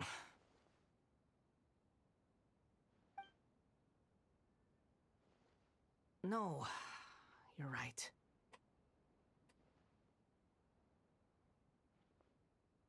Then I suppose this is where we say goodbye. Thank you again for taking me into the city. Don't mention it, kiddo. I've run into all kinds of characters over the years. I just hope you find your path. Thank you.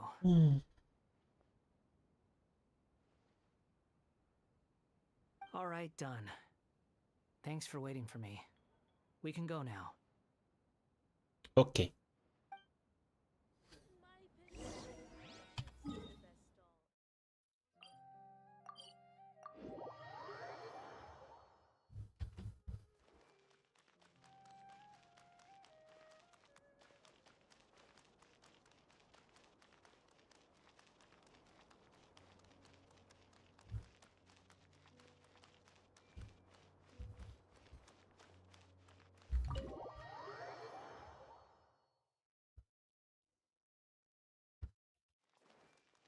Wait.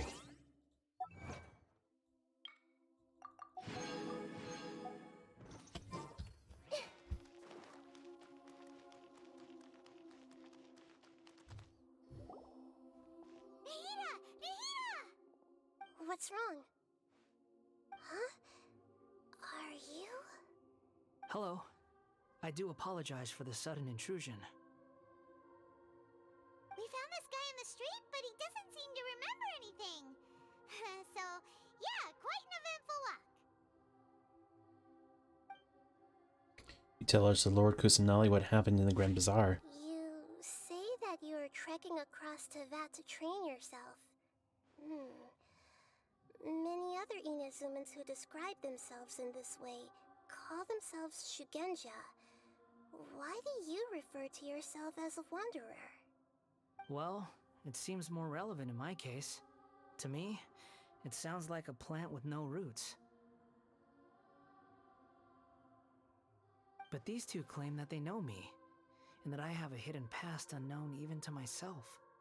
I wouldn't call it the past, but rather... this is a difficult one to explain. I don't like to rely on using terms like this often, but in your case, it seems that it ought to be called, previous incarnation. Oh, like a past life or something? Yes, something far more distant than the past. So far away that you cannot perceive it. Okay, I have to ask. What was I like in my previous incarnation?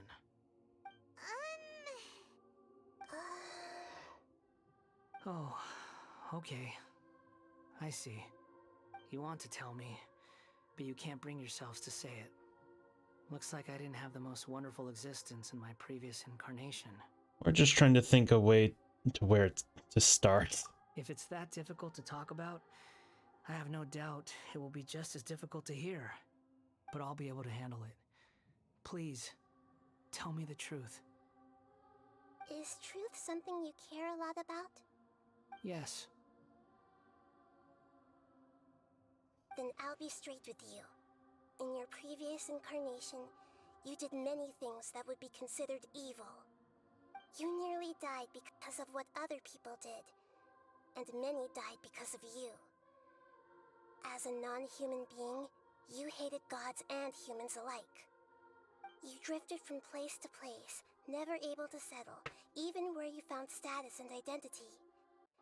You adamantly believed that you were missing a heart.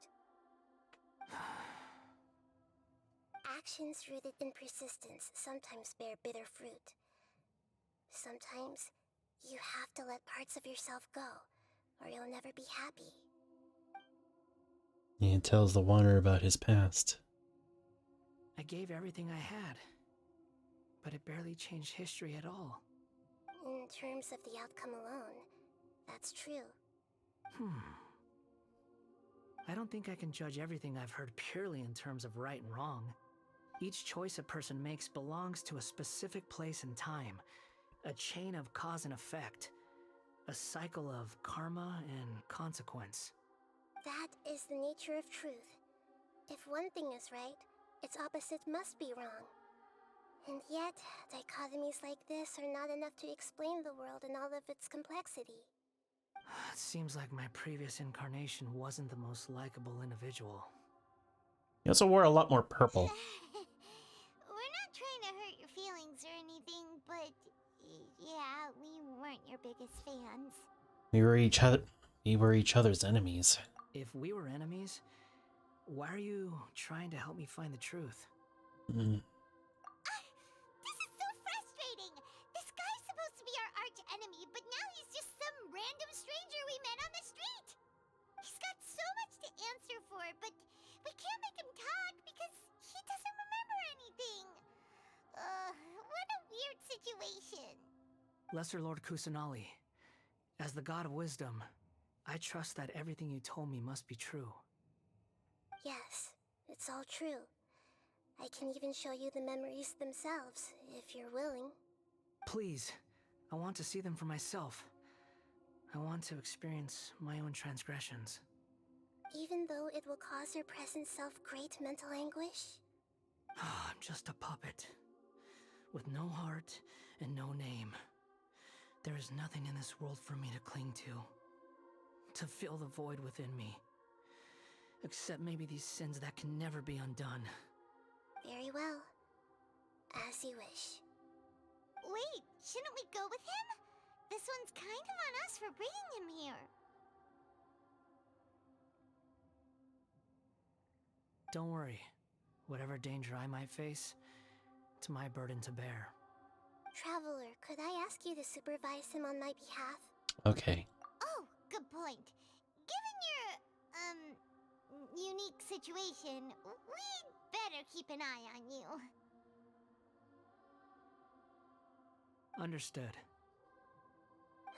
Thank you. Now, prepare yourselves, everyone.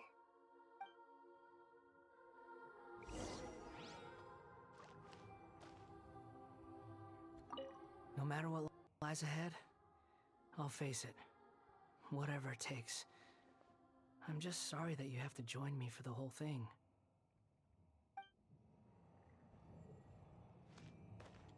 It's time to get ready.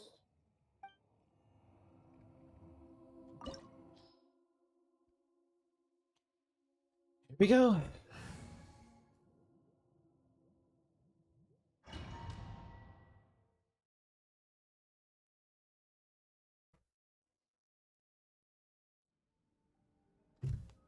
This looks like Inazuma. Right now, you're in a dream I created using information extracted from your memories. These memories will show you the raw truth, but be aware that enemies may react just like in the real world. Please be careful. Sounds like an immersive experience. It's a good thing we came along. You don't need to do this for me. I don't deserve your protection. We never give up halfway. Well, we had to once, but that was your doing. And now we're just finishing the job. All right. Thanks. Wanderer, this is the Shake Pavilion. In your Balladeer incarnation, this is where the Electro Archon placed you after your creation. You had a great many memories here. Is that because this is kind of like his birthplace? You could say that, in a sense. You'll see why shortly. I hear footsteps. This place is huge. I can't believe the landslide didn't fill it in. I wonder who built it. The Crystal Marrow Miners? No, there's no way. Look at this exquisite construction work, and so well preserved, too. No mining crew would be capable of this. There's someone passed out on the ground. Who are you? You're awake. What happened? How'd you get stuck here? Are you injured? Huh. Not a scratch. And these fine clothes. Who are you? This man is Katsuragi, deputy to Torichio's adopted son, Mikoshi Nagamasa. He found the Balladeer in Shake Pavilion and took him back to Tatarasuna. And the rest is history. Well, it used to be. In the original version of events, Katsuragi was ultimately killed by Nagamasa. Let me get you out of here. Our people are nearby. Hang in there. During the Tatarasuna incident, Niwa was murdered by the doctor disguised as a mechanic. The Balladeer, then known as the Kabukimono, disappeared not long after. As the second in command at Tatarasuna, responsibility for what had happened fell to Mikoshi Nagamasa. But Katsuragi had sworn lifelong loyalty to Nagamasa after the latter had once saved his life. At Katsuragi's insistence, Nagamasa killed him to put an end to the Tatarasuna incident.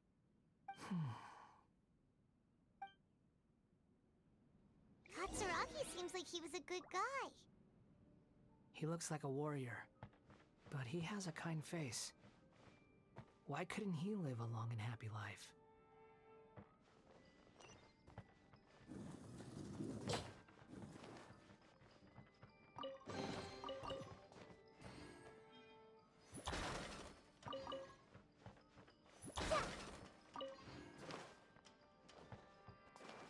Nagamasa, I found this young guy in a cave sealed off by a landslide. He doesn't remember his name. Well, we need to call you something. I hear the workers are calling you the Kabuki Mono. It's fine with me. Katsuragi, report to Niwa. Tell him we have someone new joining us.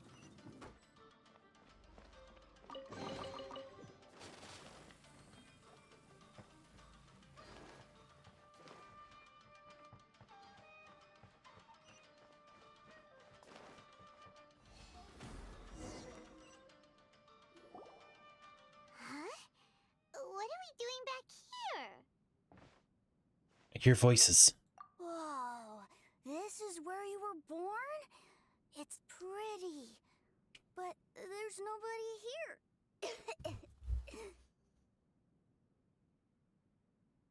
I was abandoned, like you. I lived here for a while at first, but there's nothing for us here. We can't stay. Okay. I heard my mom and dad used to make swords, but the factory manager died, and then my dad got sick.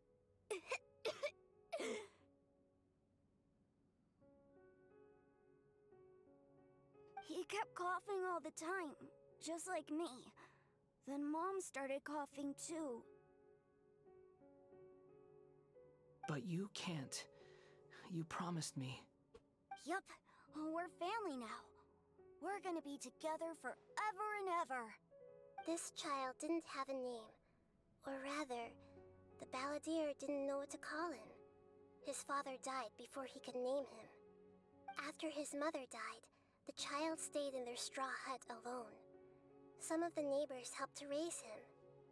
After leaving Tatarasuna, the balladeer ran into this child who didn't have a name, just like him. They made a promise to live together. What happened to the child then? He died from his illness while he was still very young. The balladeer came home one day and found that he had stopped breathing. Hey! What's wrong? Say something! You promised me we could be family! You're no different from Niwa and all the others. You betrayed me too.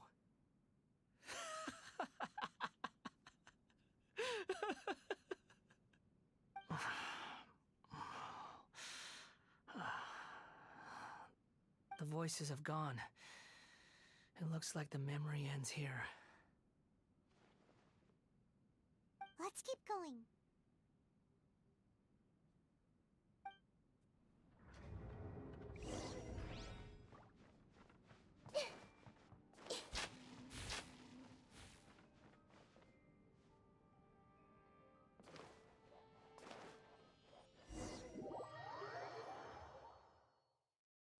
You do realize you're blocking my path. I come not to obstruct you. I've been waiting. What you are truly is a weapon. One that could be wielded with an iron will. Or you could continue to drift aimlessly. Are you trying to win me over? The long-fated rebellion has begun. Why not take your place at the banquet and join those who shall feast?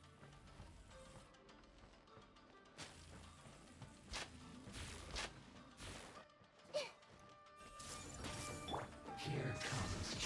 Let's end this quickly. Objection!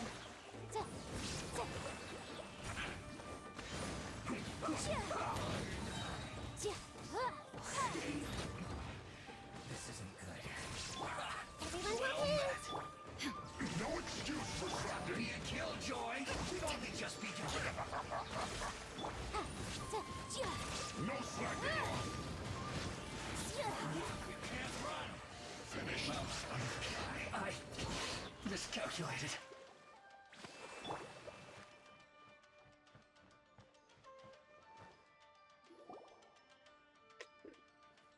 This place is dark. Paimon knows this place.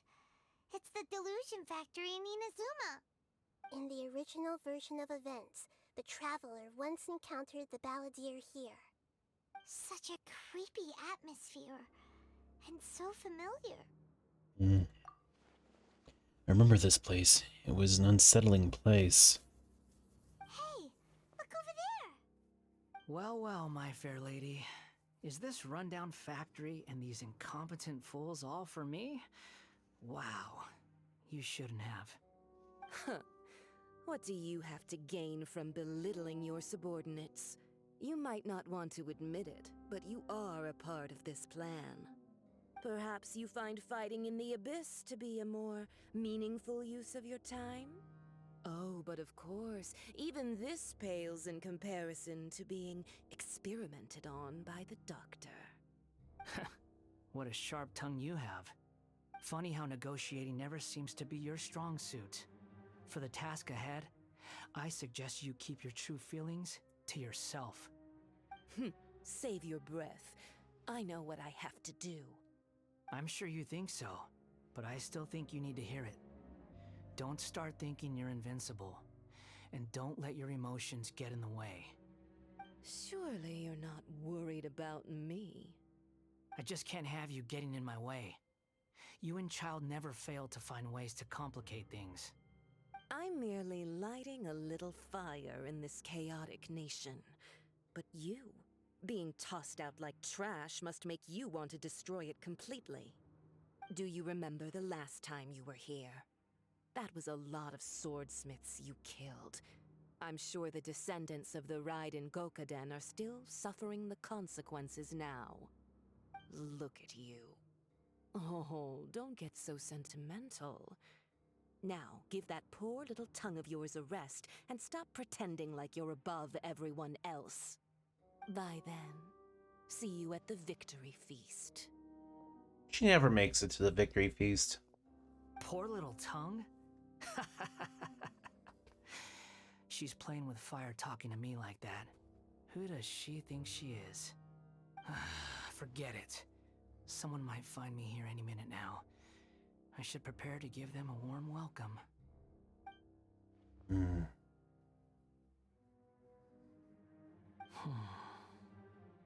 The plot does not end here. There is more of this story to come. Wanderer, are you able to continue? Yes. Please don't worry about me. Why are you staring at me in silence? Can't you think of a nicer way to express yourself? I'm under no obligation to be nice to you. Besides, I thought nothing mattered to you except results and your own interests. Isn't that right, witch? Muddle-headed puppet. You're only number 6 because you can take more abuse than other humans. Do you really count that as an asset? You're about as much fun to be around as a raging inferno. But before we murder... Ah, crap. I accidentally... Damn it. I didn't mean to do that.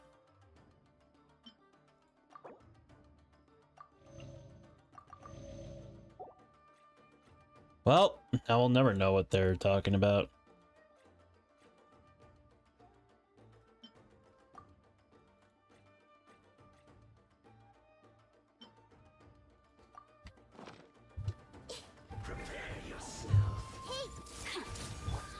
Illusion shattered! Rest and read it! A brash maneuver! No escape!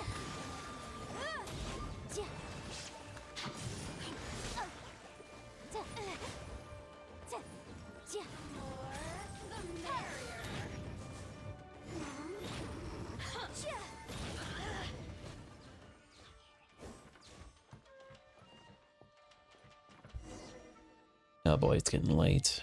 I'm gonna be tired tomorrow. Looks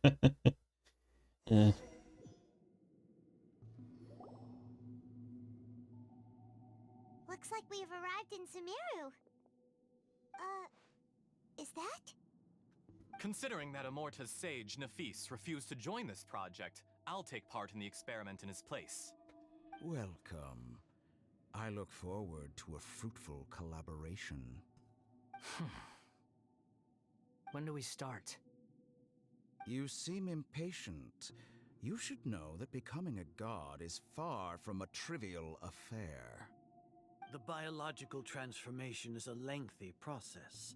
As such, I too would recommend that we commence as soon as possible.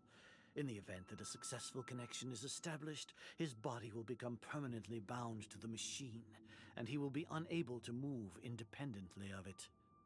Nothing worse than what I've been through before then, Doctor. You were the most resilient test subject I ever came across. Thanks to you, I was able to garner a great deal of information. Alas, after that, you were under orders to remain in the Abyss. We barely saw each other, and it became difficult to further refine the knowledge I had gained. That was gracefully worded. Hello. Ever wonder what they'd Was think eating. if they knew that nothing matters to you, apart from your crazy experiments? I suggest you speak to me in a more respectful tone, Scaramouche. The mere fact of your utility does not make you indestructible. The doctor again? That was uncomfortable to watch. That person gives off a very sinister energy. He's the doctor. He's behind all of this. It's normal for him to give you the creeps. He scares the bejeebers out of Paimon. Let's move on.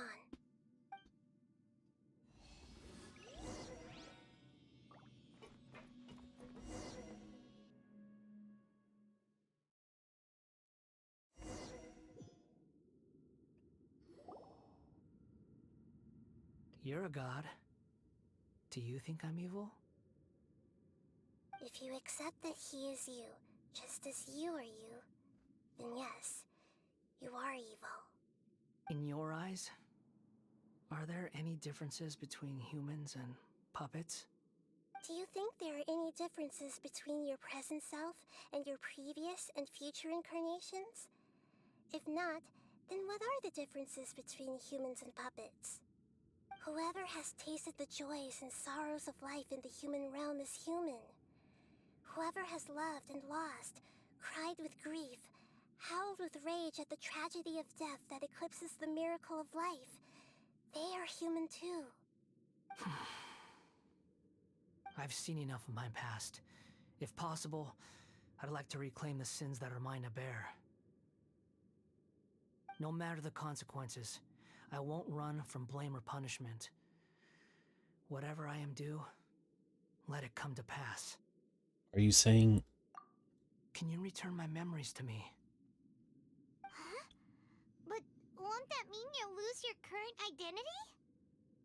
I've always believed that human lives follow a set of rules, with each person being a collection of past experiences. As a puppet living in a human world, my life is subject to the same rules. Regaining your memories means reverting completely to your previous incarnation. All the emotions that you discarded will return to you. Are you sure you want to do this? I've lived with a void in my chest my whole life. My creator didn't need me. And ever since I awoke, I've just drifted from one place to the next. Excuse me. Then I met you. And I finally realized that reclaiming my missing sins might be my one opportunity to become my true self. Is this the true meaning of Greater Lord Rikutavatz's words? A person can't erase themselves, and even though the original Balladeer is gone, this person will live on in his place. Are a person's sins an inescapable part of their destiny too? I've always felt I have an innate tendency to yearn for something more, in a way that goes deeper than for most people. But for all my soul-searching as a Shugenja, I've never fully understood it. Looking at it now, it seems that I brought this curse upon myself. So I beg you, grant me this opportunity to gain a purpose, to change my destiny, and end my wandering. Very well. Since your mind is made up, I will return to you that which is yours.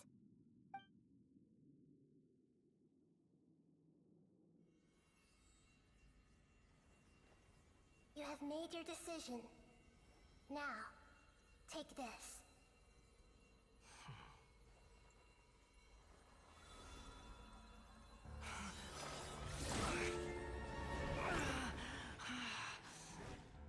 Set him free? A puppet? What's he doing here?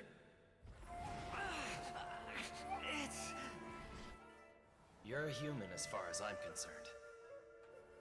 Everyone's here. Wonderful. What a fine blade. Nagamasa will be thrilled. This is my...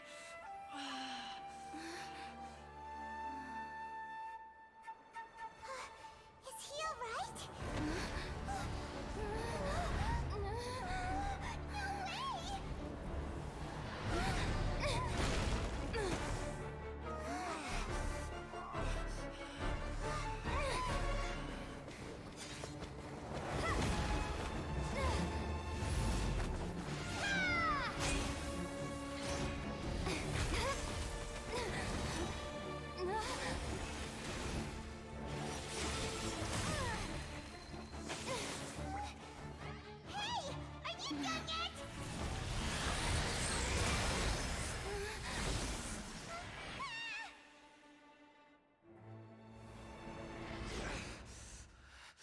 All worthless dross will be purged. That's why this won't be the end.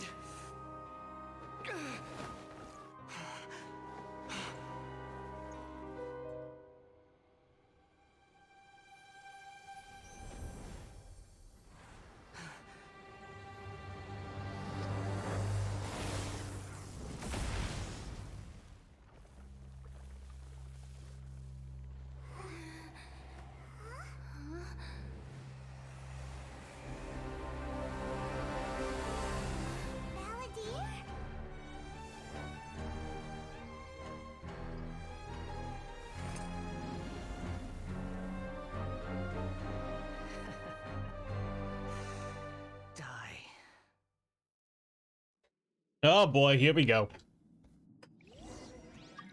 This is trying my patience. You got any more stupid questions? Insignificant past! Upon the gale.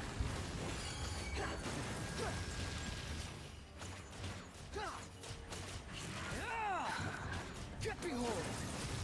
You're dead! Be more human! Search for it!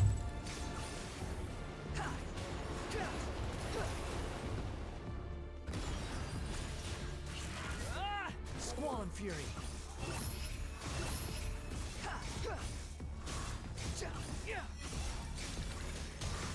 At my command, you shall fall!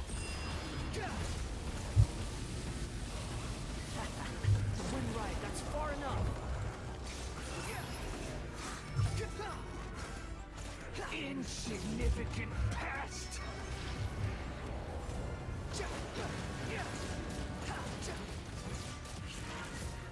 Behold! You dare to gaze upon me? My endless cycle begins!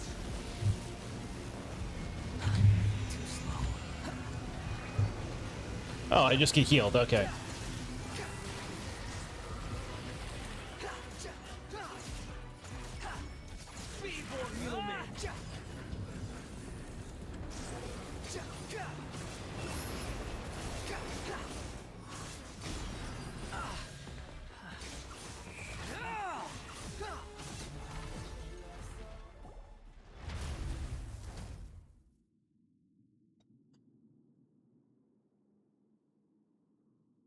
Imbecile!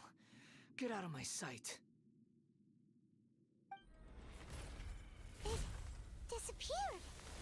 Did we win? What did you expect? I'd never lose to that. There's the tone of voice again. You're definitely back to your old self. Wait, but it was you inside that thing too. What have you got be smug about? Sorry. I'm harsh on myself and everyone else. Just the way I am. Now you've recovered your memories. The past will catch up with you. You sound like you're concerned about me.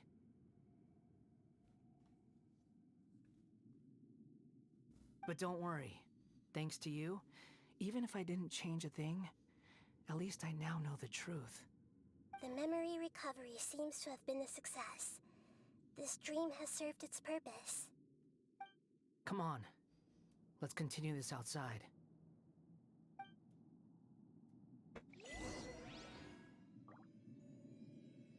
It just gone.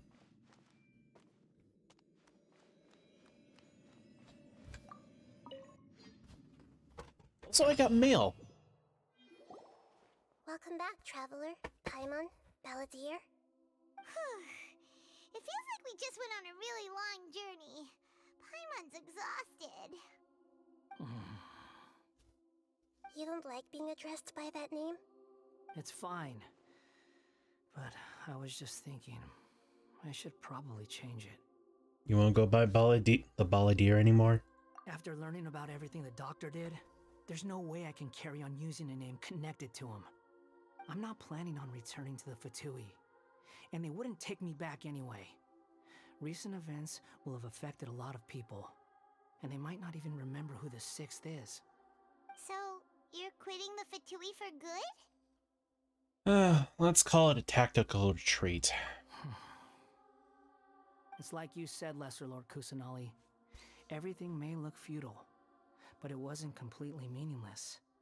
At least I made a lot of people forget about me. But that doesn't mean your own past has disappeared. Of course. And your main goal, for which you gave up everything you had, you weren't able to achieve it. I hope you can see and understand that. Changing the world, changing the past, changing the fates of other people, these are not simple things to accomplish. What you are looking for is complete annihilation. But this is just a fantasy. Even if the Balladeer is removed from existence, the world will not heed your will. Indeed. How ridiculous. Do you regret doing all that when you've gotten so little in return? Even if I'm completely worthless, there's nothing in the world worth regretting. Lesser Lord Kusanali, you purposely left that information in Irminsul, didn't you? Yes, and I took pains to make sure that you'd acquire that information naturally. Why would you go to such lengths? You trying to win me over too? In all honesty, your past experiences have made you a useful asset to Sumeru and to me. Winning you over was indeed a part of my plan. But before that, I wanted to tell you the truth about your past. If all I wanted to do was use you, then I'd be no different from the doctor. Very clever. I guess you could say that's one of my virtues. Utility to others is what gives me worth. So if embracing my sins is what it takes to make me useful again, so be it. Nihida doesn't see you in that way. Oh right, I almost forgot. You're the good guys. You're into justice and all that. Sorry if I have a slightly different perspective on things, but I don't feel like I've been duped. The wisest leaders are fated to end up with the best helpers. I can live with that. I'm glad you're able to think of it in that way. Traveler, in the future, I'll continue to search Irminsul more deeply and see what secrets can be uncovered. Including the beginning of your twins' journey recorded in Irminsul. What exactly happened before and after that point? I want to know as well. Thank you. Let's hope you can find some answers. I will try. Traveler. Yes? After I dove into the information torrent in Irminsul, why did you go to Inazuma? Because I want to know that you changed. So that's how you found out whose fate had changed. And how? Well, whatever your reasons, you did me a favor. And I'll do everything I can to pay it back. I didn't do all this for your for a reward. Please don't make it sound like I'm extorting you. Borrowing and returning are the only real relationships between individuals. I'll balance the books one day. Don't you worry. That's not true. A relationship between two people is not simply a ledger that can be reset to zero. I think deep down you realize this. People who show up in your life don't just evaporate like water drops and leave nothing behind. There is no such thing as balancing the books. Some things in this world can never be brought back, and they can never be changed, which is why there is emotion in the human world. Everything that you feel is real and lasting, and whatever is missing in you will not be made whole. To be human is to live with imperfections. You can choose whether or not you want to be human. But humans can't live without a heart, can they? Anyway, I gave up trying to become a human a long time ago. You understand what pain is perfectly well, even without a heart. You're just bearing your feelings. The past is set in stone, but you can keep moving on. And the longer your future lasts, the shorter your past will become, until one day, it is but a tiny fraction of your life. Sounds like you've got a future planned out for me. I hope you can give Nahida a chance. Everything's ended up being pretty darn complicated. Paimon doesn't even know where to start, but the most important thing now is that you need to follow Nahida. Otherwise, all our efforts will have been for nothing.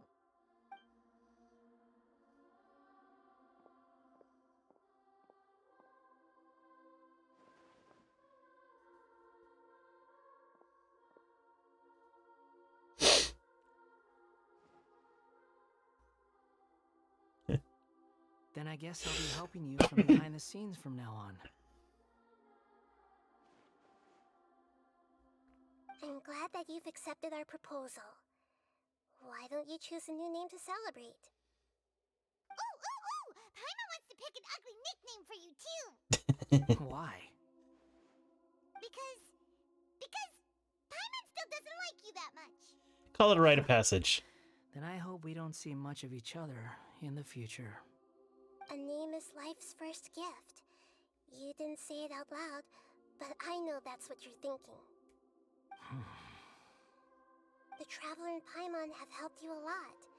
If you can't decide on a new name, maybe you can ask them for ideas. You want us to decide? No, Paimon only does nicknames. If it's a serious name you're after, it's all yours.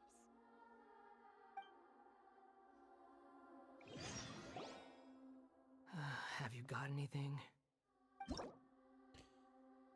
Name change rules. You can obtain the item struck from the Archon Quest interlude.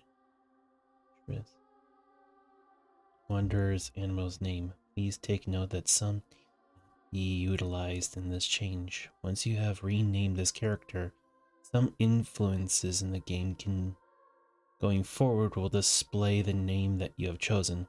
There is a limit to the number of times you can rename the character, so do with care. Disclaimer, Traveler, please ensure that you follow our terms in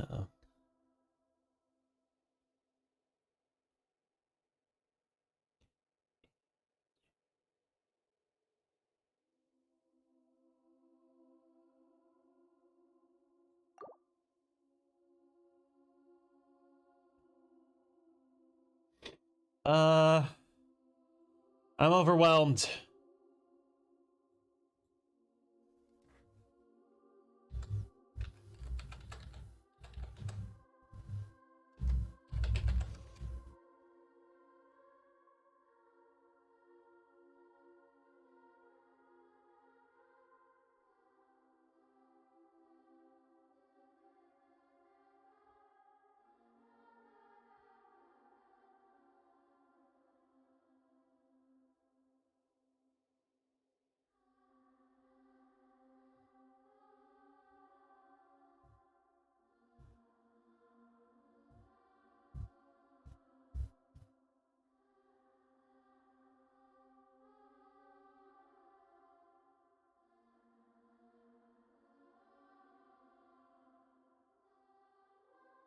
Hmm.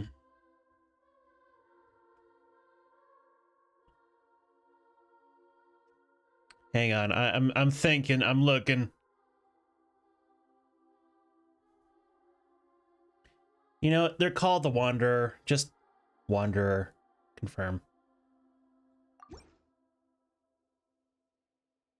Are you sure? Yes, I think this'll do. Oh, all right. If you say so. There. Now you have a name of your own. What about a nickname? Are you done yet? Still thinking. Stop rushing me! Take your time. I don't need to see you again until you've thought of one. What do you plan to do next? Everyone who manipulated me and made me suffer will have to pay the price. You mean the Fatui? The doctor, at least. Now that your stance has changed, I believe your future path will change accordingly. But it won't be immediate. You still need some time to compose yourself. One more thing. There are still some descendants of the Raiden Gokuden living in Inazuma. Some of them know. Well, they ought to know about the connection between Raiden Gokuden and myself. I don't plan to leave Sumeru for the time being. If you see them in Inazuma, please tell them that I was the one responsible for the Raiden Gokuden's downfall. Even though the events have been erased from the world, they still deserve to know the truth. I see. That is up to you. Huh? But if we do that, then... It's fine. Let them stab their blades into my chest if they so desire. Maybe that's how it always should have been. Fine. No nonsense. I like it. Alright, let's call it a day. Goodbye, Wise Deity. And you too. He's gone. What he went through today would have been like living an entire lifetime in an instant. He'll need some time to calm down. Yeah, true.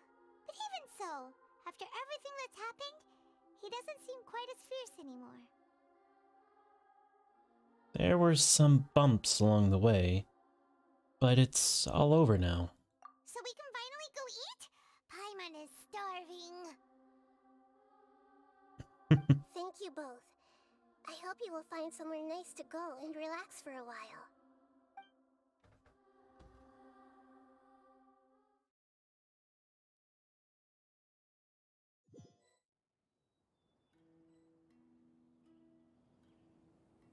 I've got it! I can end my novel with some words from Mikoshi Nagamasa.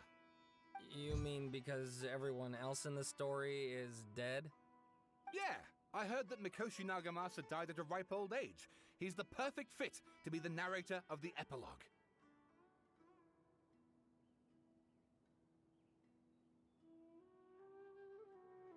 The dark clouds had dissipated, but they continued to cast their shadow in Mikoshi Nagamasa's mind for decades to come. Then, one night, as an old man, he had a dream. On the night when that prized blade, the Daitatara Nagamasa, was forged, the people rejoiced, and there was painting, dancing, and drinking. All these expressions of joy melted down in the furnace fire and turned into red clouds that rallied around the final sunrise that Mikoshi Nagamasa saw in his lifetime. Life is a story too long to be told, a journey that you must walk to behold.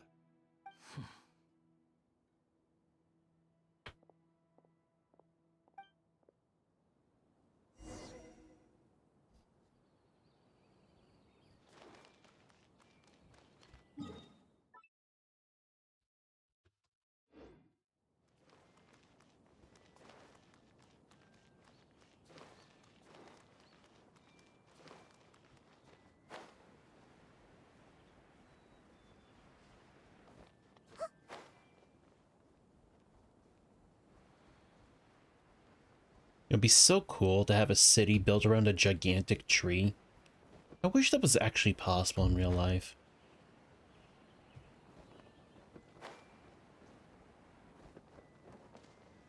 Unfortunately, there's no tree big enough.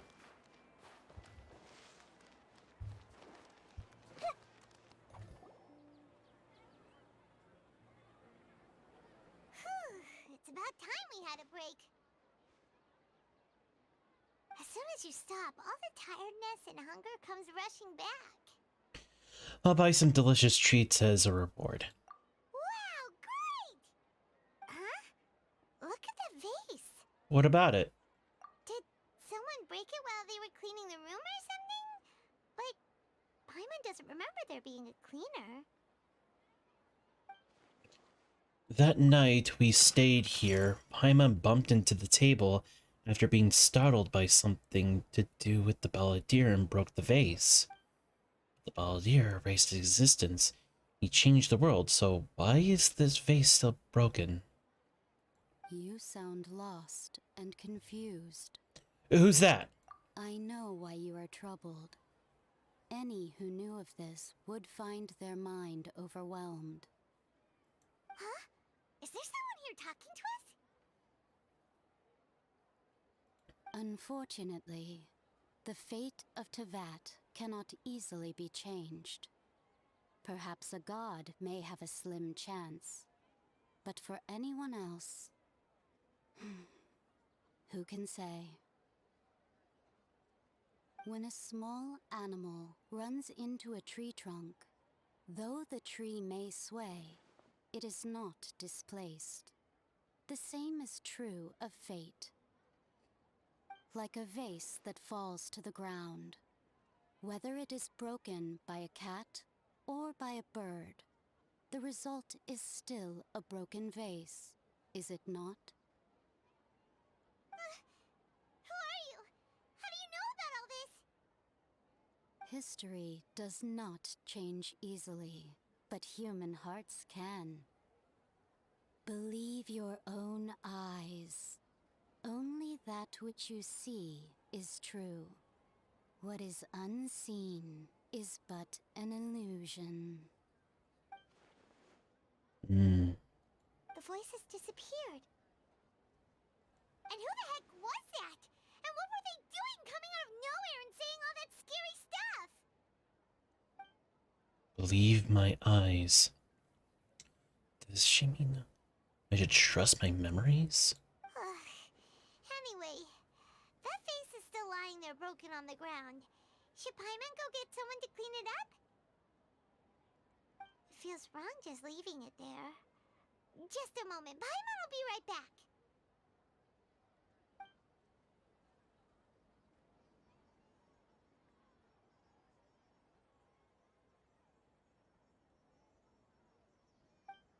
I wonder what else awaits me in the future.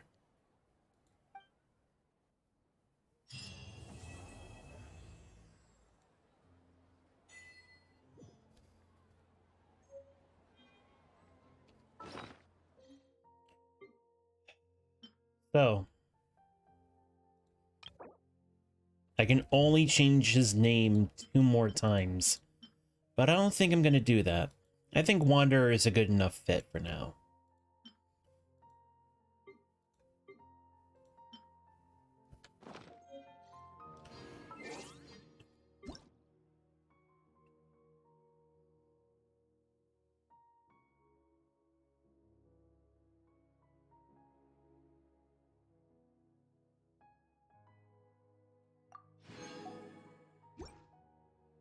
Oh yeah, I forgot about that.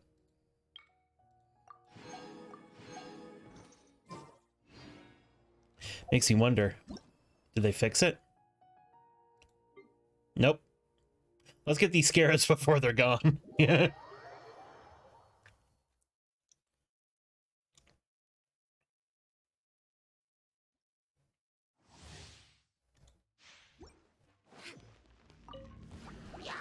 Dare to mess with me?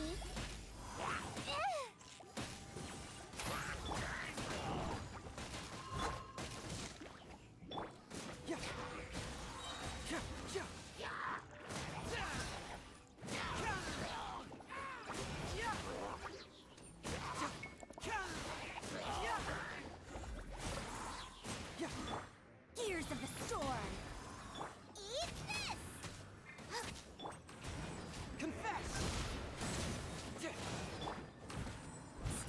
Don't.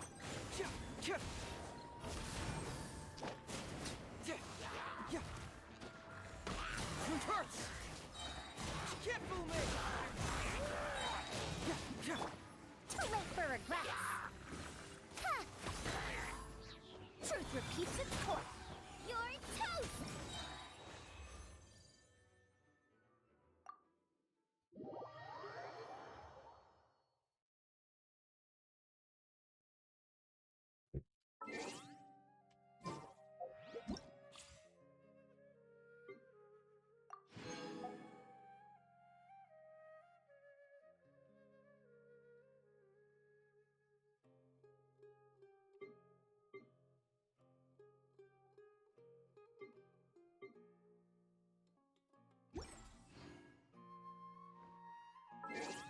Okay, let's take a look at the archives.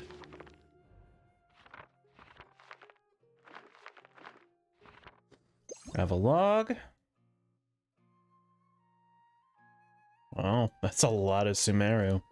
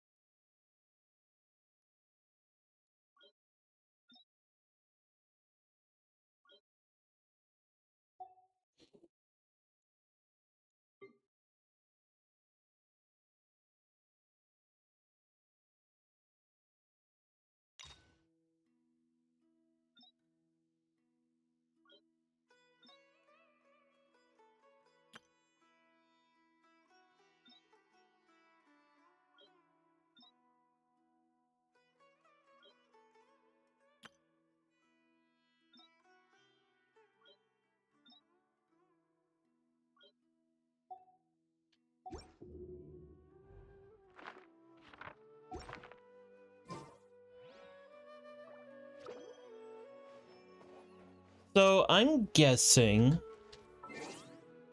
that either that was Fontaine's god speaking to us, Snezhnaya's god speaking to us, or it was one of the primordial gods, like the god of time.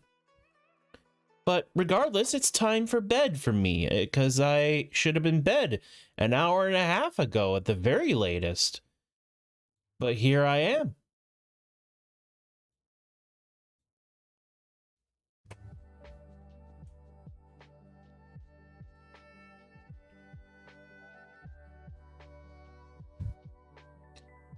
So anyway, thank you so much for hanging out with me. I really appreciate it. I'll be back sometime. Probably not playing Genshin, because I'm pretty much all Genshined out with all the updates. But anyway, yeah. Until then, keep being awesome, guys. See ya.